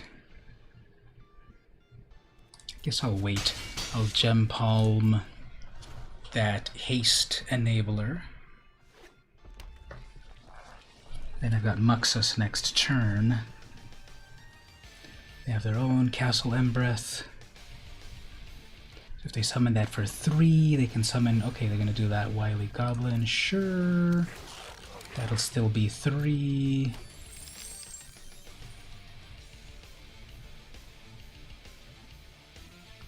It's a 2/2. If they summon that with their treasure, okay, everything... Other goblins have +1 and haste, as long as it exists, right? But if we cycle that away, deal 2 damage to that, they don't have +1 anymore. Do they still have haste? Nope, they don't have haste anymore.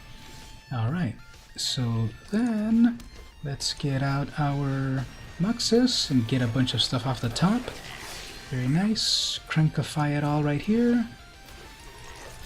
attacking with a 15-15 Moxus. And GG.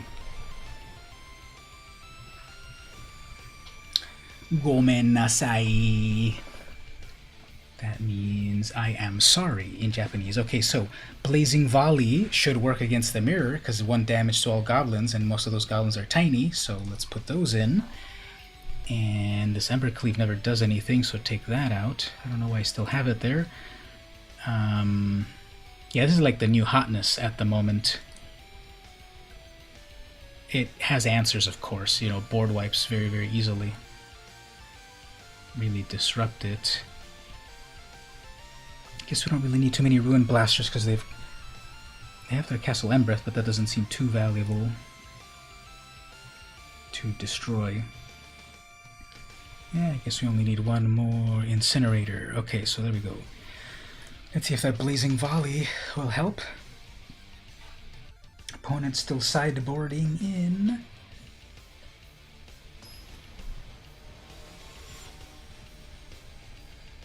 So my version of goblins is I don't think is like the main version of goblins that's hot at the moment. I haven't really tuned it to what's hot.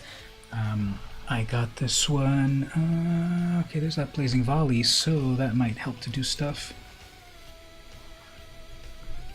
Got 1 land, that's a sorcery, so we'll put out the Embereth just to get it out of the way.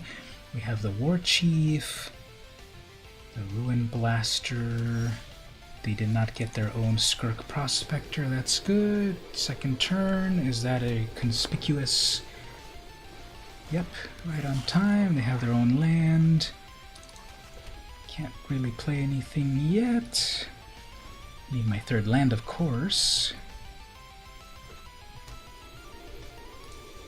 They have their 3 lands. Instigator. When I press pass all, that's still gotta be a bug here. I know I put auto pass, but it still never does it. Okay, so guess let's wipe things out here somewhat, and gem palm that later. If they had that Skirk Prospector, oh yeah, you can play that from the top. Okay, so that's 5 in total. Okay, so they have an advantage.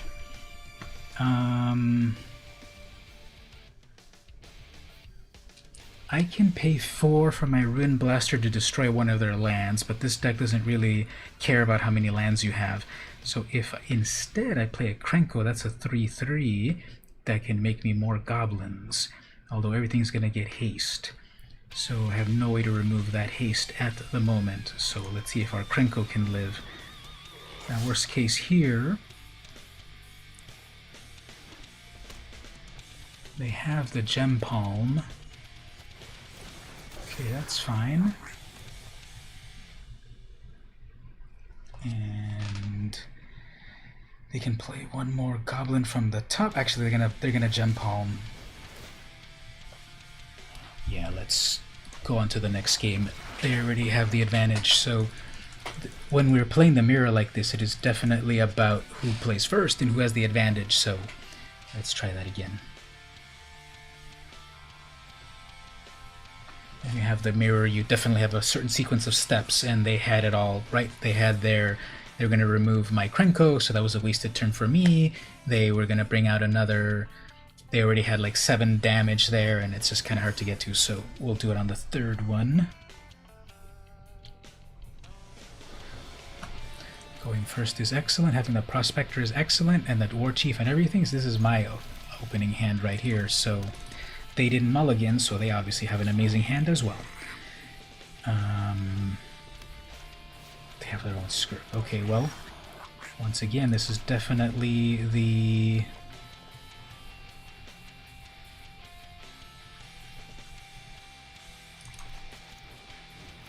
mirror. Let's see if we can have a little advantage, maybe.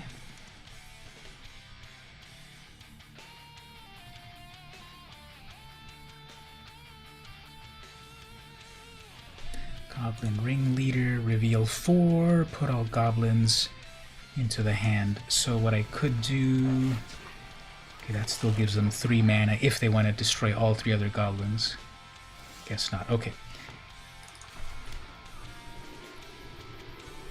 I could bring out the Ringleader, put a bunch of things in my hand.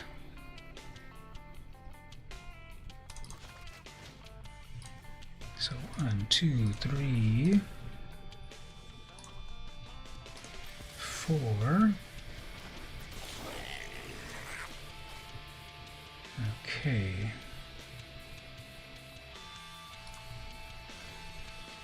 On their Skirk, that's 1, 2, 3, 4, 5, 6. That's 6 mana in total. If they want to, they could bring out their Muxus right now if they've got it in hand. And that would be game over for me. Let's see if they got the perfect card draws.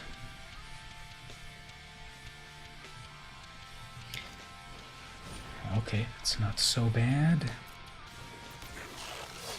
Everything gets that.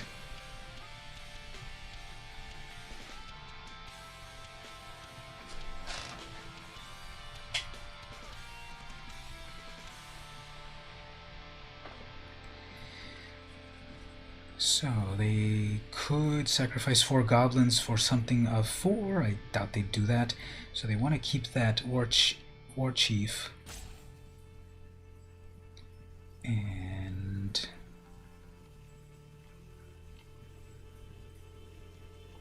they could sacrifice 2 goblins for 2 casting cost. Conspicuous Snoop, for example. Another War Chief. Okay. Fine. You get double... Oh, actually, no, that'll work. Sure. Okay, so they have double cost reduction, and I'm missing land drops. Okay, well, let's...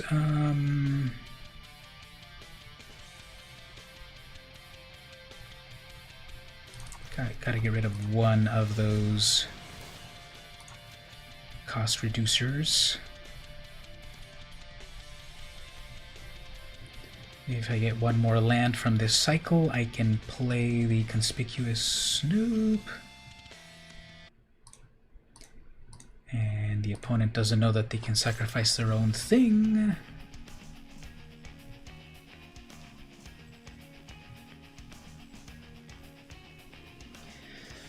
Or maybe they're salty roping.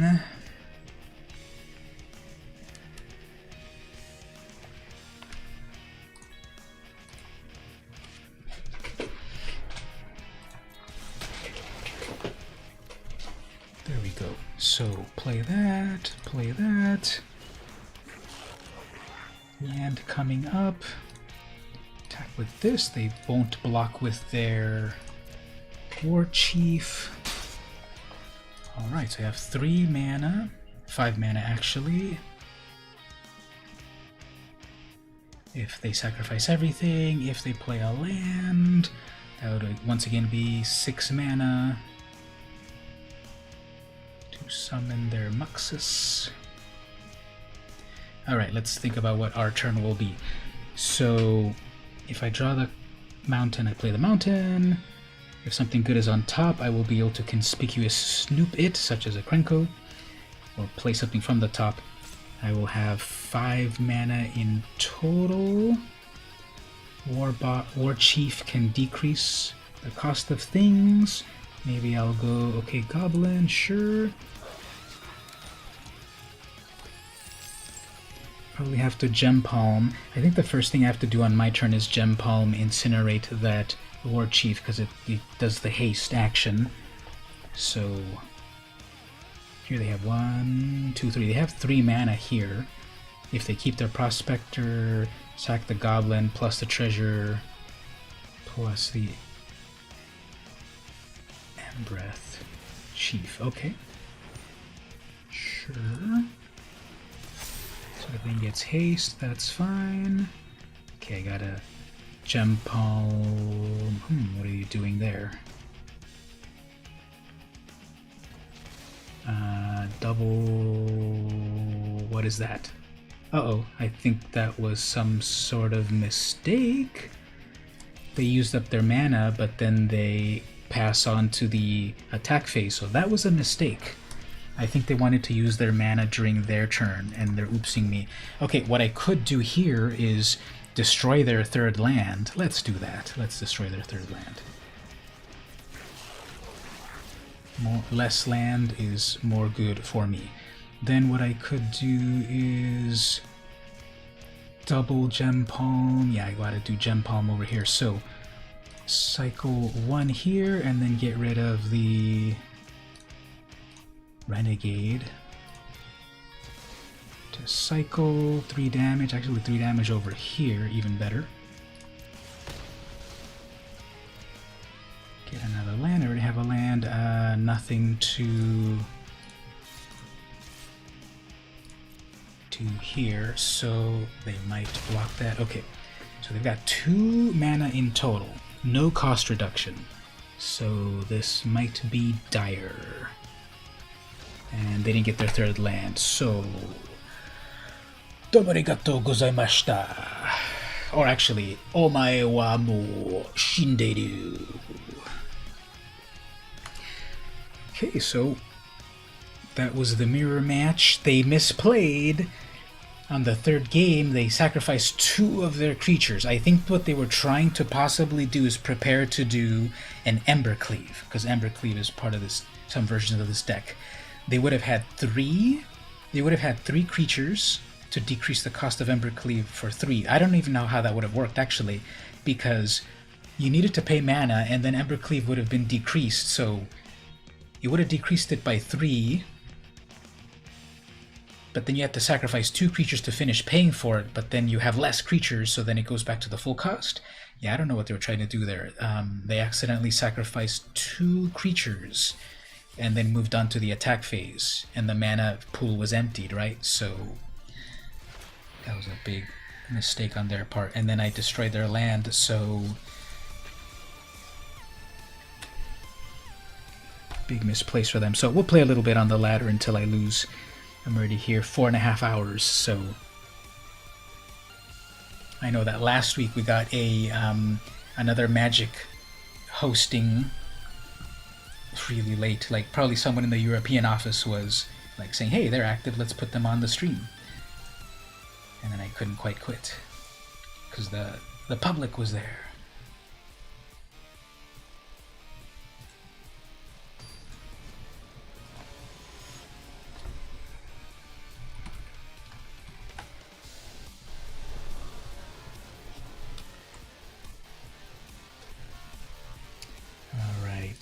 So I keep getting paired with lower tier people, but I guess that's because we probably... I don't doubt that this is another mirror match. I really think this algorithm is really weird sometimes.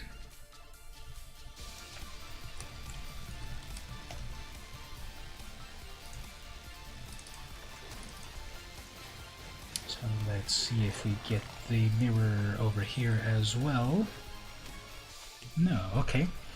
They're going to mana ramp into something.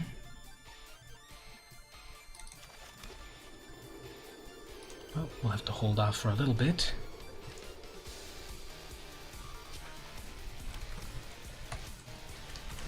Yep, they're definitely going to mana ramp into something. That's a lot of mana.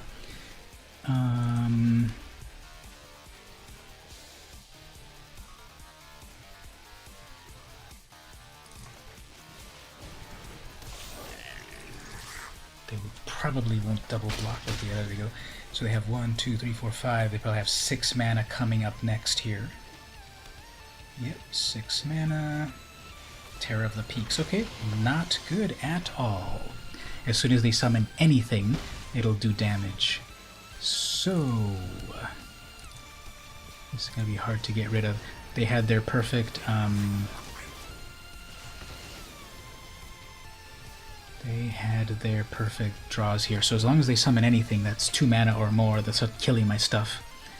They still have 5 whole mana, so they mana ramped very, very well.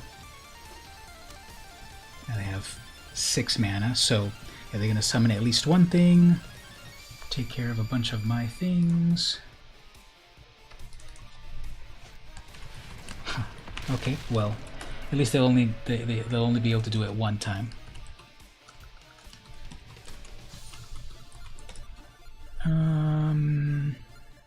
Might as well sacrifice my own goblin, I guess, just for the LOLs of it.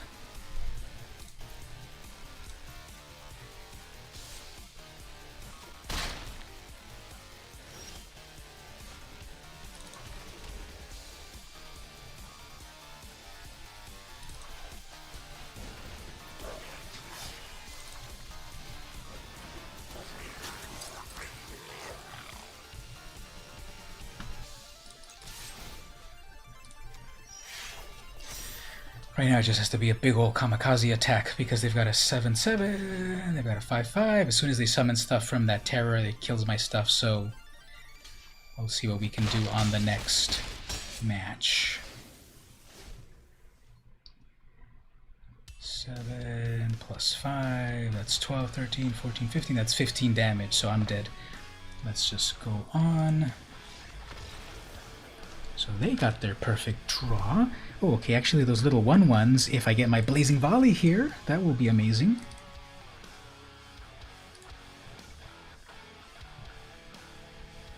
Yep, they have a lot of mana dorks, but all I have to do is Blazing Volley them. And that will definitely set them back. They just managed to mana ramp very, very excessively. Now, they might also themselves switch over to some sort of red damage to me.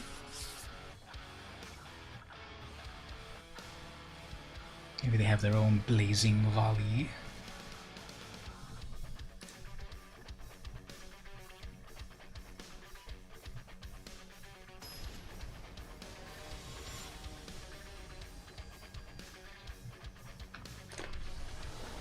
Yami Vreko is the opponent. Well, all the pieces that I have are here, and I just need to get more mana for these things, and I'll probably get it because there's a probably high probability. Okay, that's exactly what they want there. Yep, there's my double mana on that. They probably won't block that. Alright, so come on, Blazing Volley next turn so I can take care of 2 or 3 mana dorks.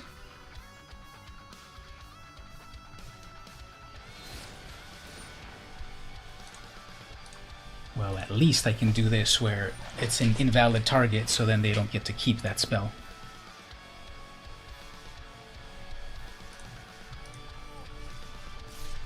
So that spell fizzled to the graveyard, and then I'm out of mana. Okay, well.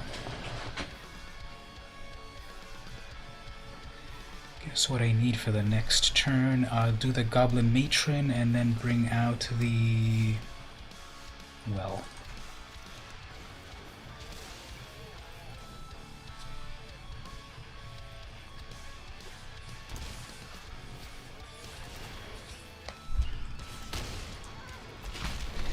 Alright, well, like I said, I'll just play until I lose, and when you get mana screwed like that, then that's enough. Alright everyone, well, thanks everyone for hanging out. This was another triumphant 4.5 hour long stream, and we played some games, lost some games, mostly lost, so I'm going to go throw my laptop in the lake.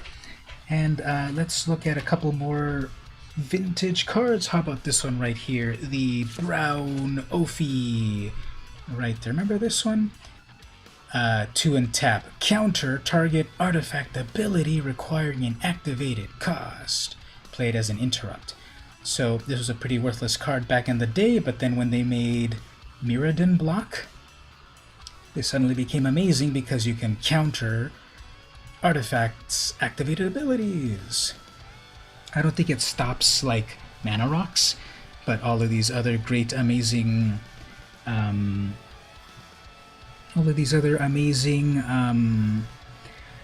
activated abilities of artifacts, like I don't know, like draw a card or whatever. The Ophi stops it. And who did the art on this? This is Daniel Gallon. Flavor text. Ophis love trinkets and love to take them apart. I only wish they wouldn't do so with the magical ones. And that was Teveti of Kelsinko, Elvish Hunter. Here's another amazing card. Woolly Spider. So, pretty scary. Huge spider. 3 mana, summon spider. Can block creatures with flying or reach. If Woolly Spider is assigned to block a creature with flying, Woolly Spider gets +0/+2. So you get a 2/5 Reacher for 3 mana. We need not fear the forces of the air. I've yet to see a spider without an appetite. Well, so they really need to make another Ice Age set. Exactly, they need to do Ice Age Remastered and put it on Arena. I forgot where I mentioned. Oh, I know, on Gavin Verhey's YouTube. Gavin Verhey? I always say it wrong. But he's got his daily Magic show, and he said, yeah, we're bringing Amonkhet Remastered. What other remastered set do you want? And I put it in the comments. Ice Age Remastered! And don't forget to put Ice Age Alliances and Homelands into it. And I didn't get any response. You would love to see a remaster of Ice Age sets so you could get to play with those old school cards. Yeah, exactly. Let's pull out one more randomly over here from... Oh, look, this is a perfect one for you, Stevie. This is... Not Grizzly Bear, Balduvian Bear by Quentin Hoover. Amazing, beautiful Quentin Hoover art. That's such a fluffy, cute, and vicious bear. 2 mana, 2/2. This is exactly Grizzly Bears, but in the world of Ice Age. They're a hardy bunch, but I still bet they just slept through the worst of the cold times. And that was Disa the Restless journal entry. So, yep, totally classic. Woolly Mammoth. I think there's a Woolly Mammoth in there most likely as well. Yep, so tweet at Wizards of the Coast and tell them we want Ice Age Remastered.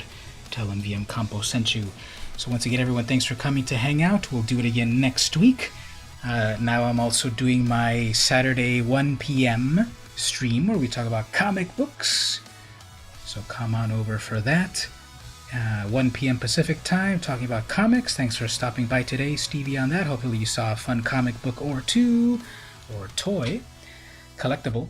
And then, as usual, the 11 p.m. stream. And don't forget to check out the YouTube for the other stuff that I've got there. Got a Planeswalker deck upgrade for Monday. Got the podcast episode from yesterday. Mythic Michaela came by to the podcast. We talked about her experiences and getting up to mythic level on Magic and a bunch of other stuff that we talked about. And yeah, check out my other YouTube channel stuff. I would appreciate if you tell 2 friends to subscribe to me on YouTube, and then they tell 2 friends to subscribe on YouTube. I'm at 975 followers. I am only 25 away from getting to 1,000, and that is a very important goal for me, a very important metric for me on YouTube. So tell 2 friends, for them to tell 2 friends to subscribe to me on YouTube. This has been VM Campos, and I'll see you next time.